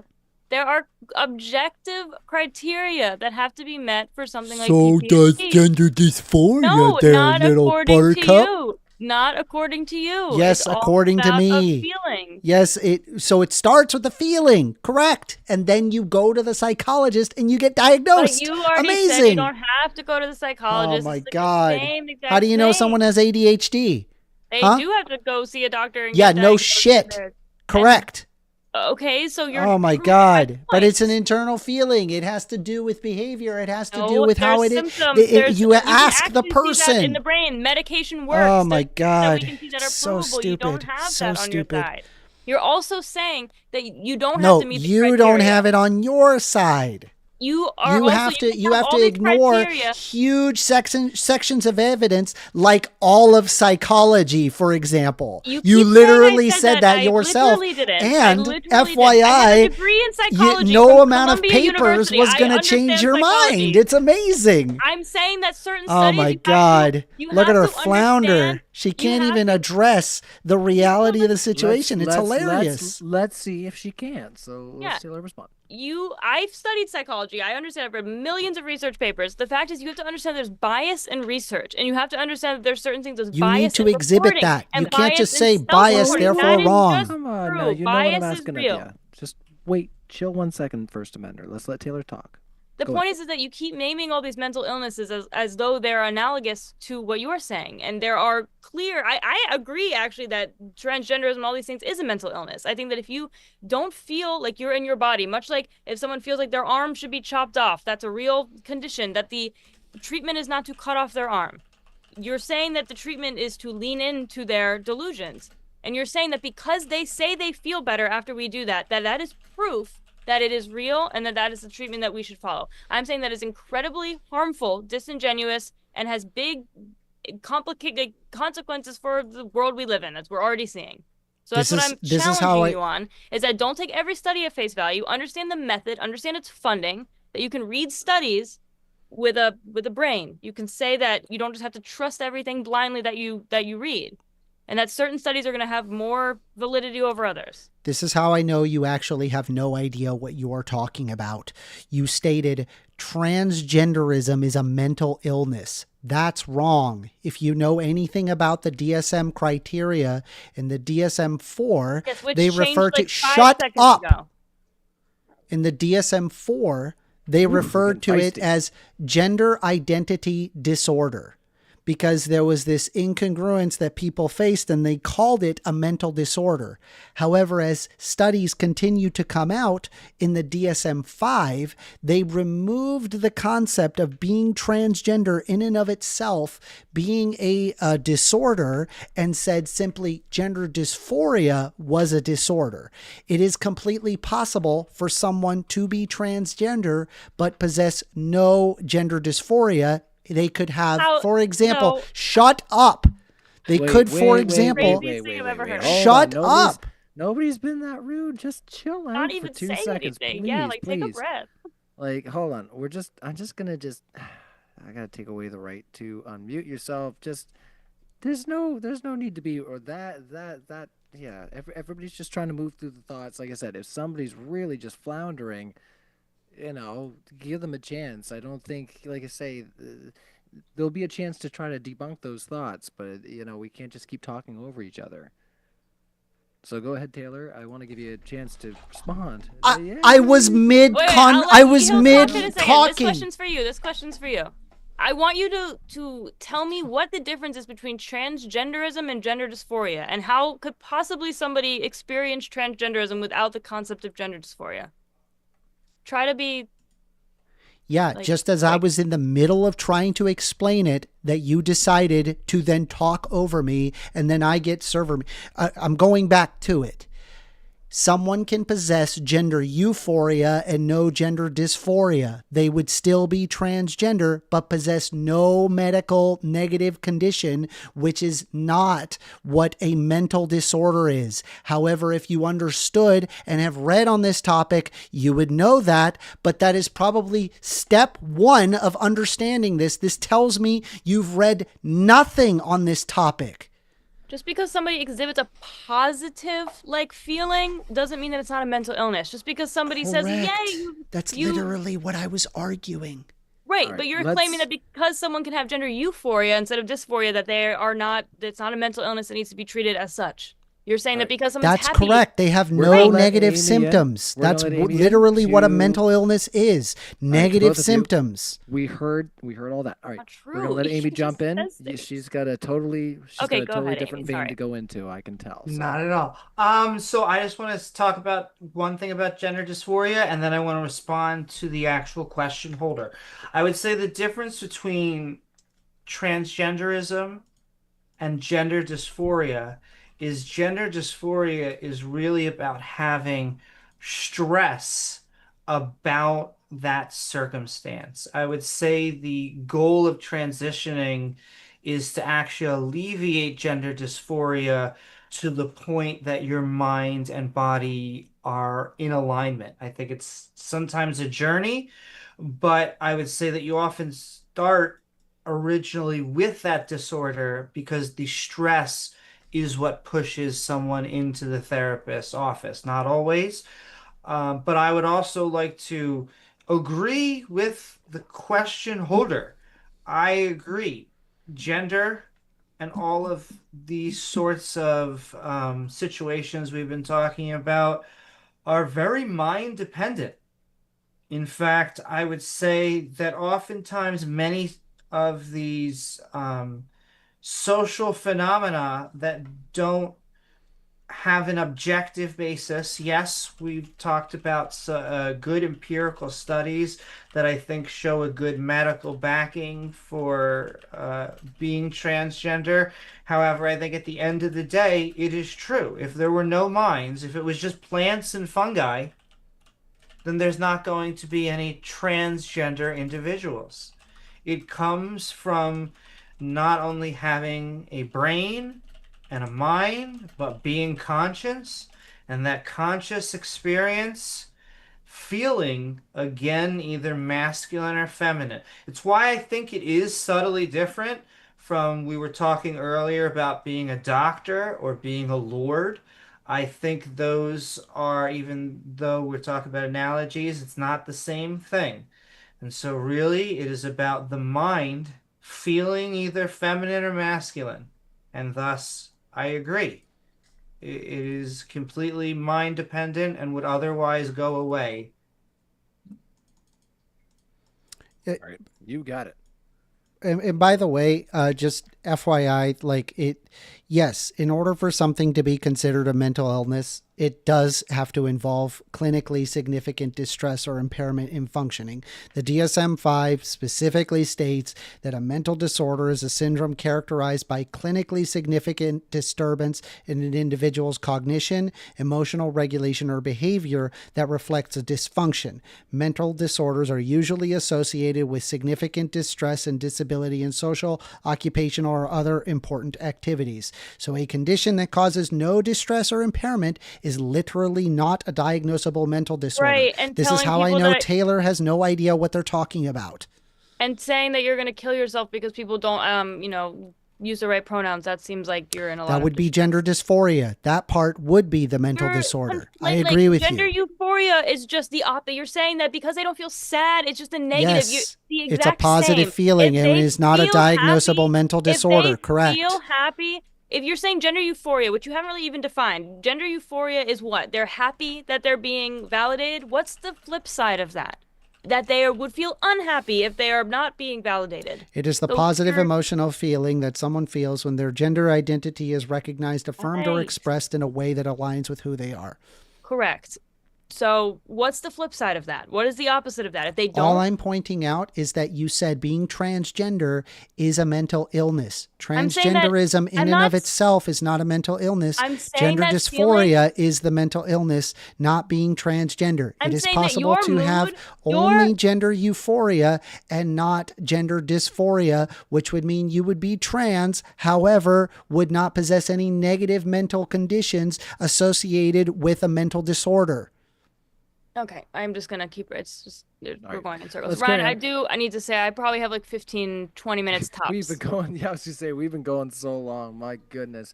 Let's just keep it on one side. I want to thank the two trans individuals for coming on here and debating Lord Jake and Taylor. It's a backhanded comment. They're trying to say that they don't respect your identities as non-trans individuals. They're, trying to elicit that type of response. We can carry on, but we get the point, Doc. Even Lord says, why can't I dress up and act as a racial ethnic stereotype, but I can, dress up and act as a sex gender stereotype? Isn't Answer that. appropriation both ways? So I do want to send love to the person, the last one. We're always happy to come on, no matter how they view us. But I would say that the reason that we culturally look down on things like blackface was because it was created in a manner that looks down on the said culture. And so we realize that it's being cruel, that it's being mean, and so it is no longer part of our society or our culture anymore. All right. Let's try to carry on from there. I'm sure we have lots of thoughts, but lots of questions as well. Templar Hall says, First Amender, could you identify Lord Jake as the winner? Thanks. No. No. Oh, what did you expect? What did you expect? Silly super chatter with your super chats. All right. Carol of Phelps, we appreciate the support. If we followed consensus, we'd still follow the food pyramid. So we must use logic. Why is this illness the only one we prescribe affirmation? The food goodness. pyramid is a terrible example because the food pyramid was actually designed with clinicians, and then it was completely circumvented with the food industry. They literally walked away from the science when they presented the food pyramid. They literally swapped veggies with grains and said that that was good, that that's what they wanted, because cereal companies wanted that to be the case. Cereal lobbyists pushed for that, and that's what happened. Cool stuff. We are on speed round right now. Thank you so much, First Amender. We're trying to move through because, I feel that too. We're coming up on the 4-hour mark. Who's gonna watch 4 hours worth of this? You let me know. You put a comment in. It's been a fun debate, though. If you're still watching right now, you wait till this is posted. Put in a comment and let me know that you made it to the end of the full 4-hour stream. That's right where we're at right now. We're at 3 hours and 52 Can I minutes. add just one quick comment? Sure I thing. guess a second quick comment because that was technically a first one. So there is a difference. I think there's a reason why anorexia and transgenderism are treated differently, and I think it's where the results lie. It's that trying to promote an anorexic that they are It's actually causing them to fat. die. It would be causing them to harm themselves further, and it is the opposite when it comes to being transgender. It's not that because it's often framed as giving in to their delusion. It's no, it's accepting that they are either telling us they're masculine or feminine. They have these thoughts, and all of the available evidence so far shows that they have healthier outcomes. And so it's two different mental states with, I would say, two different outcomes. All right. Carrying on, these newts says, first offender. Why should we let trans women invade women's spaces only? Or sorry, women only spaces when women's only spaces are and always have been single sex spaces meant to exclude males, even males with gender dysphoria. You can rest your pretty little head because the majority of sexual assaults that are occurring are literally cisgendered men. Transgender women are not sexually assaulting women. I mean, I suppose out of 300 million people in the United States, you may be able to find a handful of cases, but overwhelmingly it is cisgendered men. They are effectively of no threat to biological women. They just need somewhere to go to the bathroom. That's literally it. All right, let's carry on. It's a shame that Jake had to duck out early because I would have. No, it's wonderful that he had to duck out early. It's amazing. I would have backed I up could on just the point. imagine him just with his hollow head just buoying on the water. Okay, well, he's not here. Maybe I'll watch the end of this, but I just feel like I don't like Jake. I don't like him. I think he's super bad faith. I don't like. I'm sorry. I just anyway. I won't say anymore. It's just yeah, there could have been some really great back and forths here. So once again, hit the like button if you appreciate what you got out of our debate tonight. Thank you so much to Taylor. We got just a few more coming through. Josh Brooks says the specifics are specifically specific. Learn a new word. Specifics? What does that even mean? I don't know. Is it a typo? We'll never know. Sorry, Josh Brooks. We have to carry on. Thank you so much for your support. Chef Dylan says, DSM-5, you say, so it is a mental health disorder. Thank you, F. Holy shit, you're dumb. Whoever typed that, you're the dumbest dude on planet Earth. Bro, holy crap. Wow, you are dumb. Dude, I went through this entire spiel and you completely missed everything. You are actually like brain dead. I don't know what to tell you. I mean, I know what to tell you there, Chef Dylan, is that, you got pure fire coming out of First Amender over here. So, let's see. Sarcastic Stick, is that how you go? Warlock? In Australia, PTSD is just called nationalism on account of their so-called nation being a dysgenic penal colony posing as a functional society. Ooh, Jake is not here, and I don't even know. Like, I do so many strange accents in D&D that I've come to forget sometimes what accent I'm doing. So, Save the tieflings? Okay. Enough geek jokes. Yeah, they're all dead. I'm so sorry. I made the wrong decisions. I attacked the wrong people. I don't play Baldur's Gate well, I guess. I tried. I really did. Anyway. Decisions were made. Everything exploded. Yeah, exactly. And I don't know what to do at this point. But you know what? I saw a funny thing the other day. As a Star Wars nerd, this could drive a lot of people crazy, which is everybody really gets caught up on the fact that Luke and Leia kissed. Gross. That's some mountain crap right there. Nasty. Pre Game of Thrones. Yeah, some backwater stuff, right?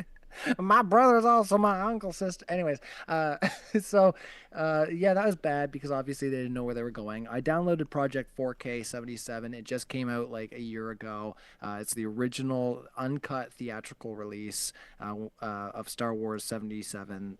But anyway, the fun thing is that I found out is that apparently Rey is created out of Luke's hand that Darth Vader cuts off in Star Wars Episode 5, which means that she is technically female Luke. And that means that she is related to Leia and also Kylo Ren. Anyway, sorry, they did it again, everybody. Star Wars and their issues. Anyway, well, I have to have a little slight every once in a while just to help diffuse everything. But yeah, nasty series, right? All right, Chef Dolan says, is Ryan avoiding my supers? Clearly not. I just read it, and First Amender said he thinks you're the nastiest scum in the world. He didn't hold back. All right. Captain Planet says, what was the medical community wrong? Was the medical community wrong when they considered lobotomy an effective treatment? Yes, they were wrong. And so generally what happens is that you make modifications to it, and they've actually created additional scrutiny specifically because of that, which basically hardens the scientific venture. It is true that the scientific community can be wrong, and so when you have new evidence, you change the position in favor of that evidence. All right. Everybody's content there. Let's a lot of bad, outdated medical practices. The thing to get rid of bad science is just better science. Or better science fiction, as I just established, right? Anyway. Or fan fiction, like we were talking. It sounded a little bit at the end there of Star Wars. Oh, well, I was going to say, anyway, I won't get into that. That's a true lore people know. Anyway, but yeah, my greatest recommendation, yeah, you got a VPN, head up Pirate Bay and get that original theatrical cut in 4K. Oh, it was very satisfying to watch. As a nerd. Let's see. If genders are mind-dependent, then they are not real? Genders are mind-dependent. They are not real. Therefore, PTSD is mind-dependent. Therefore, it is not real. Neither is depression, for that matter. I think we might have gotten that one, actually. I'm just scrolling through here. I think that was one that I got when Jake was on his way out. And I agree. They are mind-dependent. We're going to find certain things, social situations. They are completely mind-dependent. They are dependent on consciousness, really. Us being conscious, feeling, thinking beings. It doesn't mean that, they aren't important to us. It just means that there's no objective basis. It is objective as if I were to say my favorite color is pink or teal or etc., etc., etc. Well, let's carry on. Now, even Lord is also firing back very strongly. They say first bundle, you know what they're saying, right? First bundle of sticks. You know what they're on. Can I just point out they're being a bit obtuse here. Dares to mock someone else. Someone with the intellectual depth of a wet paper towel can't even bother to type fast enough. I think we know what you're trying to say there, and we're gonna move on. I just figured that maybe you want to make a mental note. I just want to point out this is what happens when someone gets their political education entirely from YouTube comment sections. Oh boy. So go ahead there, Amy. We're gonna. No. I just want to point out there is one very specific Lord, and he is Randy Marsh. Another callback to Matt and Trey. I feel like a bit of a lord right now. I'm lording over for everybody and pushing us along. Taylor, this is from I Killed Earl. All right, so I'm gonna whack out a few of these right quick, just in case you do have to jet out there, Taylor. But I'm gonna dig through while you answer this. So I Killed Earl says Taylor doesn't realize that anorexia has the highest mortality rate of any mental illness. So if she thinks gender dysphoria and body dysphoria are the same thing, it isn't the gotcha she thinks it is. There's no gotcha. The point is that there's no just the equivalence of feeling like reality does not align with a mental state. This is not how we deal with this. So as much as First Amender wants to say that PTSD and depression are all mental states, yes, they are. And it's crazy that his only examples are mental illnesses. He doesn't have any examples in the real life where we just affirm things that people think without any sort of necessary sufficient conditions, anything like that. There has to be. Whatever the anorexia comment, it has no bearing on the truth of the matter, which is that there's no proper definition. And again, I say that there's no great, reliable long-term study. What about names? Done. Great, reliable long-term studies of especially post-operative people that are not just self-reported happiness. So talk to me in like 30 years when there's actual data on this stuff, and we'll see how. Yeah, do you ever affirm anything at face value? What's my name? It's the dumbest. What's my name? I don't actually know your name, but. Oh, well, you can see the username. It doesn't matter. That's not my the same name's thing. First Amender. It has no do you bearing need my birth society. certificate to show that I'm First Amender? Does everybody you meet need to be named? You need to provide what about parental identity? What about your religious identity? What about citizenship and your national identity? What about mental health and neurodivergence? What about titles and roles? First Amendment, we can hear you. Oh my God.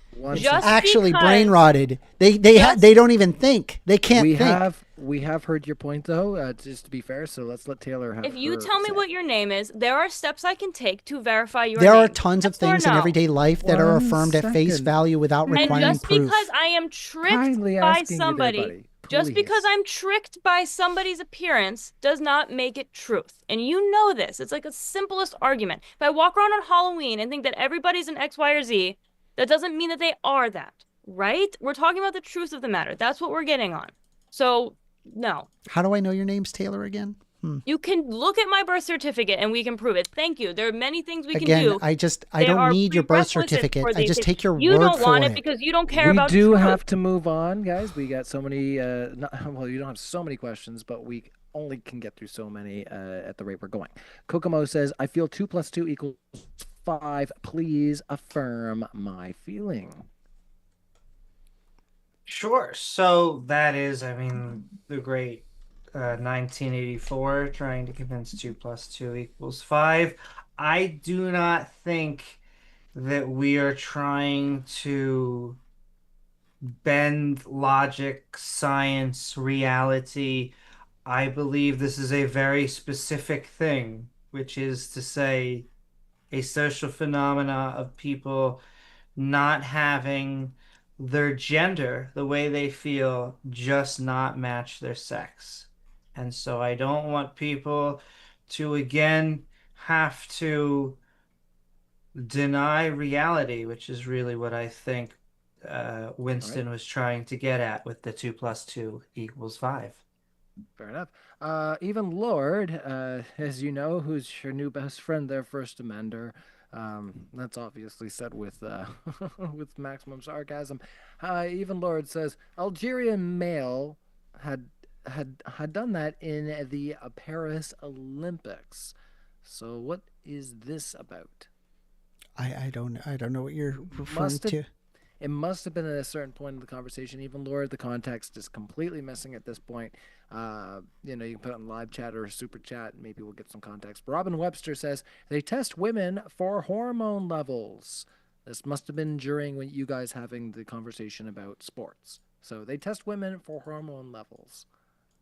Yeah, I'm not against it. I simply point out that there are people that possess greater levels of testosterone naturally.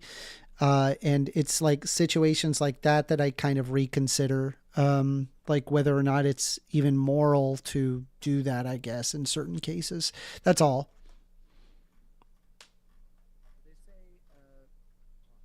Sorry, gotta turn my mic preamp up. Chef Dillon says, another positive claim. Prove it. First Amender. Another positive claim of what? This was back, I don't know, like I said, this is... Yeah, I made lots of positive claims, but I have lots of proof to all sorts of things. Everything that I have said is empirically verified. If you guys put in a super chat with no context, yeah, we'll take it as a thanks for supporting the channel. We appreciate it, but we really don't have anything to rock off of here. So we're gonna carry on, and it's up to you if you want to try to clarify. Honestly, Amy has earned my usage of her pronouns. I'm sure it's a great privilege. I am sending that love again right back. You hear it. You are a treasure, as Amy is, as Amy has made this declaration. Yes, that's so nice to hear. I don't know. I was actually being kind of sarcastic, a bit like, yeah, you know, it's like when somebody says to me sometimes they're like, oh, you know, you're such a great guitar player, and I know they're kind of a crummy person. I'm like, oh, I'm gonna assume that they were being kind of honest, combative, right? Yeah, I'm gonna assume too. Come on, we'll have fun. I feel like he might be doing the backhand here, Chef Dylan, based on some of your priors here. Don't mind me. I'm just having fun with you. I got to pick a little bit. Your conduct is respectable. Thank you, ma'am. I hope Ryan doesn't act soft on my previous chats. JK, Ryan. I was gonna say, I guess I was being kind of a dink right there. So no worries on me being soft. Not at all. And if I could just say, I want to send an olive branch out. Although I am liberal, I do have very centrist, moderate vibes. I always like compromises, and so I'm just sending love back out to my conservative brothers and sisters. Honored to be part of the conversation. Awesome. Well, we're honored to have you, as well as First Amender Jake Taylor. We really appreciate a whole lot of you guys coming out and having the discussion. We're almost to the end. We also appreciate you as well, Jeff Dylan, for having the super chat there. As much as I might have been just jeering a little bit there, we do appreciate everybody, and hope you're having fun. We like having fun with you guys too. Jeff Dylan comes back with another one, swinging strong, saying trans men aren't in vogue. Why aren't they as precious? What's going on? Because of the propaganda that you've been fed. Yep, I would actually say it really does seem to lean about 50-50, but the pressure, and I would say more the media attention, is on transgender women, and so I think that is where most of the conversation tends to lead. All right. Let's see. I thought we read this one maybe. Is Taylor saying that you don't have PTSD unless you are diagnosed? Certainly you can not say that you have it, but the reality is that you do. No, we did not get that one yet. So that's from Cindy Bunbury. Let's say the question again is that you can have PTSD even if you're not diagnosed? No, is Taylor saying that you don't have PTSD unless you are diagnosed? No, you can have you will have PTSD, and you can also be diagnosed in order to receive treatment. Even Lord, at way some overhead. point, at some point, even Lord appreciated the energy and said, "First offender." Because you can have symptoms and activities, right? Like there's things that I can point to, right? You can go through a traumatic event. You can have nightmares. You can wake up. Like there's objective proof that you can suffer from something. Yeah, like gender dysphoria, right? Right, like you can feel, and then you should go get treatment for that. Like we're all in agreement that that is something that you should get treatment for. There's no incongruence there. I don't understand. Yeah, and what's that called? What, getting treatment? Gender affirming care. No, not in That's the way literally that you what are that is. understanding it. No, affirming. You have no idea, once again, care. what Gender, you I'm are not talking about. Affirming the gender. That's not the care I'm talking That's about. literally what that is. Showing somebody why they're not. Reality is. This is reality. again you exhibiting your ignorance on this topic. All right, let's ask the last two. We have three technically, but there's not going to be a whole lot of engagement with one of them. So one of them was from Even Lord. He says, "First offender, I love the misogynistic energy." I think once again they're just trying to get under your skin. I wouldn't give that too much a thought. Even Lord, we appreciate the super chat. It's a $2 super chat. We gotta just move on. But once again, we appreciate all of your interactions, even your digs. Chef Dylan says, Amy is more mentally stable than First Amender. I really don't know what to do with that info. So Jeff, you're not going to turn these two against each other. They're working together. No, So she's fun, just very like a fine-oiled friendly, machine. and my style is I like to rip people apart when they clearly show a great deal of ignorance and zero desire to learn or understand anything, and they simply make money online by being hateful to other people. They peddle the same propaganda that all of these other right-wing pundits do, and every single person that agrees with them is hook, line, and sinker. And I'm tired of pretending as if that it's okay. Where's this money you're talking about? I don't get any money. There we go. You guys can unmute yourselves again. Sorry. Maybe not you, but that definitely a lot of people on your side make lots of money doing this. Okay, so what? Yeah, it literally is denying the existence of people for money. No one's denying. It's a shitty thing to do. It's shitty to be not living in reality and convince other people that their delusions are true. I'm sure. And the entire medical basis disagrees with you. These are words. You should be careful with your words. Entire is a very... You will be the flat earther in a few years. We'll check in a few years. All right. Well, we have just a couple more like their comments. Even Lord is coming in to clarify. He says, my super chat about the Paris Olympics was that a biological male dominated the female fighting division and won gold. They beat a female so bad that they won in less than 37 seconds. All right. What's the case there? I mean, I think there was like a single case of this, but there are plenty of trans women that did compete and did not win. These things do happen. And now, I mean, there's currently forced positions where, you know, they basically can't fight at all.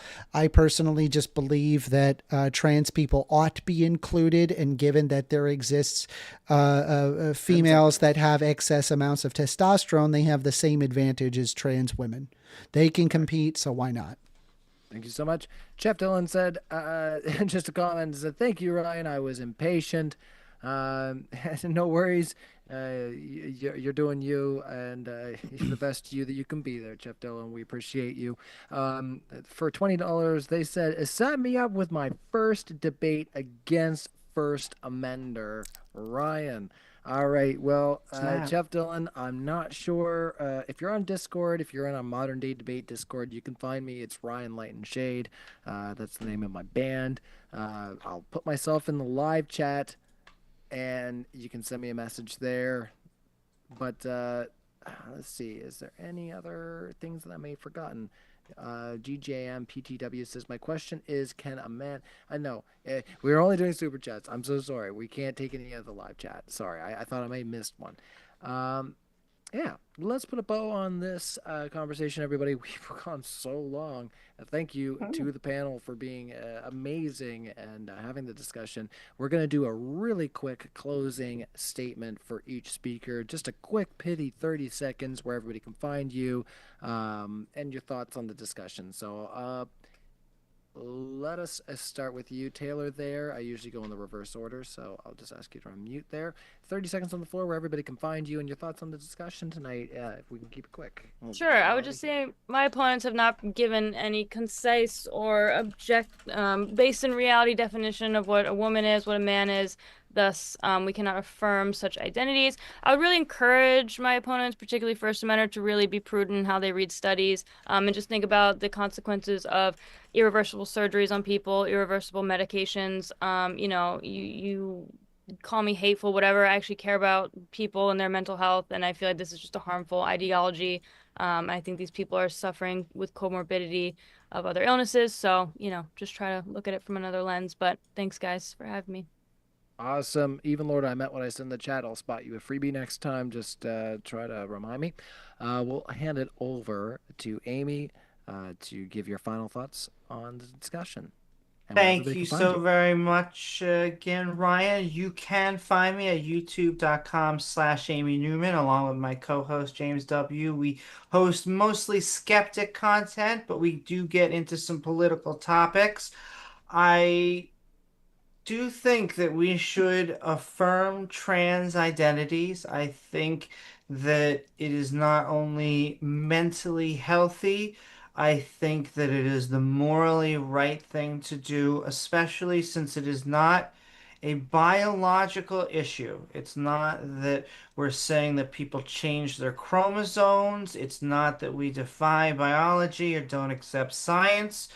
It's that gender as a social phenomena, transgender individuals tend to have a gender that does not match their biological sex, and I think it behooves us as a society to accept LGBTQ people and especially be proud of them in Western society. I do, however, I want to thank Ryan for hosting us, James, and the entire modern day debate community, the chat. I want to thank First Amender. Thank you so much for being my partner, as well as Taylor and Jake for having the conversation. It was lovely. Well, it was a pleasure to host you. Do I get a conclusion? Says, we'll get a conclusion, of course, for you, First Amender. Jeff Dillon says, Ryan, you called me a crummy person. Wow, false. You definitely acted dinky, judgmental. Well, I'm sorry, Jeff Dillon. I don't know who's being a dink right now, but anyway, no, I'm just joking with you. I really do appreciate, all the engagements and all the pushing that you did in the chat. Obviously, I was just trying to have fun, buddy. Don't get so upset. I'll send you that old modern day debate handkerchief if you need it for the tears. If you get all wilding on me. All right. First Amender. I don't think that's actually happening, Jeff Dillon. But First Amender, 30 seconds on the floor. Thanks for such a lively discussion. We really appreciate having you here at Modern Day Debate. It's all yours. You can call yourself Lord as a joke, but trans people aren't asking for a title. They're asking to live. Affirming their identity reduces suicide, depression, and anxiety. Every major medical body supports it because it saves lives, not because it's trendy. You scoff at self-reporting, so every pain scale at a hospital. You call it political. Trans people have existed across cultures for centuries. If affirming someone costs you nothing, but refusing to could cost them everything, what kind of person chooses harm?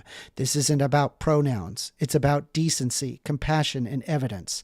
My name is First Amender, and you can find me on youtube.com/@FirstAmender.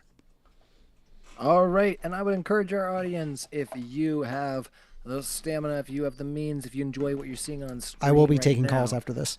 First Amender will be taking calls after on his channel, and Amy is also going to be doing an after show. I don't know if they're going to link up somehow and maybe be able to work together on that one. But that's what we're all about here at Modern Day Debate. Is we're trying to link up communities of people so that they can work together to make better arguments. And just try to move us towards a more logical way of doing things. And of course, Taylor, if you're, I think Taylor's in my camp right now. We're gonna go to bed. I'm gonna go to sleep. These other fellas, I don't know what kind of juice they're on, but thanks I drink coffee. for hanging out. I guess you do. Anyway, the good kind for sure. Thanks everybody. I was scrolling through the live chat there. You can see it on the screen there. I'm going to take it off. We appreciate it. Hit the like if you haven't already. And you're hanging out. I'm sure most of you have already. You guys are the best. And we're going to see you next Saturday at the very least. Maybe if I hear something back from some people that will want to do some debate, I'll get something organized. It's a really good time to be getting on Modern Day Debate. We're trying to get a lot of new topics, and even this though tonight, this was a huge success. Like I say, a huge virtual round of applause for First Amender, Amy Newman, Taylor. We'll see you next time at Modern Day Debate. I'm going to close it out right there, and then. Thanks, everyone. See you next time. Right there and then, we're done. Thank you. All right. Thank you. All right. See you later, Taylor. Have a good rest. And, you guys are on mute, but I don't know if you can unmute yourself. Can you unmute yourself? I don't know. You can't? I thought I'm going to start taking, I'm going to start taking phone calls. So thank you very much for having me on. Have a No great day. worries. Thanks, guys. I wanted, Bye, I guys. wanted, I wanted Thank you to. so much. What'd you got? I wanted to talk to you about my little thing. I was gonna say I got All a right. little Amberneck. You got a new some sort of modification to a what was that? A Game Boy SP? No, I just ordered this thing. It came out like It looks like an SP. Oh my God, what is going on there? It's Huh. it's the new Amberneck system. So I'm playing Crash Bash on it right Oh, that's now. freaking cool. Yeah, Crash anyway. Bash sucks though. That's not a good game. It's my Mario Party in my gen. Okay, you can play. All your But right, if- all Mario right. But I just want to interrupt you talk both. later. Ryan, thank you so much. It was lovely Yeah. having you host for us in You're First Amender. It was lovely having Thank you as you. my debate partner. I like the fieries. That was good. I apologize if I'm a little very too heated, but yeah, I mean that's Be just good it's cop just and my bad cop, style. right? It's my style. I don't know. I can't Coming with that divorce big, myself from it. big cock. I try to energy, let buddy. You people. I can't try help to it. let people finish, but just sometimes people just say stuff that just bothers me so much that I can't help. But I It's can't all help it. good, man. That's okay. I I- liked it. Yeah, no, I mean, obviously, like I said, it happens with me too when I'm doing live shows where it's, at the end of the day, I'm like, oh, Yeah. my mic level was so hot, I can barely hear the band.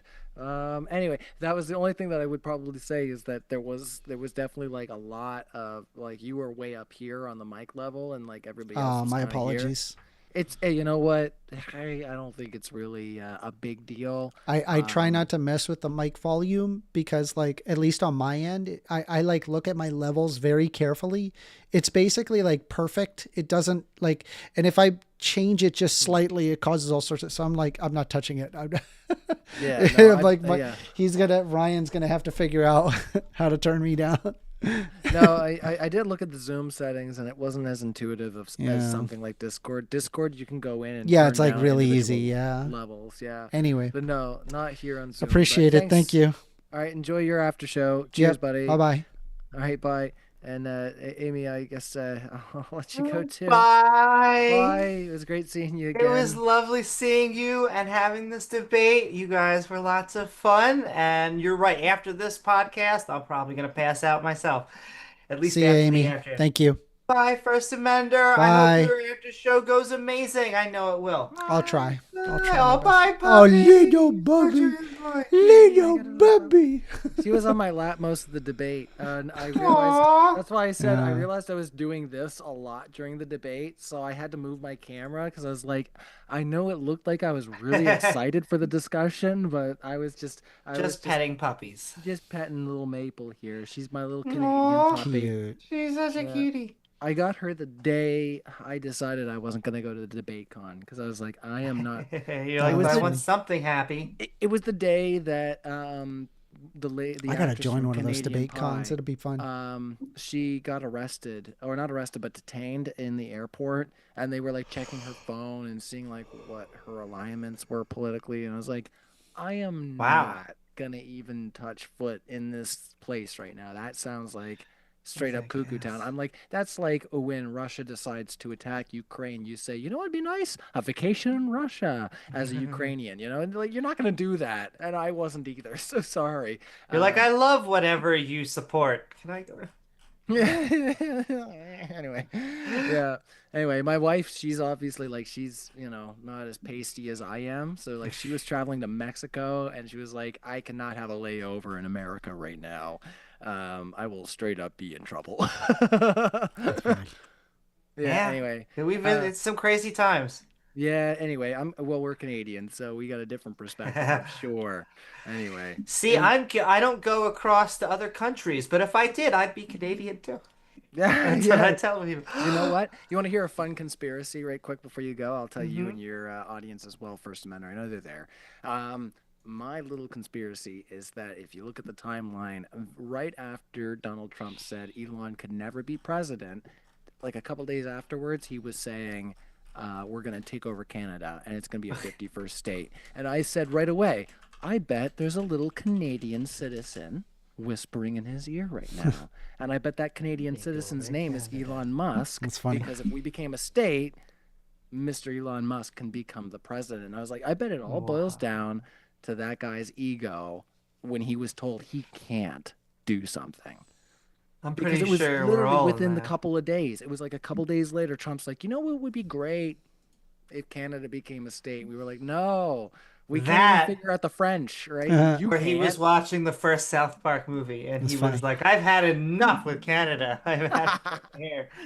Yeah, that's probably what happened, legit. No, I just thought if that's my little conspiracy, I was like, that timeline's really sketchy, right? It's like it was like literally a week later from him saying Elon could never. Time magazine did that thing with Elon, right? Got his ego all out of whack, and he was like, he could never be president. He's not even a citizen of Fairly America. patriotic, but our whole Anyway, country is Ryan, sketchy right now. I drank too much water, so I need to use the bathroom, and then I'm gonna right. take phone Ditto. calls. Yeah, See yeah, ya. man, you But loaded up the gentlemen, old it has catheter been jug. lovely. See ya. I will see you next See ya. debate. Thank you. All right, cheers, guys. Have fun. Bye. All right, everybody, give me one quick second. I really do got to use the bathroom, but I'll be right back, and we'll play a little Diablo 2 while we answer phones. So just hang tight. The phone number's right there, 202-998-5218. I'm going to quickly use the bathroom, and I'll be right back.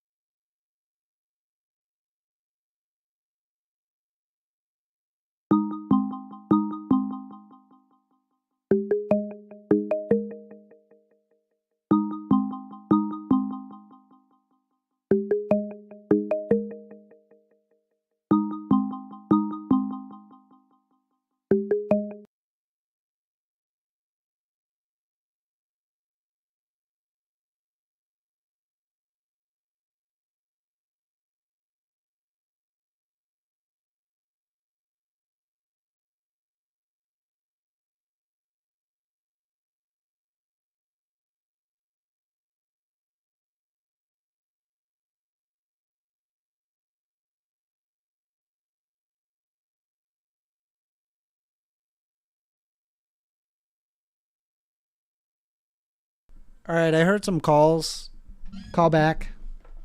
Call back. I'm here. I'm ready to take your calls. I apologize. I didn't answer right away. I just needed to use the bathroom. But I'm good to go again. I'm going to open up Diablo 2, take some calls. So, yeah, just... I mean, if you disagree with me, that's fine. Let's have the disagreement. But, I mean, I promise you, you're going to have a lot better of an argument than Jake the Rattlesnake and whatever fucking idiot Taylor was making. I promise you. Like, dude, I think, like, you probably could have shit in a jar and then shipped me the shit in a jar, and that would have been a better argument than Taylor or Jake the Rattlesnake. That would have been a much better argument. So the bar is very low. Very little effort it would be required on your end to actually have a better argument. Because all you got to do, right, is engage to some level. Like, at least attempt engaging. Okay?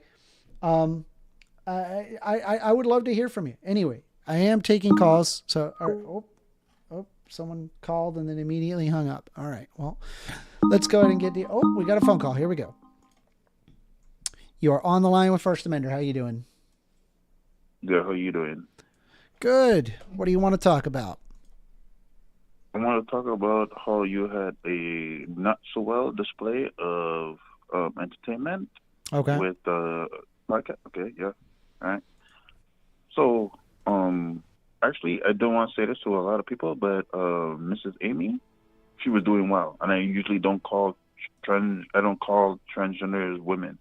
Like transgender women, I don't call them women, but I know or refer to them as her. But you actually forced me to call her her because you was doing a horrible job. Because I was doing a horrible job?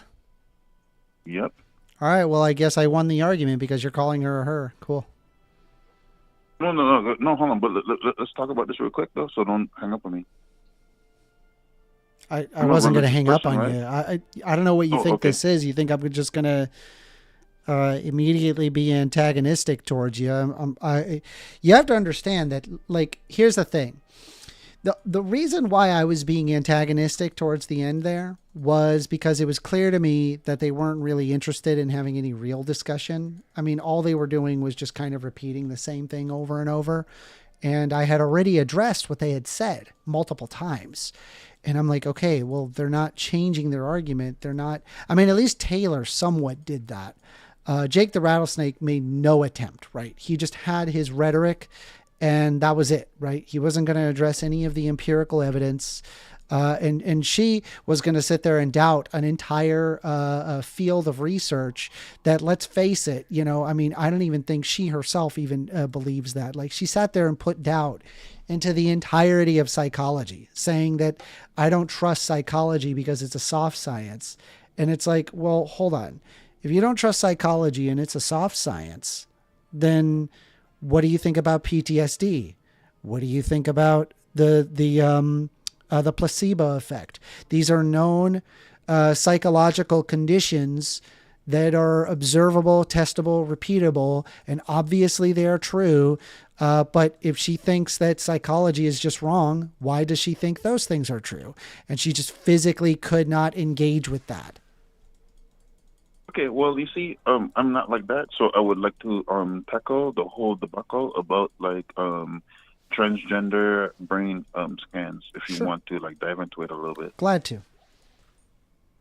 Okay, good. So it's nothing more than an ideology because, from my knowledge, what I've learned, and I debated someone 8 months who was a transgender on TYT, the YouTube channel TYT. Mm-hmm. About the trans scans. So basically, it's like what they say is like the trans scans is like they say it's like a male's brain and a female's brain are really not that much different. But the thing is, men have bigger brains on average, and so basically you would have the female brains are just have smaller brains on average because the dynamic between the male and female's body. I don't have to explain this to you. So yeah, I mean, this is the larger brain part. That is true, but it is larger by volume, not amount of neurons. And it turns out that when we observe the cluster of neurons in a woman's brain, the cluster is actually tighter than it is among males, which would make sense because so you know it's the what same I'm talking amount about. Yeah. Okay, so yeah, have you ever heard that because these transgender women specifically, because there's more transgender women than transgender men, when they take the drugs, there's an equal amount of transgender women to men. You really think so? Yeah, there's an equal amount. You think so? Mm-hmm. I don't know. You have to show me a statistic. I could be wrong, but I don't think that's true.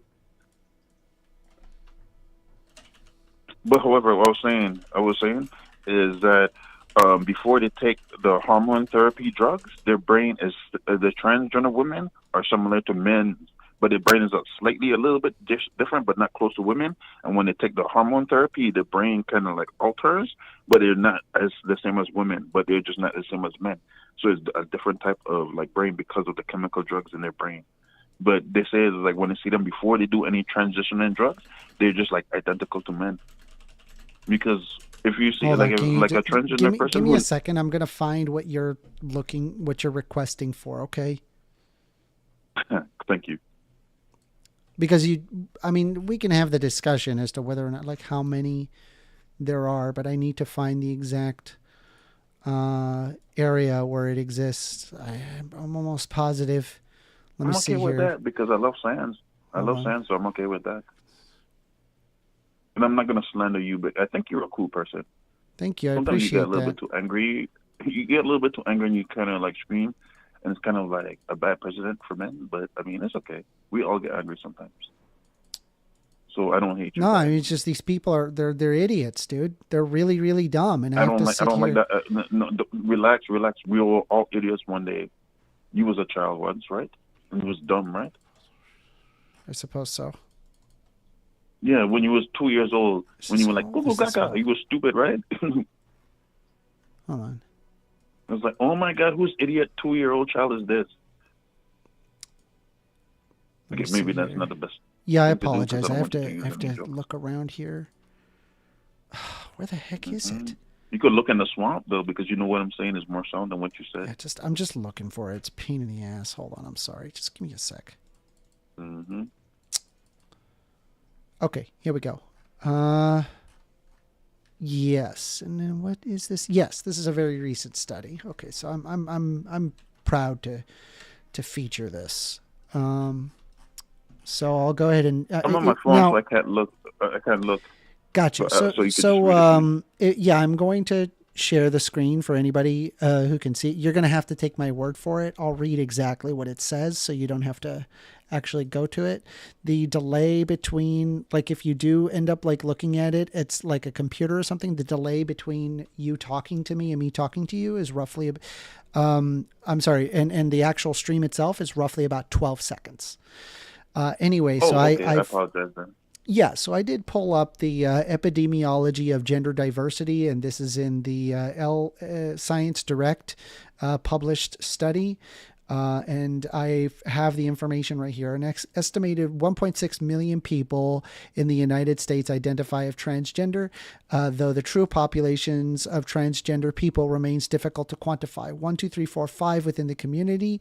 33% identify as transgender women, 29% as transgender men, and 35% as non-binary persons, with almost half of all transgender adults, transgender men at 47%, and transgender women at 46%, being 25 to 44 years of age. Non-binary people are more likely to be younger, with 61 being aged 18 to 24 compared with 43. It continues, by the way, but there you go. I hope that helps. No, that's fine though. That's fine though. But don't you think it's like a mass hallucination based on emotions rather than scientific facts? No, I believe that a person's internal sense of their gender has a basis to do with their internal body chemistry, specifically their hormones. Somebody who has, say, excess testosterone as a female might end up with gender dysphoria. Okay, so first, Amanda, let me ask you this quickly. We're going to break it down. How many genders are there? So I'm aware of cis men, cis woman, trans man, trans woman. I could probably say, non-binary. So 5. 5? Okay. Yeah, I think probably about 5. So how do you? Okay, 5. Maybe there's okay, more. good. I don't How know. do you quantify that someone has a non-binary brain? Typically the way that you would do it is you would just ask them. But when it comes to sex, as well as like the hormones that are exhibited, it's typically bimodal, as in it either lands in one category or another, but there's a minority that is in a minority category, something in between, if you will. Okay, so I'm being disrespectful. Let me ask you a question. What does non-binary mean? And is there such thing as a non-binary brain? It just means that they're not in one or the other category. Of what? Of male or female. You said a cis man, typical a cis male woman. or female brains. No, you said a cis man, a cis woman, and a trans woman and a trans man. That's what you said, right? And then the fifth one would be a non-binary. Give me a second. Here's another. I'll provide you another one here. This is a famous paper, actually. It's quite good. Here we go. Because in English, would you look it up? In English, non-binary is an oxymoron because there's no such thing as non-binary. It's either binary or it just doesn't exist. No, there's things that are. It's a gradient. It's not really binary. That's what I'm trying to tell you. It's bimodal. Anyway, so I have here the brain sex in transgender women is shifted towards gender identity. Transgender people report discomfort with their birth sex and a strong identification with the opposite sex. The current study was designed to shed further light on the question of whether the brains of transgender people resemble their birth sex or gender identity. For this purpose, we analyzed the sample of 24 cisgender men, 24 cisgender women, and 24 transgender women before gender-affirming hormone therapy. We employed a recently developed developed multivariate classifier that yields a continuous probabilistic rather than binary estimate for brains to be male or female. The brains of transgender women ranged between cisgendered men and cisgendered women, albeit still closer to cisgendered men, and the differences of both cisgendered men to cisgendered women were significant, of a p-value of 0.016 and a p-value of less than 0.001, respectively. These findings add support to the notion that the underlying brain anatomy in transgender people has shifted away from their biological sex towards their gender identity. And you could see right here is a violin chart that actually shows I these listened to everything you exact... just said. No, I listened to what you said. No, but show me how close that their brains are actually related to the sex that they think they are. Yeah, it's this chart. Because I'm pretty sure it's going to be 0. It's this chart. I'm not on my phone. It's about 12. On, yeah, it's about 12 seconds apart. So give it a sec. No, I have Do you want me to text YouTube. you the picture? I think I could text you the picture. No, you don't have to text me. No, don't text me. Okay. Okay, so I'll take your word for value, because I would love to debate you on this another time, because I think you're a genuinely nice person. You come off really strong and aggressive, which is horrible. But I think you really love homosexuals, because I mean, you're part of the community, so that's okay. We respect you, but the thing is, I'm trying to tell my you, aggressiveness is the best part. What do you mean? Nah, you're a little bit. I was like, hey, yo, if you don't get out of my house with your little crazy sassy talk, and it's like, I'm gonna start throwing things out of the window, and one of them might be you. Oops. Because I'm a straight man, so. But I always love to hear from different sides of the angle, though, because I'm a straight person. I believe in God. I'm a religious. The reason why I was frustrated is because I provided the evidence. I provided the research. It doesn't matter if I provide them research and evidence. No, evidence doesn't mean facts, though. What? Evidence doesn't mean facts. What?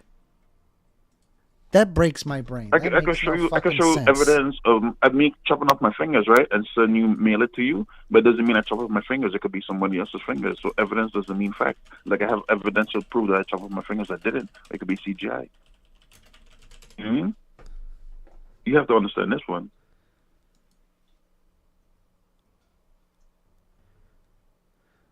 Listen, you're... Okay, hold on. So, if evidence would be facts, but I agree with you that evidence doesn't mean it's conclusive. But evidence, by its very concept of, like, is a fact. Do you understand what I'm trying to say? Like, okay, I may have saw your footprint at the crime scene, and the footprint is evidence, right? Because it's a footprint at a crime scene. That doesn't conclusively prove that you're the murderer. However, your footprint was found at the crime scene for a fact. It is a fact. That's why it's a piece of evidence. Do you see what I'm... I agree with you. Okay. All right, cool.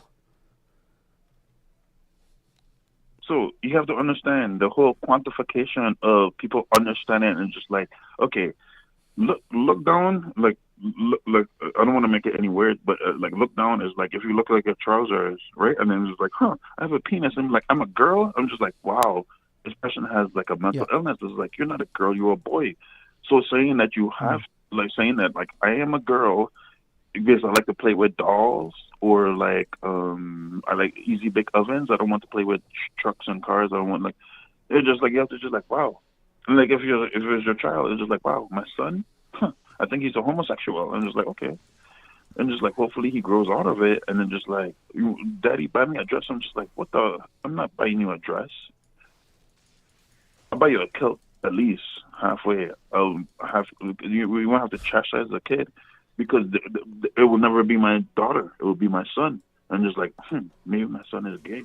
But you just cannot just teach them that. You just like try and make them like, I don't know what to do at that point. But I'm not gonna sit there and say like my son is a girl or my daughter. So it sounds to me that, I mean, Just you're like playing. You're playing with the likes to wear idea. dresses and he likes men. What the hell?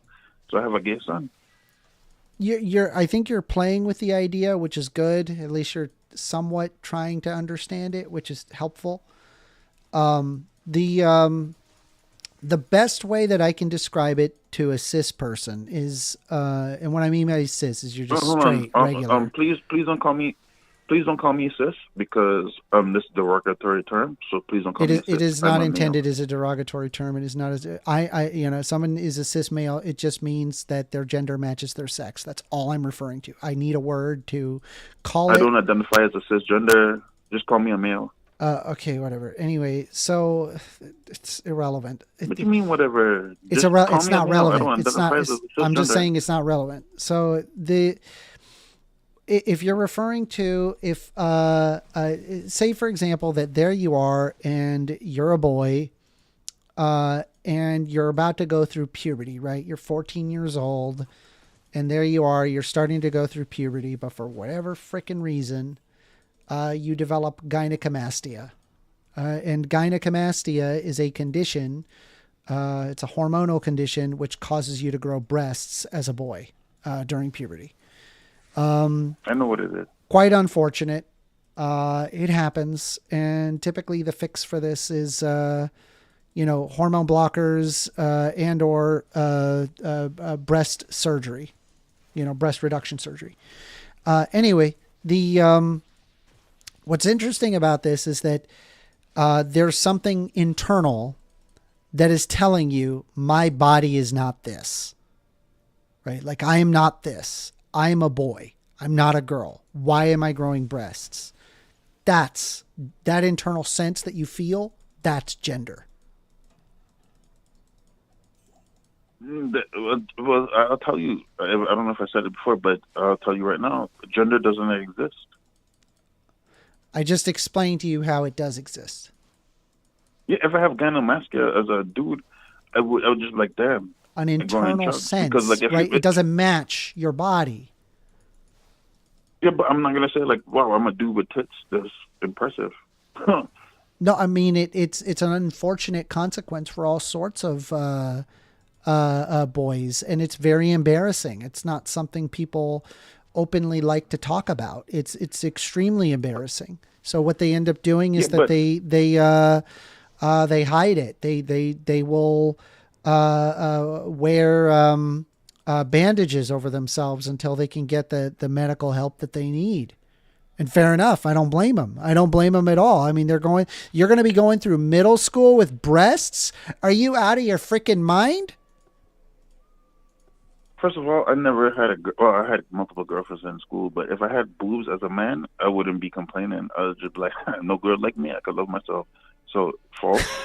All right, great for you. I'm just saying, like, it's extremely uncomfortable for a lot of boys. Is my point. Yeah, but I've seen people with gynecomastia and no one really cared. It's just like, wow, he's just like an obese person with big titties. No. Maybe I'm not talking an obese person. This is not an obese person. Get that out of your head. This is a hormonal issue. Okay, well, it has maybe nothing to do with being challenge. fat. You can be perfectly skinny, grow boobs. Okay, well, to be fair, I've never seen that case. It does. I mean, I could show you pictures. I could show you pictures, but I'll be honest with you. These pictures, I mean, it basically is. No, I trust you. It's as if I showed on screen just boobs. Like it's literally just. Don't do it. I trust you. I'll look it up. I'll look it up on my own time. Skinny people with gynecomastia. Skinny men with gynecomastia. Gynecomastia. I'm like, give me the wrong side of the street of like Pornhub. It's called gynecomastia. Gynecomastia? Comastia. Okay, sure, thank you. I already know how to spell it. No problem. Okay, so like now, because there's other people calling? I mean, yeah. I mean, as soon as you hang up, yeah, someone else is going to want to join in. Okay, so I want to say one last piece because I have to ask you about this. Do you consent? Sure. Go ahead. Okay, good. So now, when you quantify, because I remember I was debating this transgender, and I won this transgender debate, and this feminist dropped in and said like, "Ooh, all human beings were women once before." I was like, "Please, I was always born with a penis." Oof. Actually, that's wrong. No, so the develop. So I have to say something like that. Yeah. I mean, the embryo, as it develops, the first thing that it actually develops is a vaginal cavity, and it also does develop a vaginal lips as well. And typically, what happens is it is either the presence of testosterone or the lack thereof that causes it to further develop. If there is the presence of testosterone and you do not have something such as an androgen insensitivity syndrome, then what happens is that the labia will fuse together to make a ball sack, and the ovaries then begin to descend into the ball sack, and then the clitoris then enlarges. That's what happens in an embryonic stage, and it is entirely through the presence of testosterone.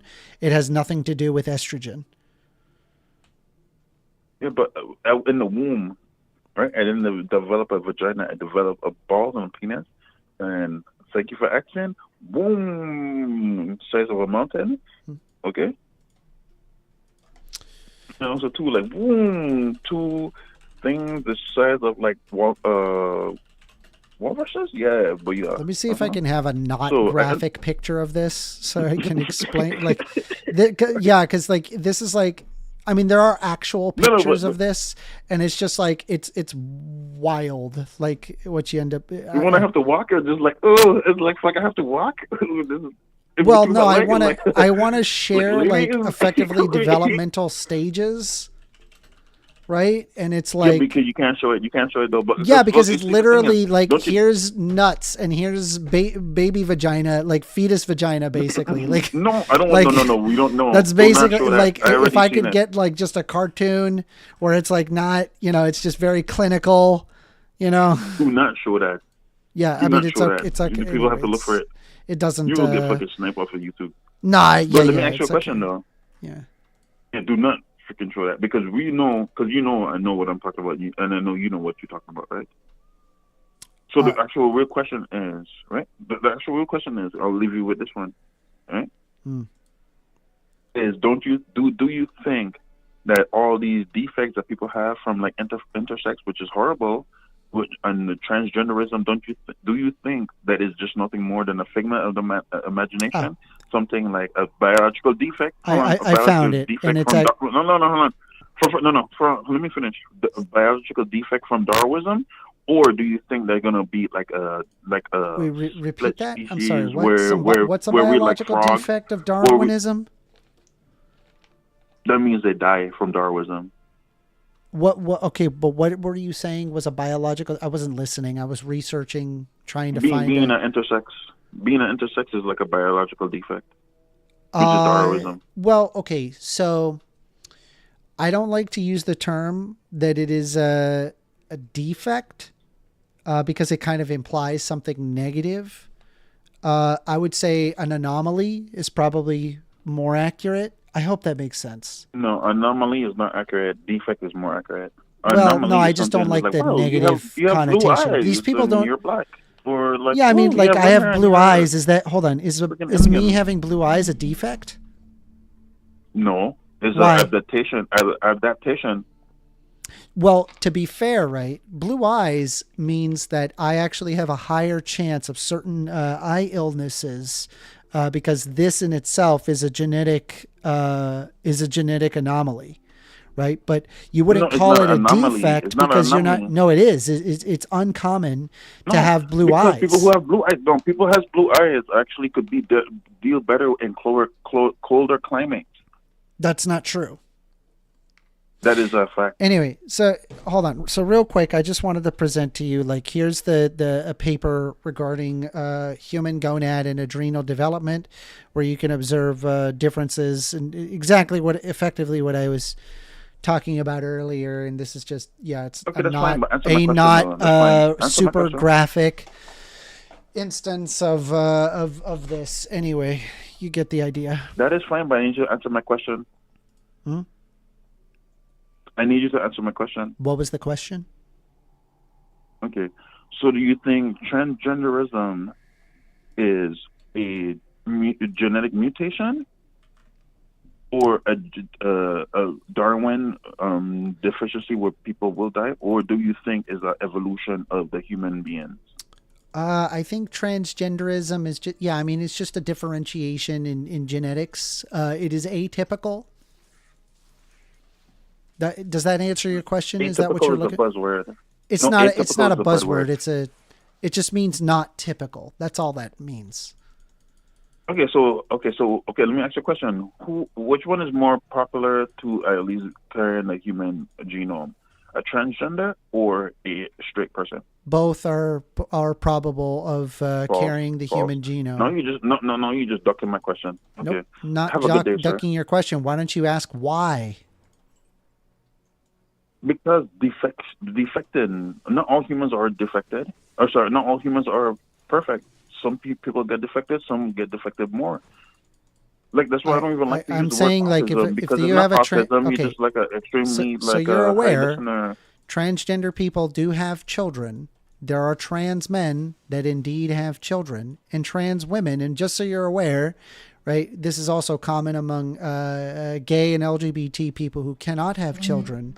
One of the common things that does happen is that they tend to adopt children. Interestingly enough, when you look evolutionarily, we observe that it is quite often that, especially among mammals, that there are gay mammals, that it is actually a genetic advantage because there are plenty of abandoned. I don't care about the social. Let me I finish. don't care about the social hierarchy. Let me finish. Okay, sorry. There's plenty of abandoned animals, and normally would just die off because of the abandoned animals. But it turns out the gay animals will raise them as their own. So there is actually an evolutionary advantage to gay and LGBT people. Okay. Well, you could see it like that. Everyone could disagree. That's everyone's personal opinion. But if everyone became a transgender right now, right, and mutilated their organs, will human beings exist in 100 years? Yes. How? Because trans men can have babies. They still have a uterus. Yeah, but what about the trans women though? They don't have. They already.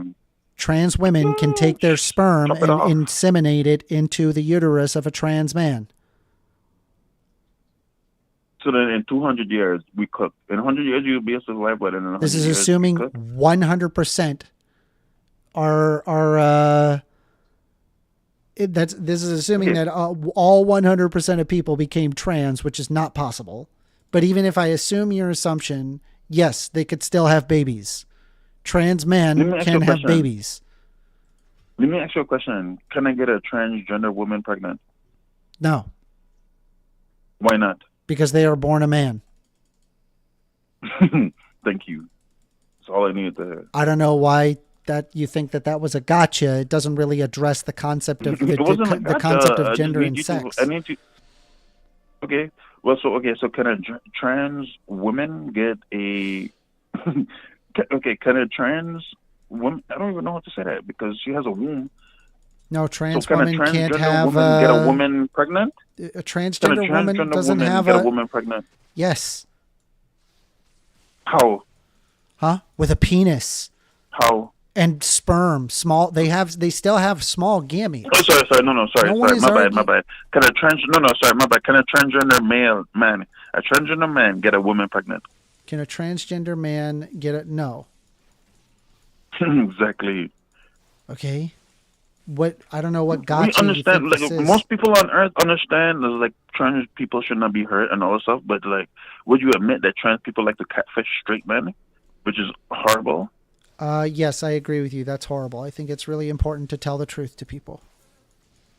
Yeah, and do you understand that the most aggressive things that happen to transgender people is because of gay men and not straight men? I'm sorry. Repeat what? Do you admit that the most egregious stuff that happened to transgender people is because of gay people and not straight people? No. No, I don't agree with that at all. Yeah. Oh, yeah.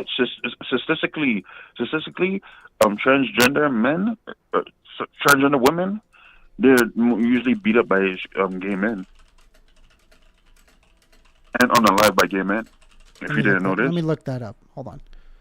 Yeah. Where are you getting Because that? ain't no straight man gonna try and deal with it. Huh? Where are you getting that? From the homosexual polls that I watch. What are you watching? I'm just trying to understand transgenders, and they're like, yo, I will not date another gay man again because they're more violent. Straight men are just like, oh, you're a dude. Like, no, thank you, bye. I'll look this up for you, but like just on face value. Look it up. Huge, placing big X to doubt. So just give me a second to look it up, okay? Just hang tight. It shouldn't be that hard to find. Hold on. And they call them DL, down low gay men, too. They're gay, even though they don't want to admit it.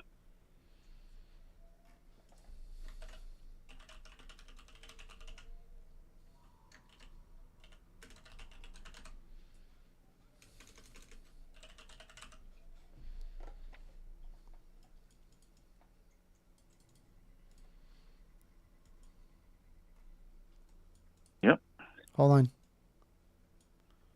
Yep. No matter how long you look for it, you're going to always see, like, yeah, worse offenders to... You just... I need time. You have to just give me a moment. Jesus. Yeah, so you could try and figure out how to find something that goes in your way. I'm just trying to find a credible source. That takes time. The one big problem that I'm having is that it's referring to...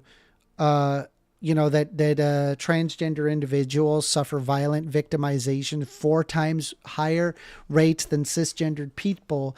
But the question isn't whether or not transgender individuals suffer higher violent victim rates than cisgendered people. The question is who's doing the victimization.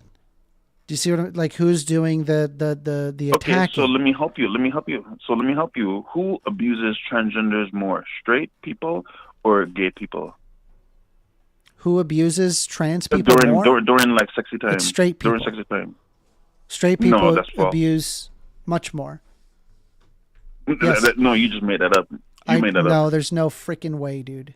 Hold on. You gotta give me a second to look up the FBI crime data, and I'm looking. Just give me a second.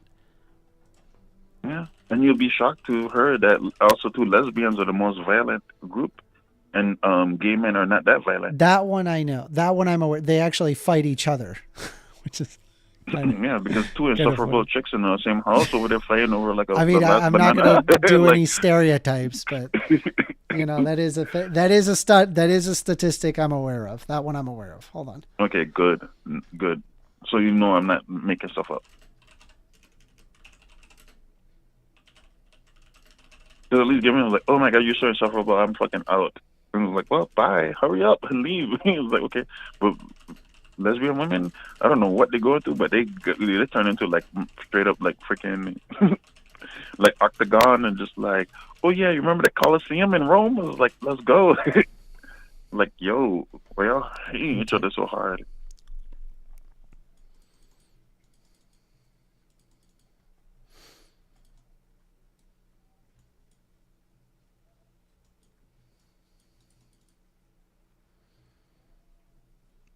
I'm just looking. Just give me a bit.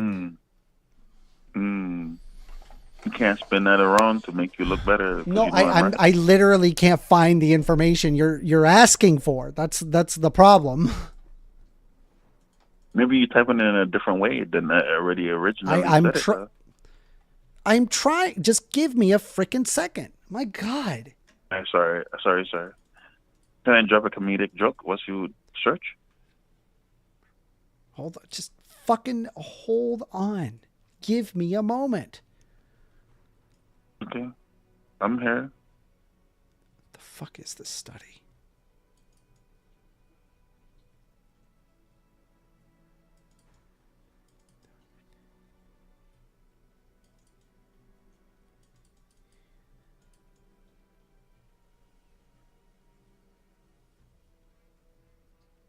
to her, if you're wondering.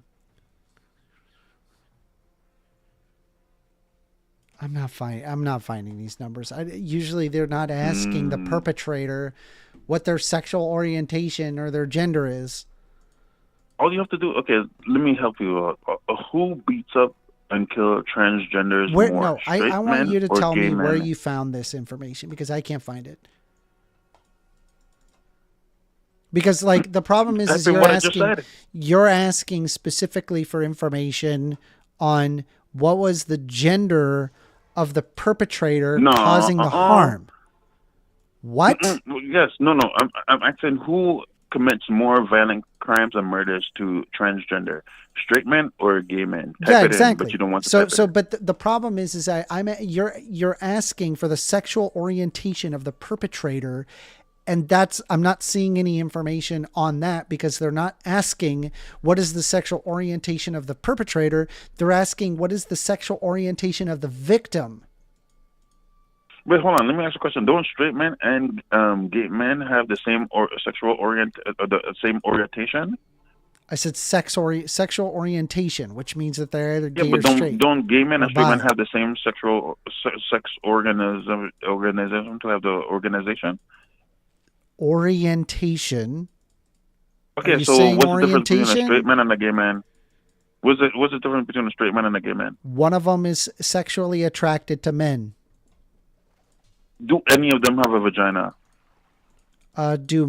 Some men where their gender is men have a vagina? Yes. Okay, I don't know why this is so hard to. No, I'm not. No, this is how this works. Like this shouldn't be that hard. Okay, so a straight man, right? It's like, oh, I'm straight, and then you see another guy who's like, oh, I'm gay. What's the difference between us, other than the fact that I like women and he likes the sausage? That's what it is. That's the That's what makes you gay. Okay. Like, what do you? Okay. That's it. That's the difference. So now, the question is, what is happening? The question is, who harms transgenders more? A straight man like me, like, yeah, I like vagina, and like who? Like, I like sausage. Which one is more offended to transgender women? A straight man is like, who? Or like, I'll be honest, I'm not following you at all, but I find your noises funny. I don't know what the fuck is happening in this discussion, but okay. You're cool. You're cool. I let the other people talk so I could listen to y'all. But you know what I'm talking to, but you just don't want to admit it. Honestly, I don't understand what your argument is. I really don't. No, I'm trying. Okay.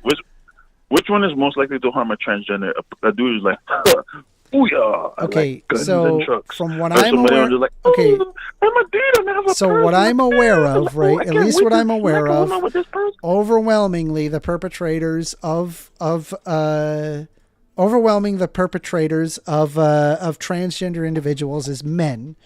There is FBI crime statistics data that shows over 80% of violent crimes are men. And I should also point out that this is mostly from like right-wing hate influence that cause. So they basically they skew towards the right in their position. I don't care about politics because I don't vote. So maybe you might have a point in the sense that it is mostly gay men that are causing the harm. You might actually have a point, but not in the way that you're intending.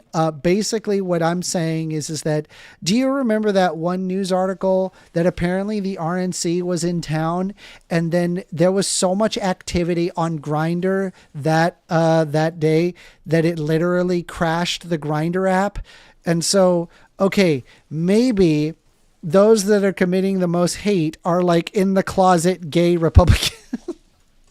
Look, I never been to Grindr, but I heard that like the deeper you hate like gay people or transgender, the more gay you are, and just like come out the closet. Like I remember no, they're just like in the closet, but they're definitely gay. The people lost. Sorry for the life lost at Pulse, the Pulse nightclub, but that dude was an undercover raging gay guy. Oh, and he was dude. mad that he was gay. That's so I feel so horrible because a lot of people lost their lives. Just repress, but he was a raging, repress sexuality. And that kind of sucks because I was like, well, if he had just like if he just accepted gayness, himself, he would have been he wouldn't have fine. to do that. Yeah. He could have he could have had a really good time.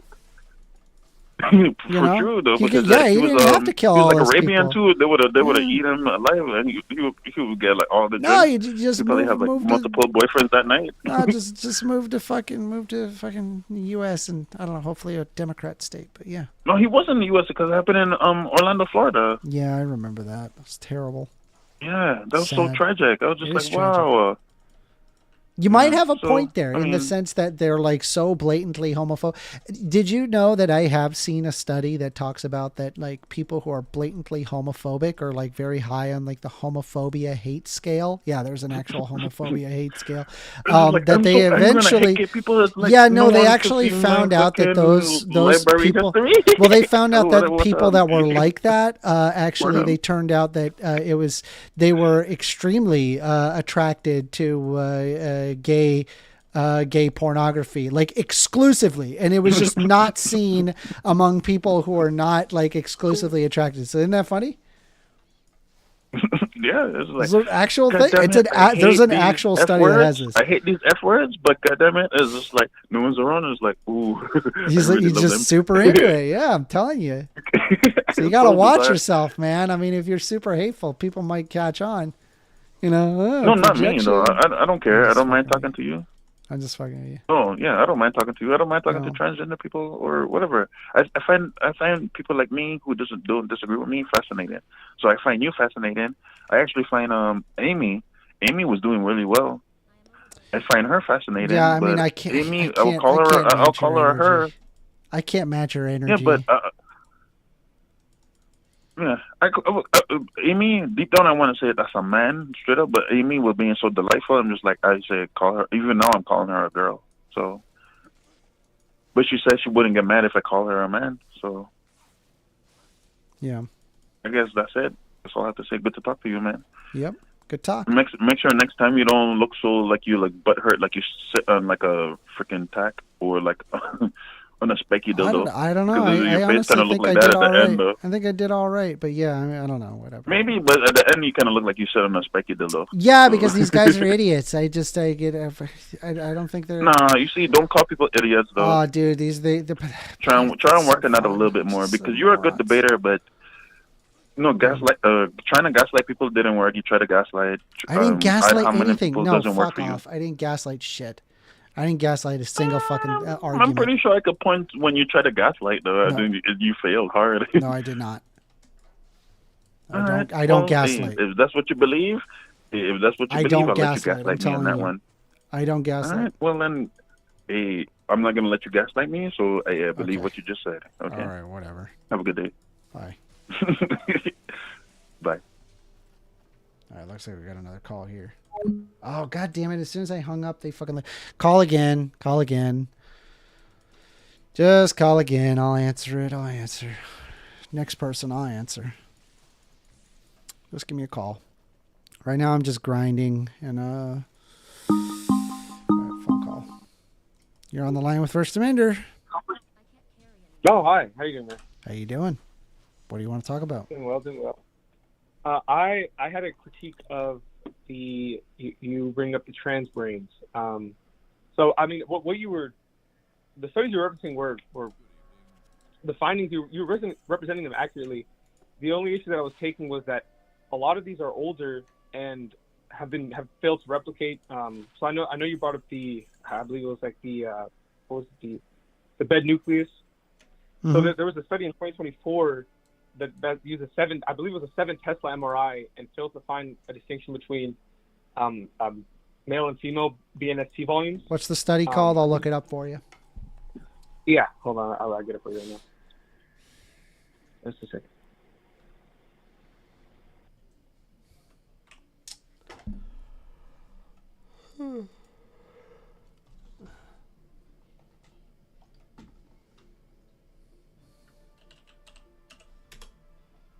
Just a second.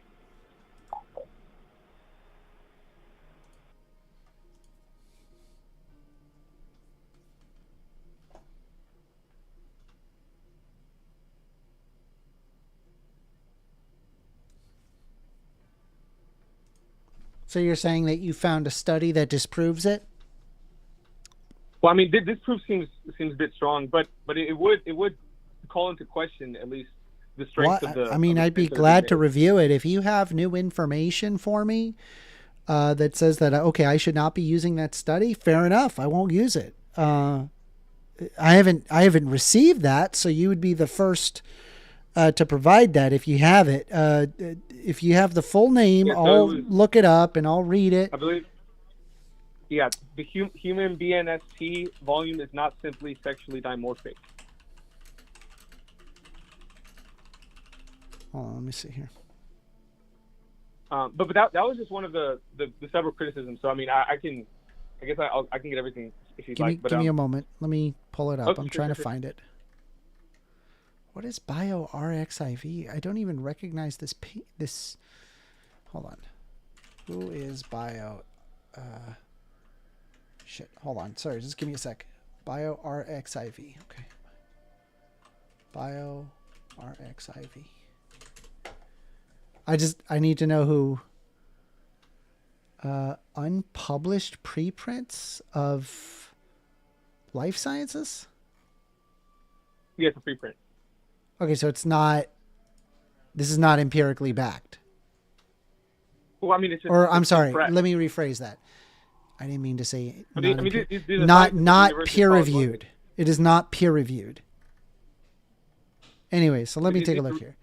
Beta nucleus sexually dimorphic basal forebrain region is a claim prevalent across rodent and human neuroscience research with particular. Oh shoot! Let me share it.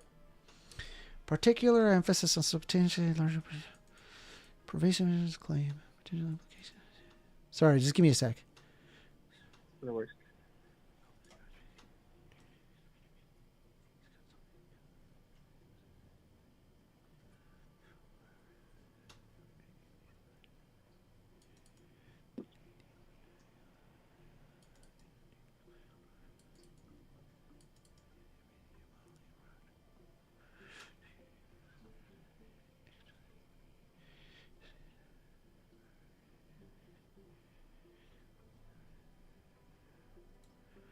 Okay.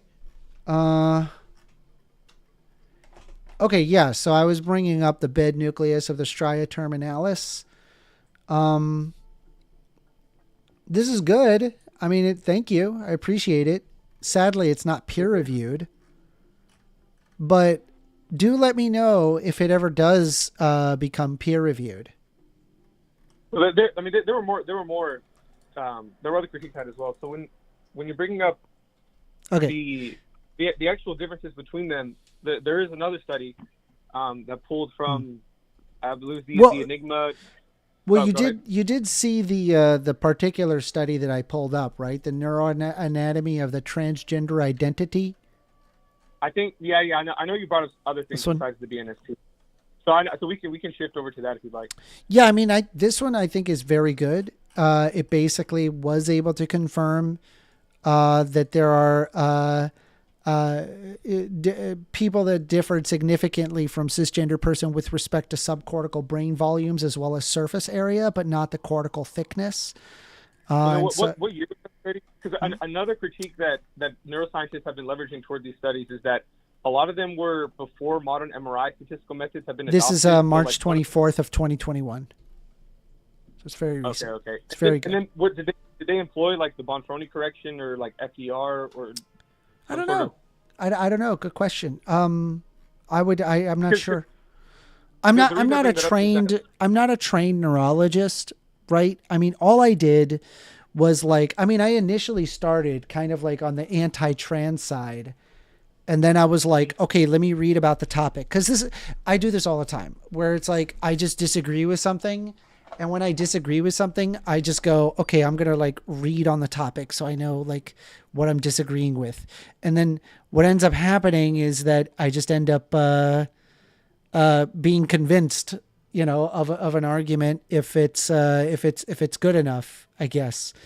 I find quite often it's specifically when I'm talking with especially right-wingers, the trans argument is hands down the least understood argument that right-wingers ever present. I mean, it's just all pop culture, culture war nonsense, right? As opposed to like what is actually happening. And, I'm open to the idea that, hey, maybe this study can be disproven somehow, but, this problem doesn't just go away, I guess is what I'm trying to say. Mm-hmm. Yeah, the reason I bring up that is because one critique that neuroscientists leverage towards some of these transgender brain studies is that, yours, the 2021, I would imagine they probably use some sort of like FDR method or something like that. But a lot of the earlier ones back in, are you asking for the specific method? I mean, I could read the method category. No. I'm sorry. Actually, I know the method. It's a mega analytic approach. But that tests for multiple. What is it? What type? So is it a type of FDR? Because a lot of the earlier ones is that what happens is when you're looking for the p-value when you're running the significance tests, is that because you're comparing like voxel by voxel or like the So a mega analytic approach is just simply a research method that involves combining and analyzing raw data from multiple independent studies as if they were a single large data set. Oh, you're talking about a meta? Oh, you're saying it was a meta-analysis? No, this is different from a meta-analysis, which combines summary statistics like means and effect sizes from different studies. A mega-analytic approach is a research method that involves combining and analyzing the raw data in and of itself, not summary statistics. I see. It is it requires individual participant data or IPD that doesn't tell you rather than aggregated results. But that's not the statistical method, though. Like, what statistical method did they employ in that study? Let me take a look here. Because when you're looking for the p-value, because you're comparing voxel by voxel... Three main anatomical measures of interest were analyzed. Gray matter volume, cortical and subcortical, and 2, cortical surface area, and 3, cortical thickness. Oh, shoot. Sorry. Those are using a region of interest approach to reduce the number. Well, I'm reading it. I'm reading it out to you. Like I haven't read this portion. Like, people don't normally ask me about the statistics. I'll be honest with you. To reduce the number of comparisons, several a priori or ROIs were selected based on prior findings as well as based on specific research interests of specific sites. Specifically, these regions included for cortical and subcortical volume as well as cortical thickness and cortical surface area. 1, inferior parietal gyrus, paracentral gyrus, the postcentral gyrus, fusiform gyrus, IFG pars orbitalis, IFG pars opercularis, I'm sorry, I'm not a neurologist, IFG pars triangularis, superior frontal gyrus, frontal pole, rostral middle frontal gyrus, caudal middle frontal gyrus, insula. In addition to these, the cortical and subcortical volume was also obtained from the cerebellum, ventricles, thalamus, putamen, and the caudate. All statistical analyses were performed on mean values for each ROI obtained from the free Surfer software in SPSS version 24 using analysis covariance and COVA. As we were predominantly interested in relatively structural... Okay, I think what you're asking for specifically is analysis of covariance and COVA. Well, I think I'm on the stream right now. I think... Can you read that part about the FDR? That's what I was asking about earlier. FDR? Yeah, the false discovery rate. I see that they mentioned it in the paper, but you're kind of blocking it on the stream, so I didn't... FDR? It's a little low. It's like right below what you were highlighting. I don't see FDR. It's under supplementary. Wait, I thought you asked for the specific I thought you asked for specifically what the statistical analysis was, right? Yeah, well, you were just listing off the ROIs, right? So they were just listing off the specific regions that they were running the analysis on. Hold on. I'm aware. I'm saying that you were asking for what was the statistical analysis, and I found it. It's the analysis of covariance and COVA. I'll be honest. My Stats 1 and Stats 2 course, I don't recall this particular, so I'm just going to take a look here. It's a statistical technique which combines features of ANOVA, analysis of variance, as well as regression. It uses to compare group means with controlling the effects of one or more continuous variables that might influence the outcome. These continuous variables are called covariates. Yeah, the reason I asked the FDR part was because, again, the critique with a lot of these studies is that when you're comparing, because they have to compare voxel by voxel, or like one subsection of each part of the brain, they're running a statistical significance test on every single voxel. And so if you just run that test on 100 voxels, just by odds of probability, you're going to get a significant result in 5 of the regions, because in order for something to be statistically significant, it needs to be 0.05. There needs to be like a 0.05 probability that this would happen, or that this was a false. I mean, did you want me to continue with the? I just saw the FDR. That's why I didn't want you to like read out the whole study. That's why I just saw the FDR. Well, I'm not writing the whole study of the FDR, the whole study. I'm reading the experimental design and the statistical analysis, just that portion, which is only a few paragraphs. Here, I'll just finish it.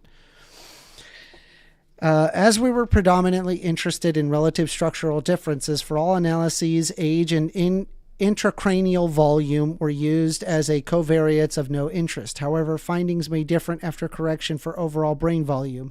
The uncorrected findings are present in supplementary tables S4 and S5. Importantly, in terms of correction for multiple comparisons, all main effects were controlled for number of ROIs using a false discovery rate correction of p-value of less than 0.05, two-tailed.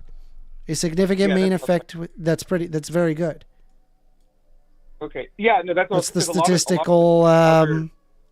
That's like statistical. Like, yeah, that's exactly what you would want. No, that's what I was looking for. Because one of the problems with a lot of the other transbrain studies, especially from like the 2010s, is that these sorts of methods like the FDR and Bonferroni correction, a lot of these methods weren't adopted yet until later, and so they weren't able to correct for the multiple corrections like they were talking about. And so when some of these other earlier studies are finding significant results, I mean, it's almost just like a guarantee, just because of how many statistical significance tests they're running. And so just on the odds of probability, you're bound to get... Well, you'll be fair to know that it appears that the Bonferroni corrections are taking into account the number of group comparisons were applied. Okay. So there you go. And then I had another one that there was a study that showed when they incorporated heterosexual males, when they incorporated them as controls, a lot of these effects deteriorated. So I'm curious how you interpret that, and I can reference you the study. I'm curious how you would interpret that, because if it is the case that the transgender brains are revealing some sort of underlying reality about their disposition or their orientation, why would it be the case that this is offset by someone who's heterosexual and not under the belief that they're sort of, I guess, like in the wrong body or that they're truly a woman? So if I'm not mistaken, in this particular study, it did not exactly entail like what exact percentage of cisgendered males possessed the exact numbers, but there were other studies that did show that. And it turned out that it was over 97%, which is wild. That is a wild statement. People who self-reported saying that they were transgender, when we analyze structural MRI data, they possess these own unique brain phenotypes with a 97% accuracy. That's very high. Unique would be different than having the same anatomical structure as the opposite sex. No, there's no. Hold on. There's no claim that they have the exact same anatomical structure. No. Well, no, they possess their own unique. No, they possess their own unique brain phenotype. Yeah, but the claim, but a lot of the trained studies that are put forth the claim is that they have a structure more similar to that of the sex. Yes, that is true, but it's not. It's not exact. What they end up finding is that it will be generally towards their sex, but it's not like fully there on their sex. That's what most studies show. Mm-hmm. But I agree with you. There's probably earlier studies that are probably a little more kind of crazy about it, saying like, "Oh, it's just like a female," and it's like it's not really.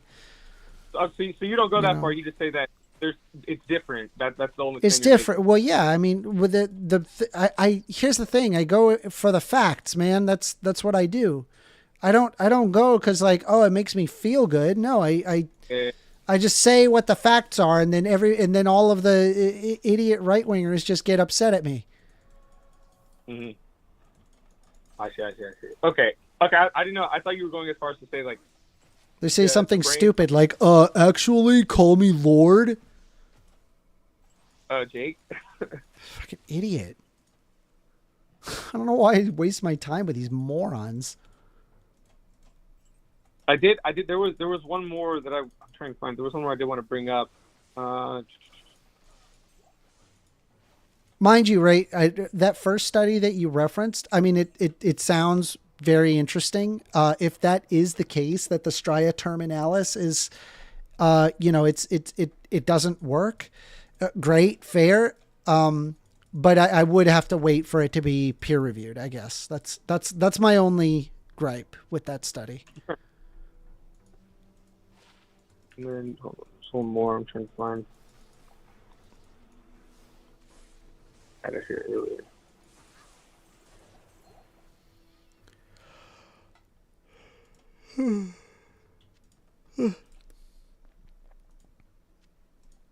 But no, you already in that in mind. So the last one was going to push back on this male brain, female brain dichotomy, but you already conceded that this isn't the claim that's being made. So then, I suppose the last thing I would bring up is, do some of these studies mention? I mean, someone else already brought it up. The hormone therapy can alter white and gray matter. So I didn't know. Yes, the study with the brain, it does account for that. It is pre-hormone therapy. Oh, okay. Yep. Okay. So that is in fact accounted for. Well, I think that covers up. Isn't that interesting? Nobody talks about this shit. They're just like, yeah, trans people aren't people. Like, I'm just like, what is this discussion? There is no discussion. It's literally like, I don't know. I just feel like when I'm like sitting there in the debate stage, right, that I'm just like standing there in like, I don't know, like it's like I'm sitting there like as like in like just like a freshman college student, right? I'm not gonna bolster myself, but there I am sitting there just like a bachelor's degree college student, and I'm sitting there with like just like unironically a bunch of baboons just slinging shit at each other and laughing as soon as that they like throw shit at me, and they're like, we won the argument. Like, oh my god, I don't know. Sorry. Well, so I guess since we covered all that, the last thing I guess the last question I had was, given this data, like given that we do see some differences, even if it's not again aligned with the opposite sex that they're reporting to be, then the question does become, are these differences causing this? I mean, right? It's the whole chicken and the egg, right? Okay, hold on. If you're talking about like what causes, like whether or not that hormone causes a behavior or the other way around, that, if I'm not mistaken, there's actually there currently no known way to prove that. We just know that when this hormone is present, this behavior is present. And when this behavior is present, this hormone is present, but we can't seem to figure out which one causes the other. No, I wasn't talking about behavior. You didn't let me finish. I was talking about the anatomical differences that we're seeing. The question becomes, because we don't have a unified theory or predictive framework, a lot of this is kind of just speculative and up in the air. I don't know what you're referring to. Well, so the point is that, I mean, there are all sorts of things that can alter brain structure. So what if it's the case that these are just the experiences these particular people are having that's altering the structure? My point is it the structure that's indicative of the orientation, or is the orientation or the this is the same problem with the hormones thing. This is the same exact problem as what I was just mentioning regarding hormones and behavior.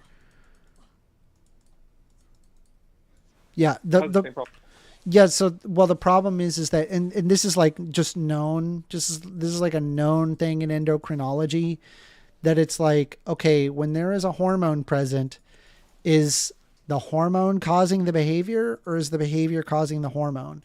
Yeah, that wasn't the claim I was making. I understand that that's not the claim you're making, but like it's kind of also the same regarding like sex hormones. Like, is a feature present because of the sex hormones, or is the sex hormones causing the feature? There's really no way to tell. We just know that both of those are present when it happens. Well, that's kind of the point, though. Like, if the answer is inconclusive, then I'm curious how you're making. Why would you cite this as evidence of the reality of transgender people if the results are inconclusive? Well, it just means that it has a root in biological determinism. I don't need to know which one causes the other. I know that it has a basis in biology in and of itself. It is not just simply a social thing. But it could be, though, right? Because experiences can alter the brain structure. So it could just be the experiences these people are having. What experience are they? Like how do you alter all of these portions of the brain? So like literally the volume.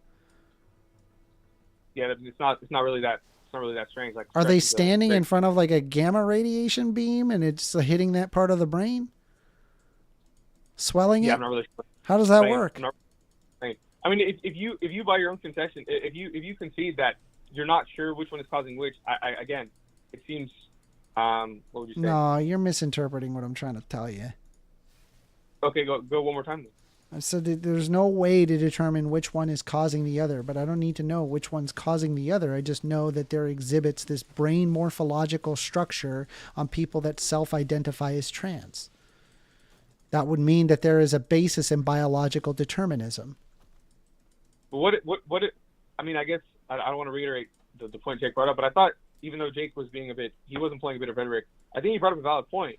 I mean, what if it is the case that someone identifies as transgender, but they don't exhibit these morphological differences?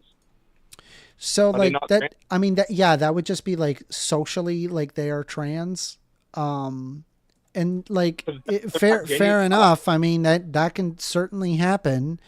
I don't disagree that there aren't probably an X amount of people that, say that they're trans, but that they don't actually possess, any reason to actually be trans. Ultimately what it comes down to is you kind of just have to ask them and figure out, okay, well, how are you feeling about this? And because of how complex, the human experience really is, it's not as simple as like, oh, it's just this brain morphology and that's what causes it. It could be all sorts of different factors. And I think if you're going to have any amount of medical, intervention whatsoever, I just think that it needs to go through a trained professional that is specifically designed and well-read on this topic to be able to properly diagnose these children. That's where I'm at with it. And that seems to be the most logical position. I see. So is the claim that the morphological characteristics are sufficient but not necessary for to be transgender? Are sufficient but not necessary. I don't exactly know what you mean. Sufficient would guarantee its truth. Necessary would be something that has to be true in order for the truth to be guaranteed to begin with. So like a sufficient truth. That just confused me more. That's all that did. Like a class of example. This is like where you start getting into like the philosophy talk, and I'm not as strong in philosophy, but I try. I do. I've read Aristotle's Organon, and I read Plato's Republic, but I didn't read any Nicomachean Ethics, so I got to read that. And then there's probably some other shit that I don't know. I haven't read Heidegger. I haven't read what is it, Kant. I should probably read. I heard Kant is a really heavy read, though. I don't know. I'm not as strong in philosophy. Well, so a sufficient condition would just be something that guarantees the truth of something. So, like, if I were to say, like, in order to be the greatest basketball player of all time, I don't know, you have to have like the most championships ever won. That would be like a sufficient condition. A necessary condition to be the best basketball player of all time would be like you have to know how to dribble a basketball, right? Like if you don't know how to dribble a basketball, then the question's not even on the table, right? Okay. The other one, is true. I'm not sure. I'll be honest. I'd have to think about it. I don't know off the top. I'm very tired, and I promise I would probably be better at this if it wasn't fucking 2 a.m. Fair enough. Are you in the East Coast? Yeah. Me too. Fair enough. All right, fair enough. Well, we can Mash333, just subscribe. Thank you for the subscription. I really appreciate it, buddy. I'm a really small YouTuber, so any amount counts. Fucking 1 or 2, I'm happy. Sounds good. Yeah. See ya. Bye. All right, I'm gonna take one more call and then I'm going to bed because I'm EP. That one required a good deal of thinking. That was wild. I don't know why it plays the sound twice. It does that. Post-War Hopper says, I want to play this with you, noob. Aw. I am a noob. I'm trying to grind for a fucking staff. I need a 4-slot staff, and I'm not getting it. I'm not getting no staff. No happy. No happy. Only sad. I only have sad. I don't know. Maybe I should just... People are saying that I should just do this because it's like efficient. It may be efficient. I feel like it's not fun though. Like I want to like go through a dungeon and do the fun. Going through dungeon and doing the fun is much more fun.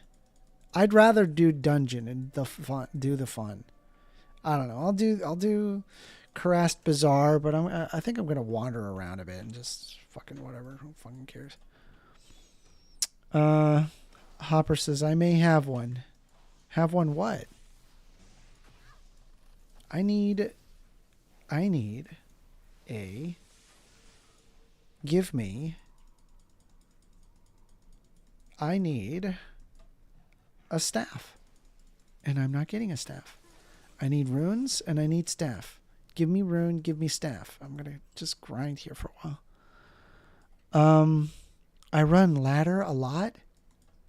Is this ladder? Is that what this is? I don't know anything about this. I don't know anything about Diablo 2. I just try. I try stuff and hope for the best. I don't know. I don't know what I'm doing.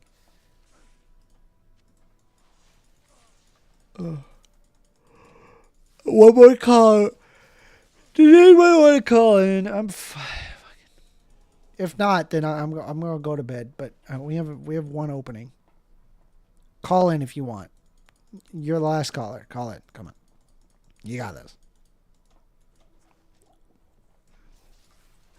Oh my.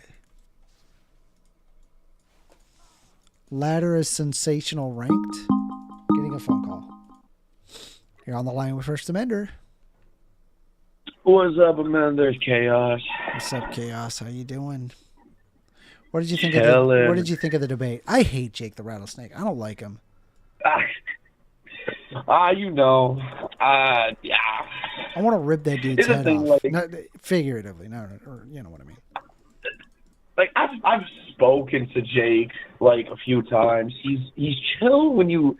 He's a chill individual, but it's like when he comes down to politics, it's like it just really depends on what side you lean on. You're just gonna go hard for that side, honestly. And it's like a big thing with Republicans I notice is the fact that, and conservatives, depending if you're religious or not, it's more like they see it as, okay, if by science an individual can't fully transition their cells and every single way from male to female, man to women, just entirely 100%, then in their eyes, they don't see a transition happening in any way, and it's just them being nice to, I guess, spare someone's feelings. Which, when I look at it that way, it's pretty bad, because at the end of the day, you have somebody that's going through trauma that they're trying to fix their trauma internally, and bare minimum they ask for is just being respectful about it, right? Just respect the pronouns and just like be respectful is all.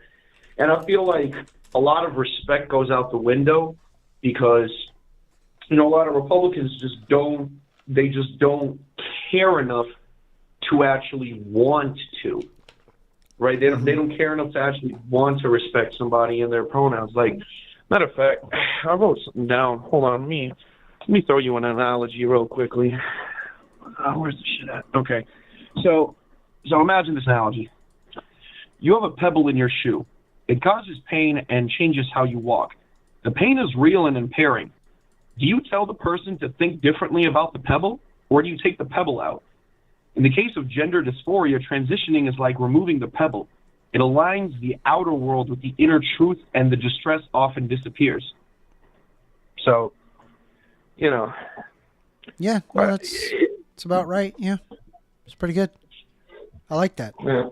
It's a good analogy. I could probably mention that. Okay, like, so, you know, this made me think. We have, just FYI, performed uterine transplants. Okay? Those have actually happened. Believe it or not. They're fairly new procedures. Right? Very new.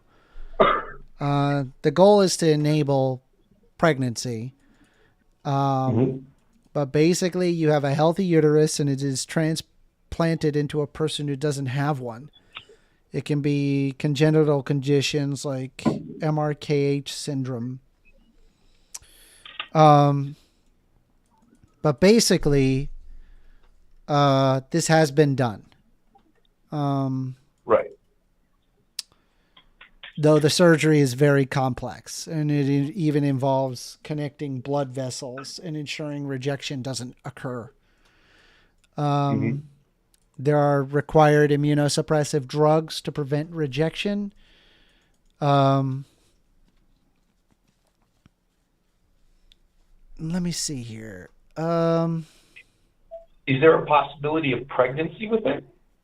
Yes. There's been over 30 live births reported globally as of 2024. So it's very new. Okay. It has never been done on a trans man. Okay. So problems. Trans women and cis men have pelvic spaces that are not the same as a woman, and so that would have to be modified surgically to hold a transplanted uterus. Right. Hormone treatments would be required in order for this to work, even remotely. Those hormones are needed to sustain the uterus. Let me think. Are there possibilities of the uterus closing up, like healing? The another problem is like biological males don't have like the uterine arteries or the same pelvic blood supply as cis women. They just don't. You would effectively, in order to like potentially do it, would be like you would have to like make or modify vascular connections for the uterus. That would be freaking hard as shit. It's not impossible though. That has been done before. So,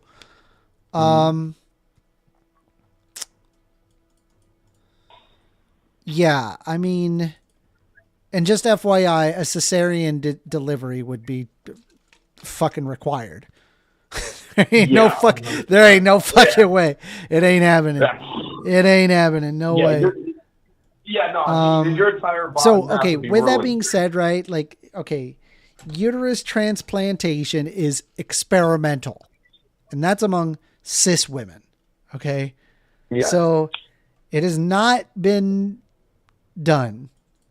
Now, there was a Brazilian doctor back in 2021 where they said that a uterine transplant in a trans woman could be possible, quote unquote, soon.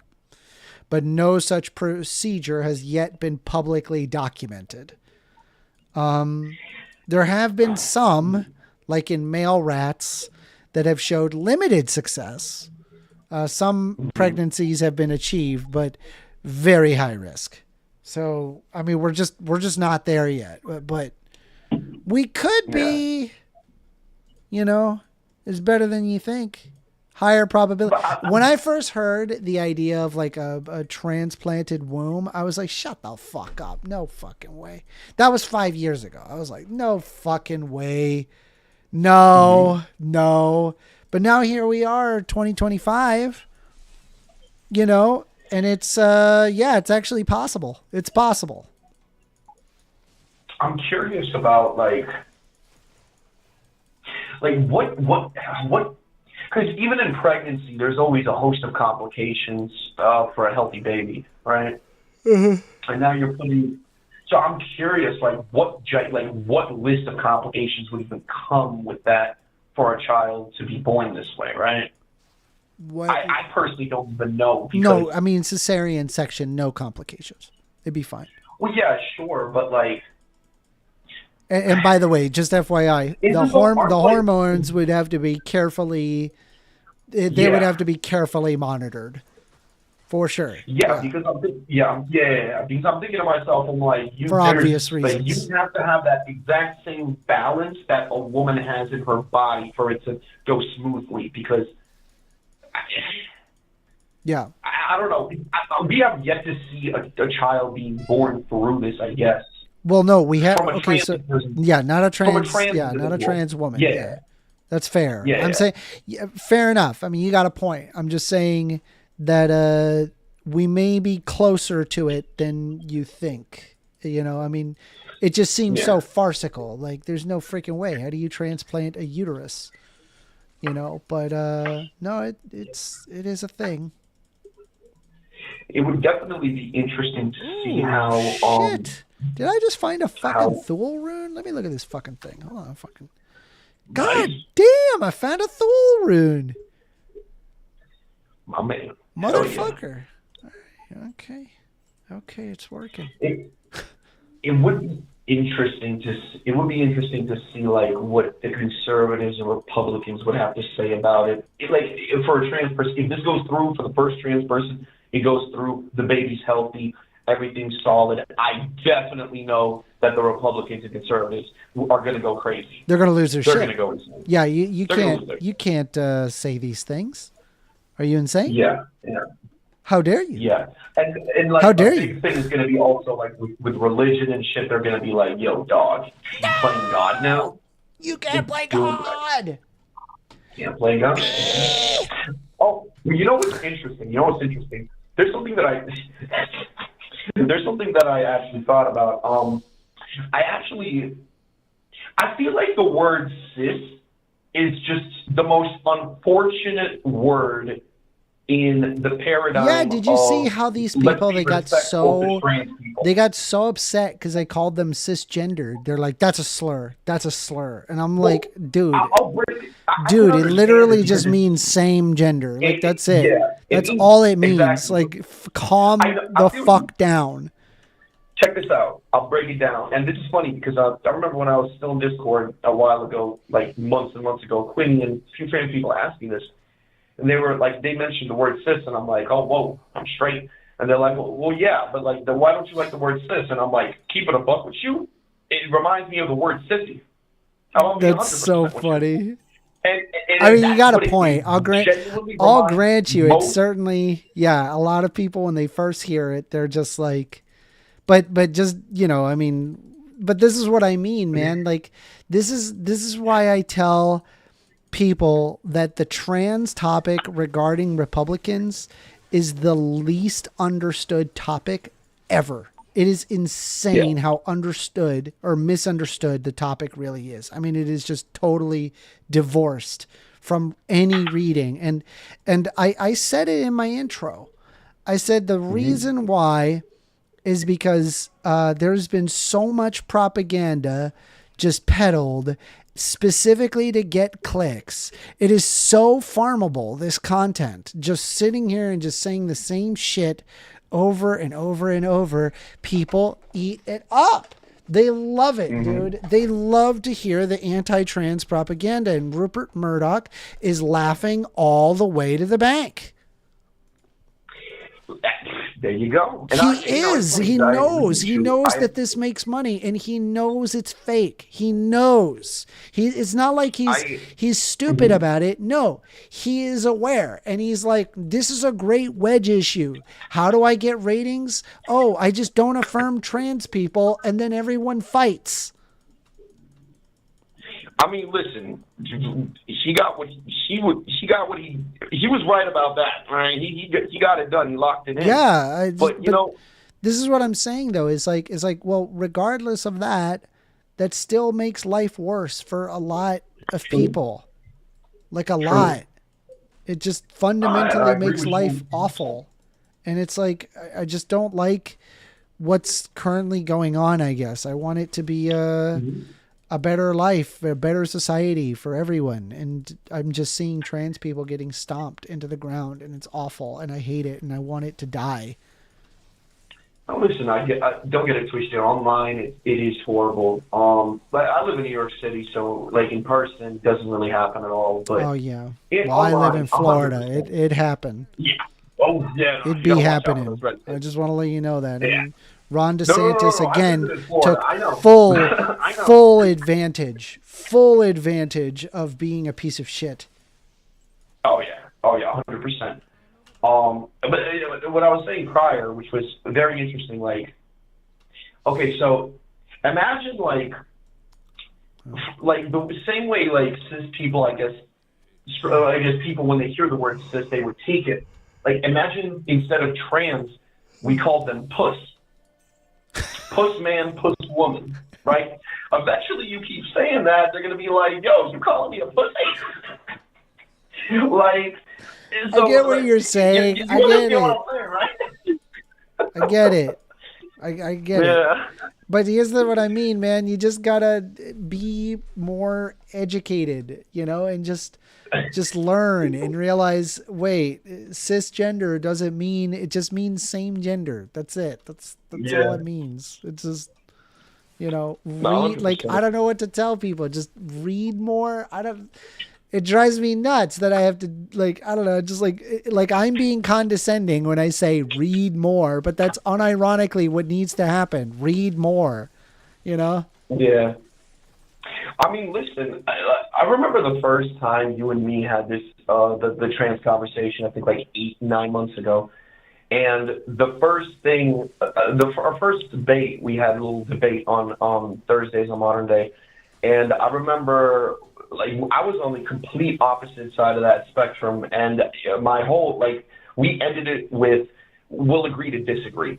And I was just not vibing with it. But then time went on, you were breaking it down more and more to more people. I started checking things out, reading statistics, reading articles, going through the science journals and everything. And I started realizing, I'm like, okay, so there's a lot of stuff that, I was completely wrong on. And a lot of stuff that when I be seeing this shit on YouTube or other videos, a lot of people be misinformed and or saying shit just for clickbait and or because their political alignment tells them to say it.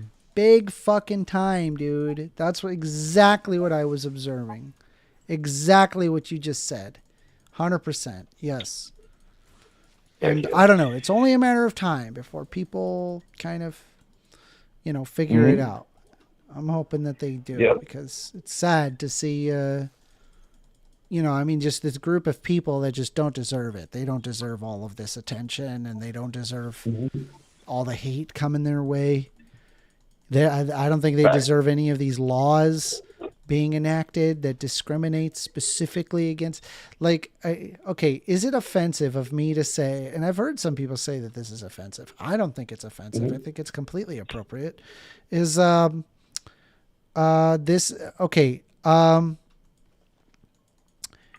black people is to Jim Crow laws as trans people is to today's laws.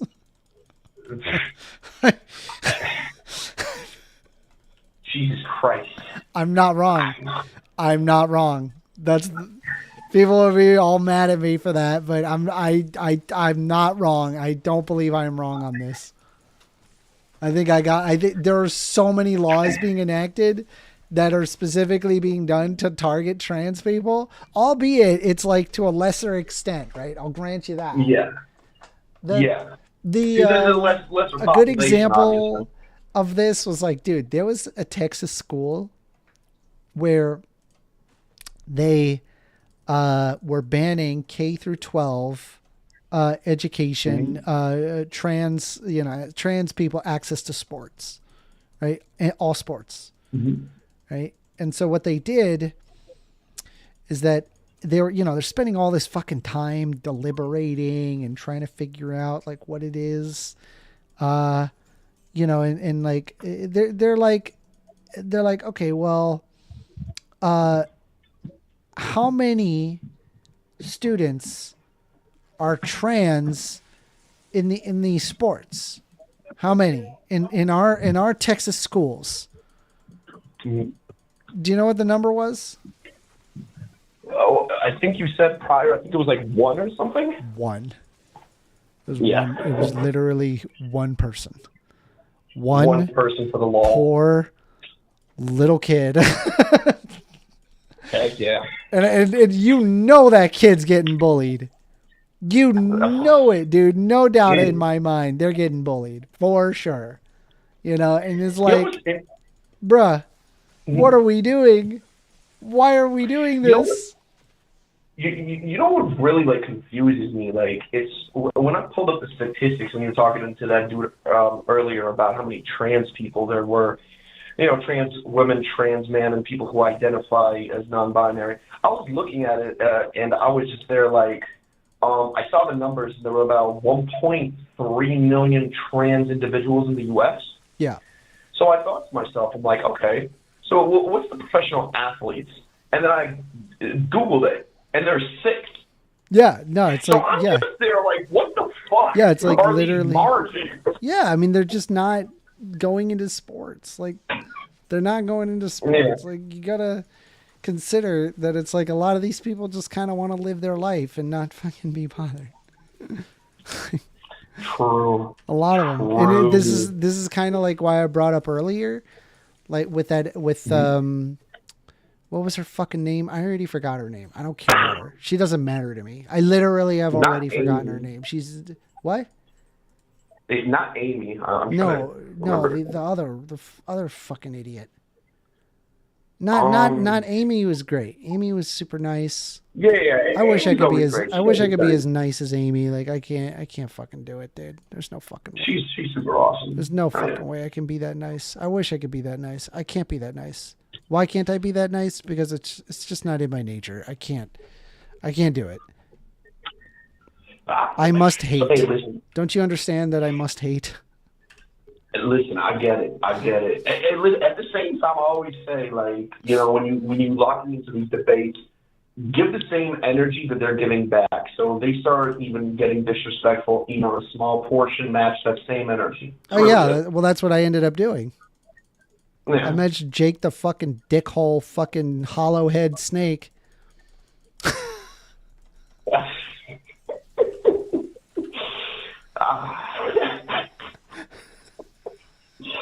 Did you hear what I call him? I called him Jake the Rattlehead. Jake the Rattlehead. Yeah, like you shake his head around, it just rattles. And I was like, oh, you're going to a water park? Oh, great.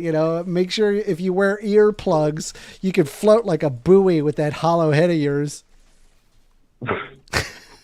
Terrible. Fucking terrible, firstly. But no, that's funny. Fuck you.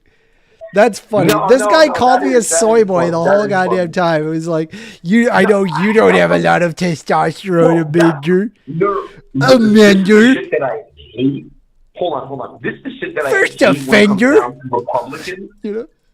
They always call liberals soy boys. Yeah. And or Democrats soy boys. It's so fucking weird. It is weird. Like, Why? They call them soy my boys God. because if they consume a lot of soy, they have a lot of estrogen in their body, even though the fact that estrogen is not the same as human estrogen, and it actually doesn't work that way at all. But yeah, that's neither here nor there. Terrible.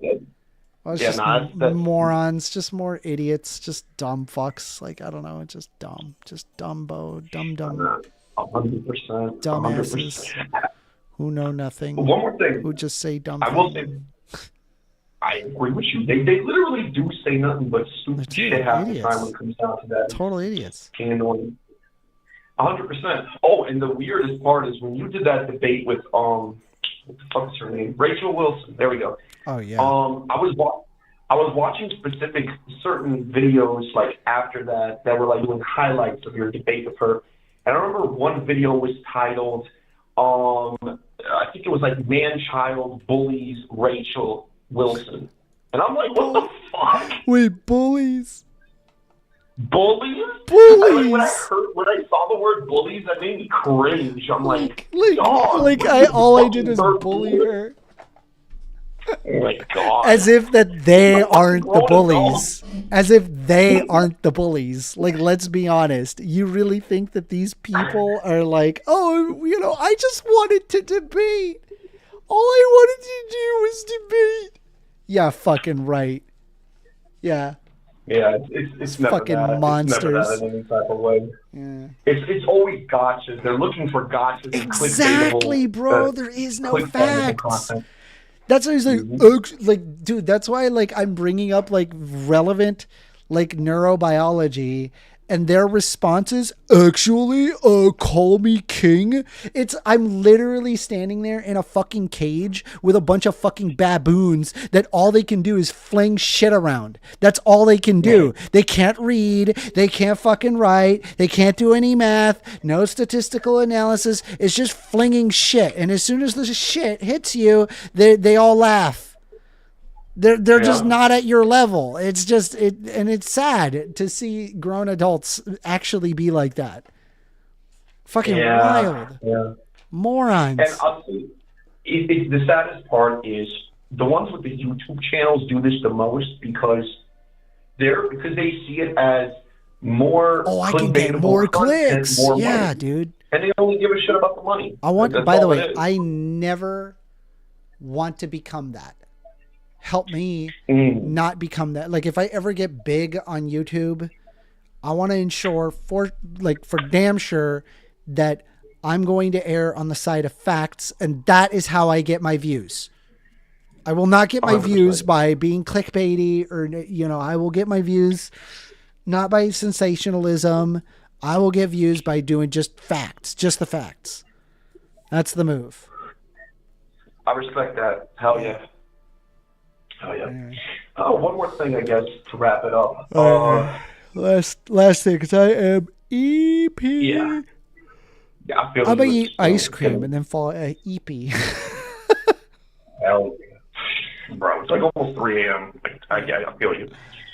All right. So last thing is the conversation that we had a little bit before when it came down to the wage gap thing. I found something interesting that So for corn, in terms of corn stars, men actually get paid times 4 to times 2 less than women do. So you get hired in a corn shoot. You get hired in a corn shoot, and you finish the shoot with the lady. You get paid $200 cash to your hand. She gets paid $800 cash to her hand. Right. So what is a corn shoot? That's one job where the wage gap is actually like an actual gap in terms of like you're getting like this individual is getting paid less because of their sex. You know what I mean? What is a corn shoot? Like, what do you mean by a like? Like, when I say corn shoot, like, like corn stars when they make, videos like on Pornhub, all that stuff, right? Porn star. Corn star, yes. Why are you saying it that way? I'm trying to be PG These are 18 plus. Oh, okay. All right. Yeah, my bad. I'm sorry. Hey, I'm trying to be respectful here. You're welcome. You can say porn star. Nothing's going to happen. Yeah. Yeah. So, with porn stars, it's a bit different. Men get paid significantly less than women do cash up front. I was like, cornstarch? I'm like, what? Cornstarch? Like, what the fuck is he talking about? He's like, yeah, when they're working the corn. And I'm like, what is happening?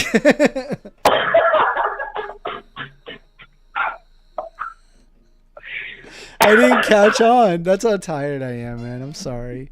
No, I you're apologize. good. I'm EP. No, you're good. But yeah, that's like the only thing. And in like the wage gap ways, I'd say that like men get paid less in like cash in hand. Outside of that, I don't know too many other jobs that there's actually a pay disparity like that. I'll keep searching, but that's one of them. Typically, though, just so you're aware, right, men do tend to get paid more than women in most jobs. Well, but yes, I'll agree with you. Like, porn stars do make more if they're women, yes, because they're in higher demand. That one actually makes sense, though, why there's, like, of course. Yeah. Like, you got it, like, okay, it's not a hot take to say men's libido is higher than women's. That's not a hot take. Right. That shouldn't be a hot take. Right. That shouldn't be like, oh, you're being sexist, whatever. That should just be like, yeah, that's just what it is. It's that. Yeah, it's valid. Right? There's nothing you can do about it. It is that. Mm-hmm.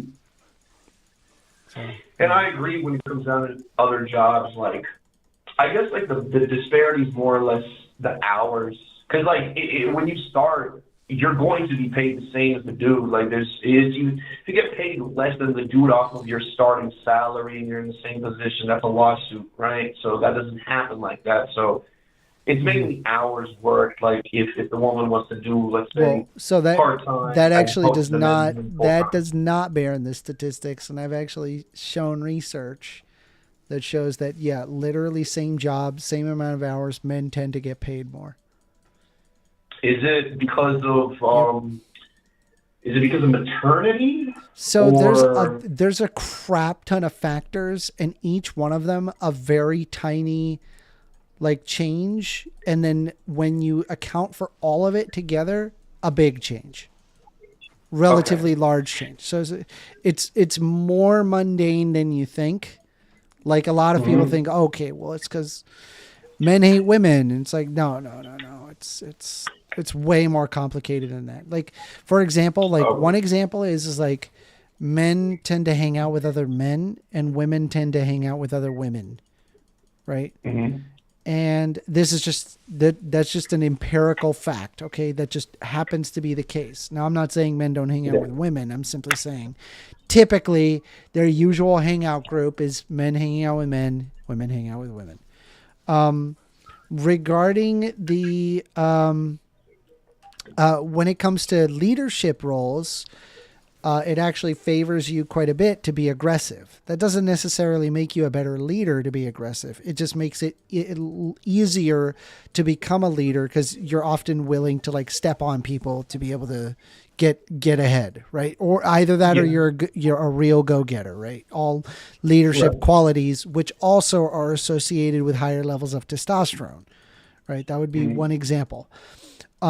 So knowing that is the case, right? Higher levels of testosterone, while also being a bigger leader like that. I'm sorry, let me step back. There's a more probability of a guy being put in that position. As opposed there's to a higher probability of a guy being put into a higher position. And because that guy got into higher positions and other guys got into higher positions, this propagates more guys get into higher positions. See what I mean? Yeah. So it's like, it's all really tiny things that on their own are fairly innocuous, but when you combine it, it starts to really like cascade. Got you. Yeah, well, I guess whenever I think of pay gap, I'm just thinking of it being like lawsuit literal. Like she's getting paid $15.40, you're getting paid $17, and y'all in the same position. And y'all started as numbers, that also happens. That's what I think. That also happens. Believe it or not. Well, that is definitely courses for lawsuits because yes. Well, that if you discover it, if it's discovered. Yes, if it's discovered, yes. You know, oftentimes these things are not discovered though, because it's considered taboo to share your salary to employees. Yeah. And for good reason too. I mean, I get it. Like it causes all sorts of feelings to show up, you know. It's true. Yeah. Like, why do they get more? Like, that's inevitable. Like, I think that would happen no matter what. Yeah, and then you're just gonna have like. Do you think people should disclose like how much they make? I feel like they should, because I feel like it gives them more of a chance to grow. Because let's say you're making $16.20 as opposed to somebody that's making $18 an hour. I just think that there's so much like strife that honestly not worth it. But probably what is worth it is a union. There you go. See what I did? Unions are good. Unions are good. Are amazing. But like, again, I would always say that self-improvement is always key as well. So if you know that you're doing less work or you may be falling behind on specific goals, and maybe that's why your pay is getting a little bit doctored, you could fix that up to get that pay in the same range, right? In the same vein, you definitely need a union. You want everything to be even and equal. You don't want there to be disparities that are gigantic with white people. You don't want to have somebody making $10 and another person making $20, and they're in the same boat, right? Yeah. So, well, I mean, sometimes there's additional factors. I mean, hell, nepotism is a huge factor. Huge factor. Oh, yeah. No one ever realizes that. Anyway, it's very, very late. Heck yeah. I am going to stop the stream, go to bed, and Well, amazing debate that you had. Loved it. You're getting way more subs. You're getting a hell of a lot of views through your lives. I'm watching it. Oh, yeah, dude. The lives are doing pretty good, man. I love it. Yeah, I'm loving it too. Hell yeah. It's pretty great. Wouldn't it be great one day that I could just like quit my job and then I love my job, actually. I do like my job. It's just, you know, it would be amazing, right? To be like, oh, I'm like self-employed and like I fucking run an LLC or whatever. That'd be kind of cool. Anyway, subscribe because I love you. Have a great night, brother. Take care. All right, guys. I want to take on more calls, but I'm very tired. I don't have anything to do tomorrow, so thankfully, you know, but I'm exhausted. Normally I go to bed at like 12, and that's if I'm just like left to my own devices. So, really appreciate you guys so very much for everything, joining the stream. I was going to say, subscribe if you haven't. Really tiny YouTuber. Really tiny. I'm growing though. It's growing, you know, every little bit counts. Anyway, I thank y'all very much for this, and have yourself a good day, morning, night, wherever you are. I'm sure it's morning, day, night somewhere. Have a good night, everybody.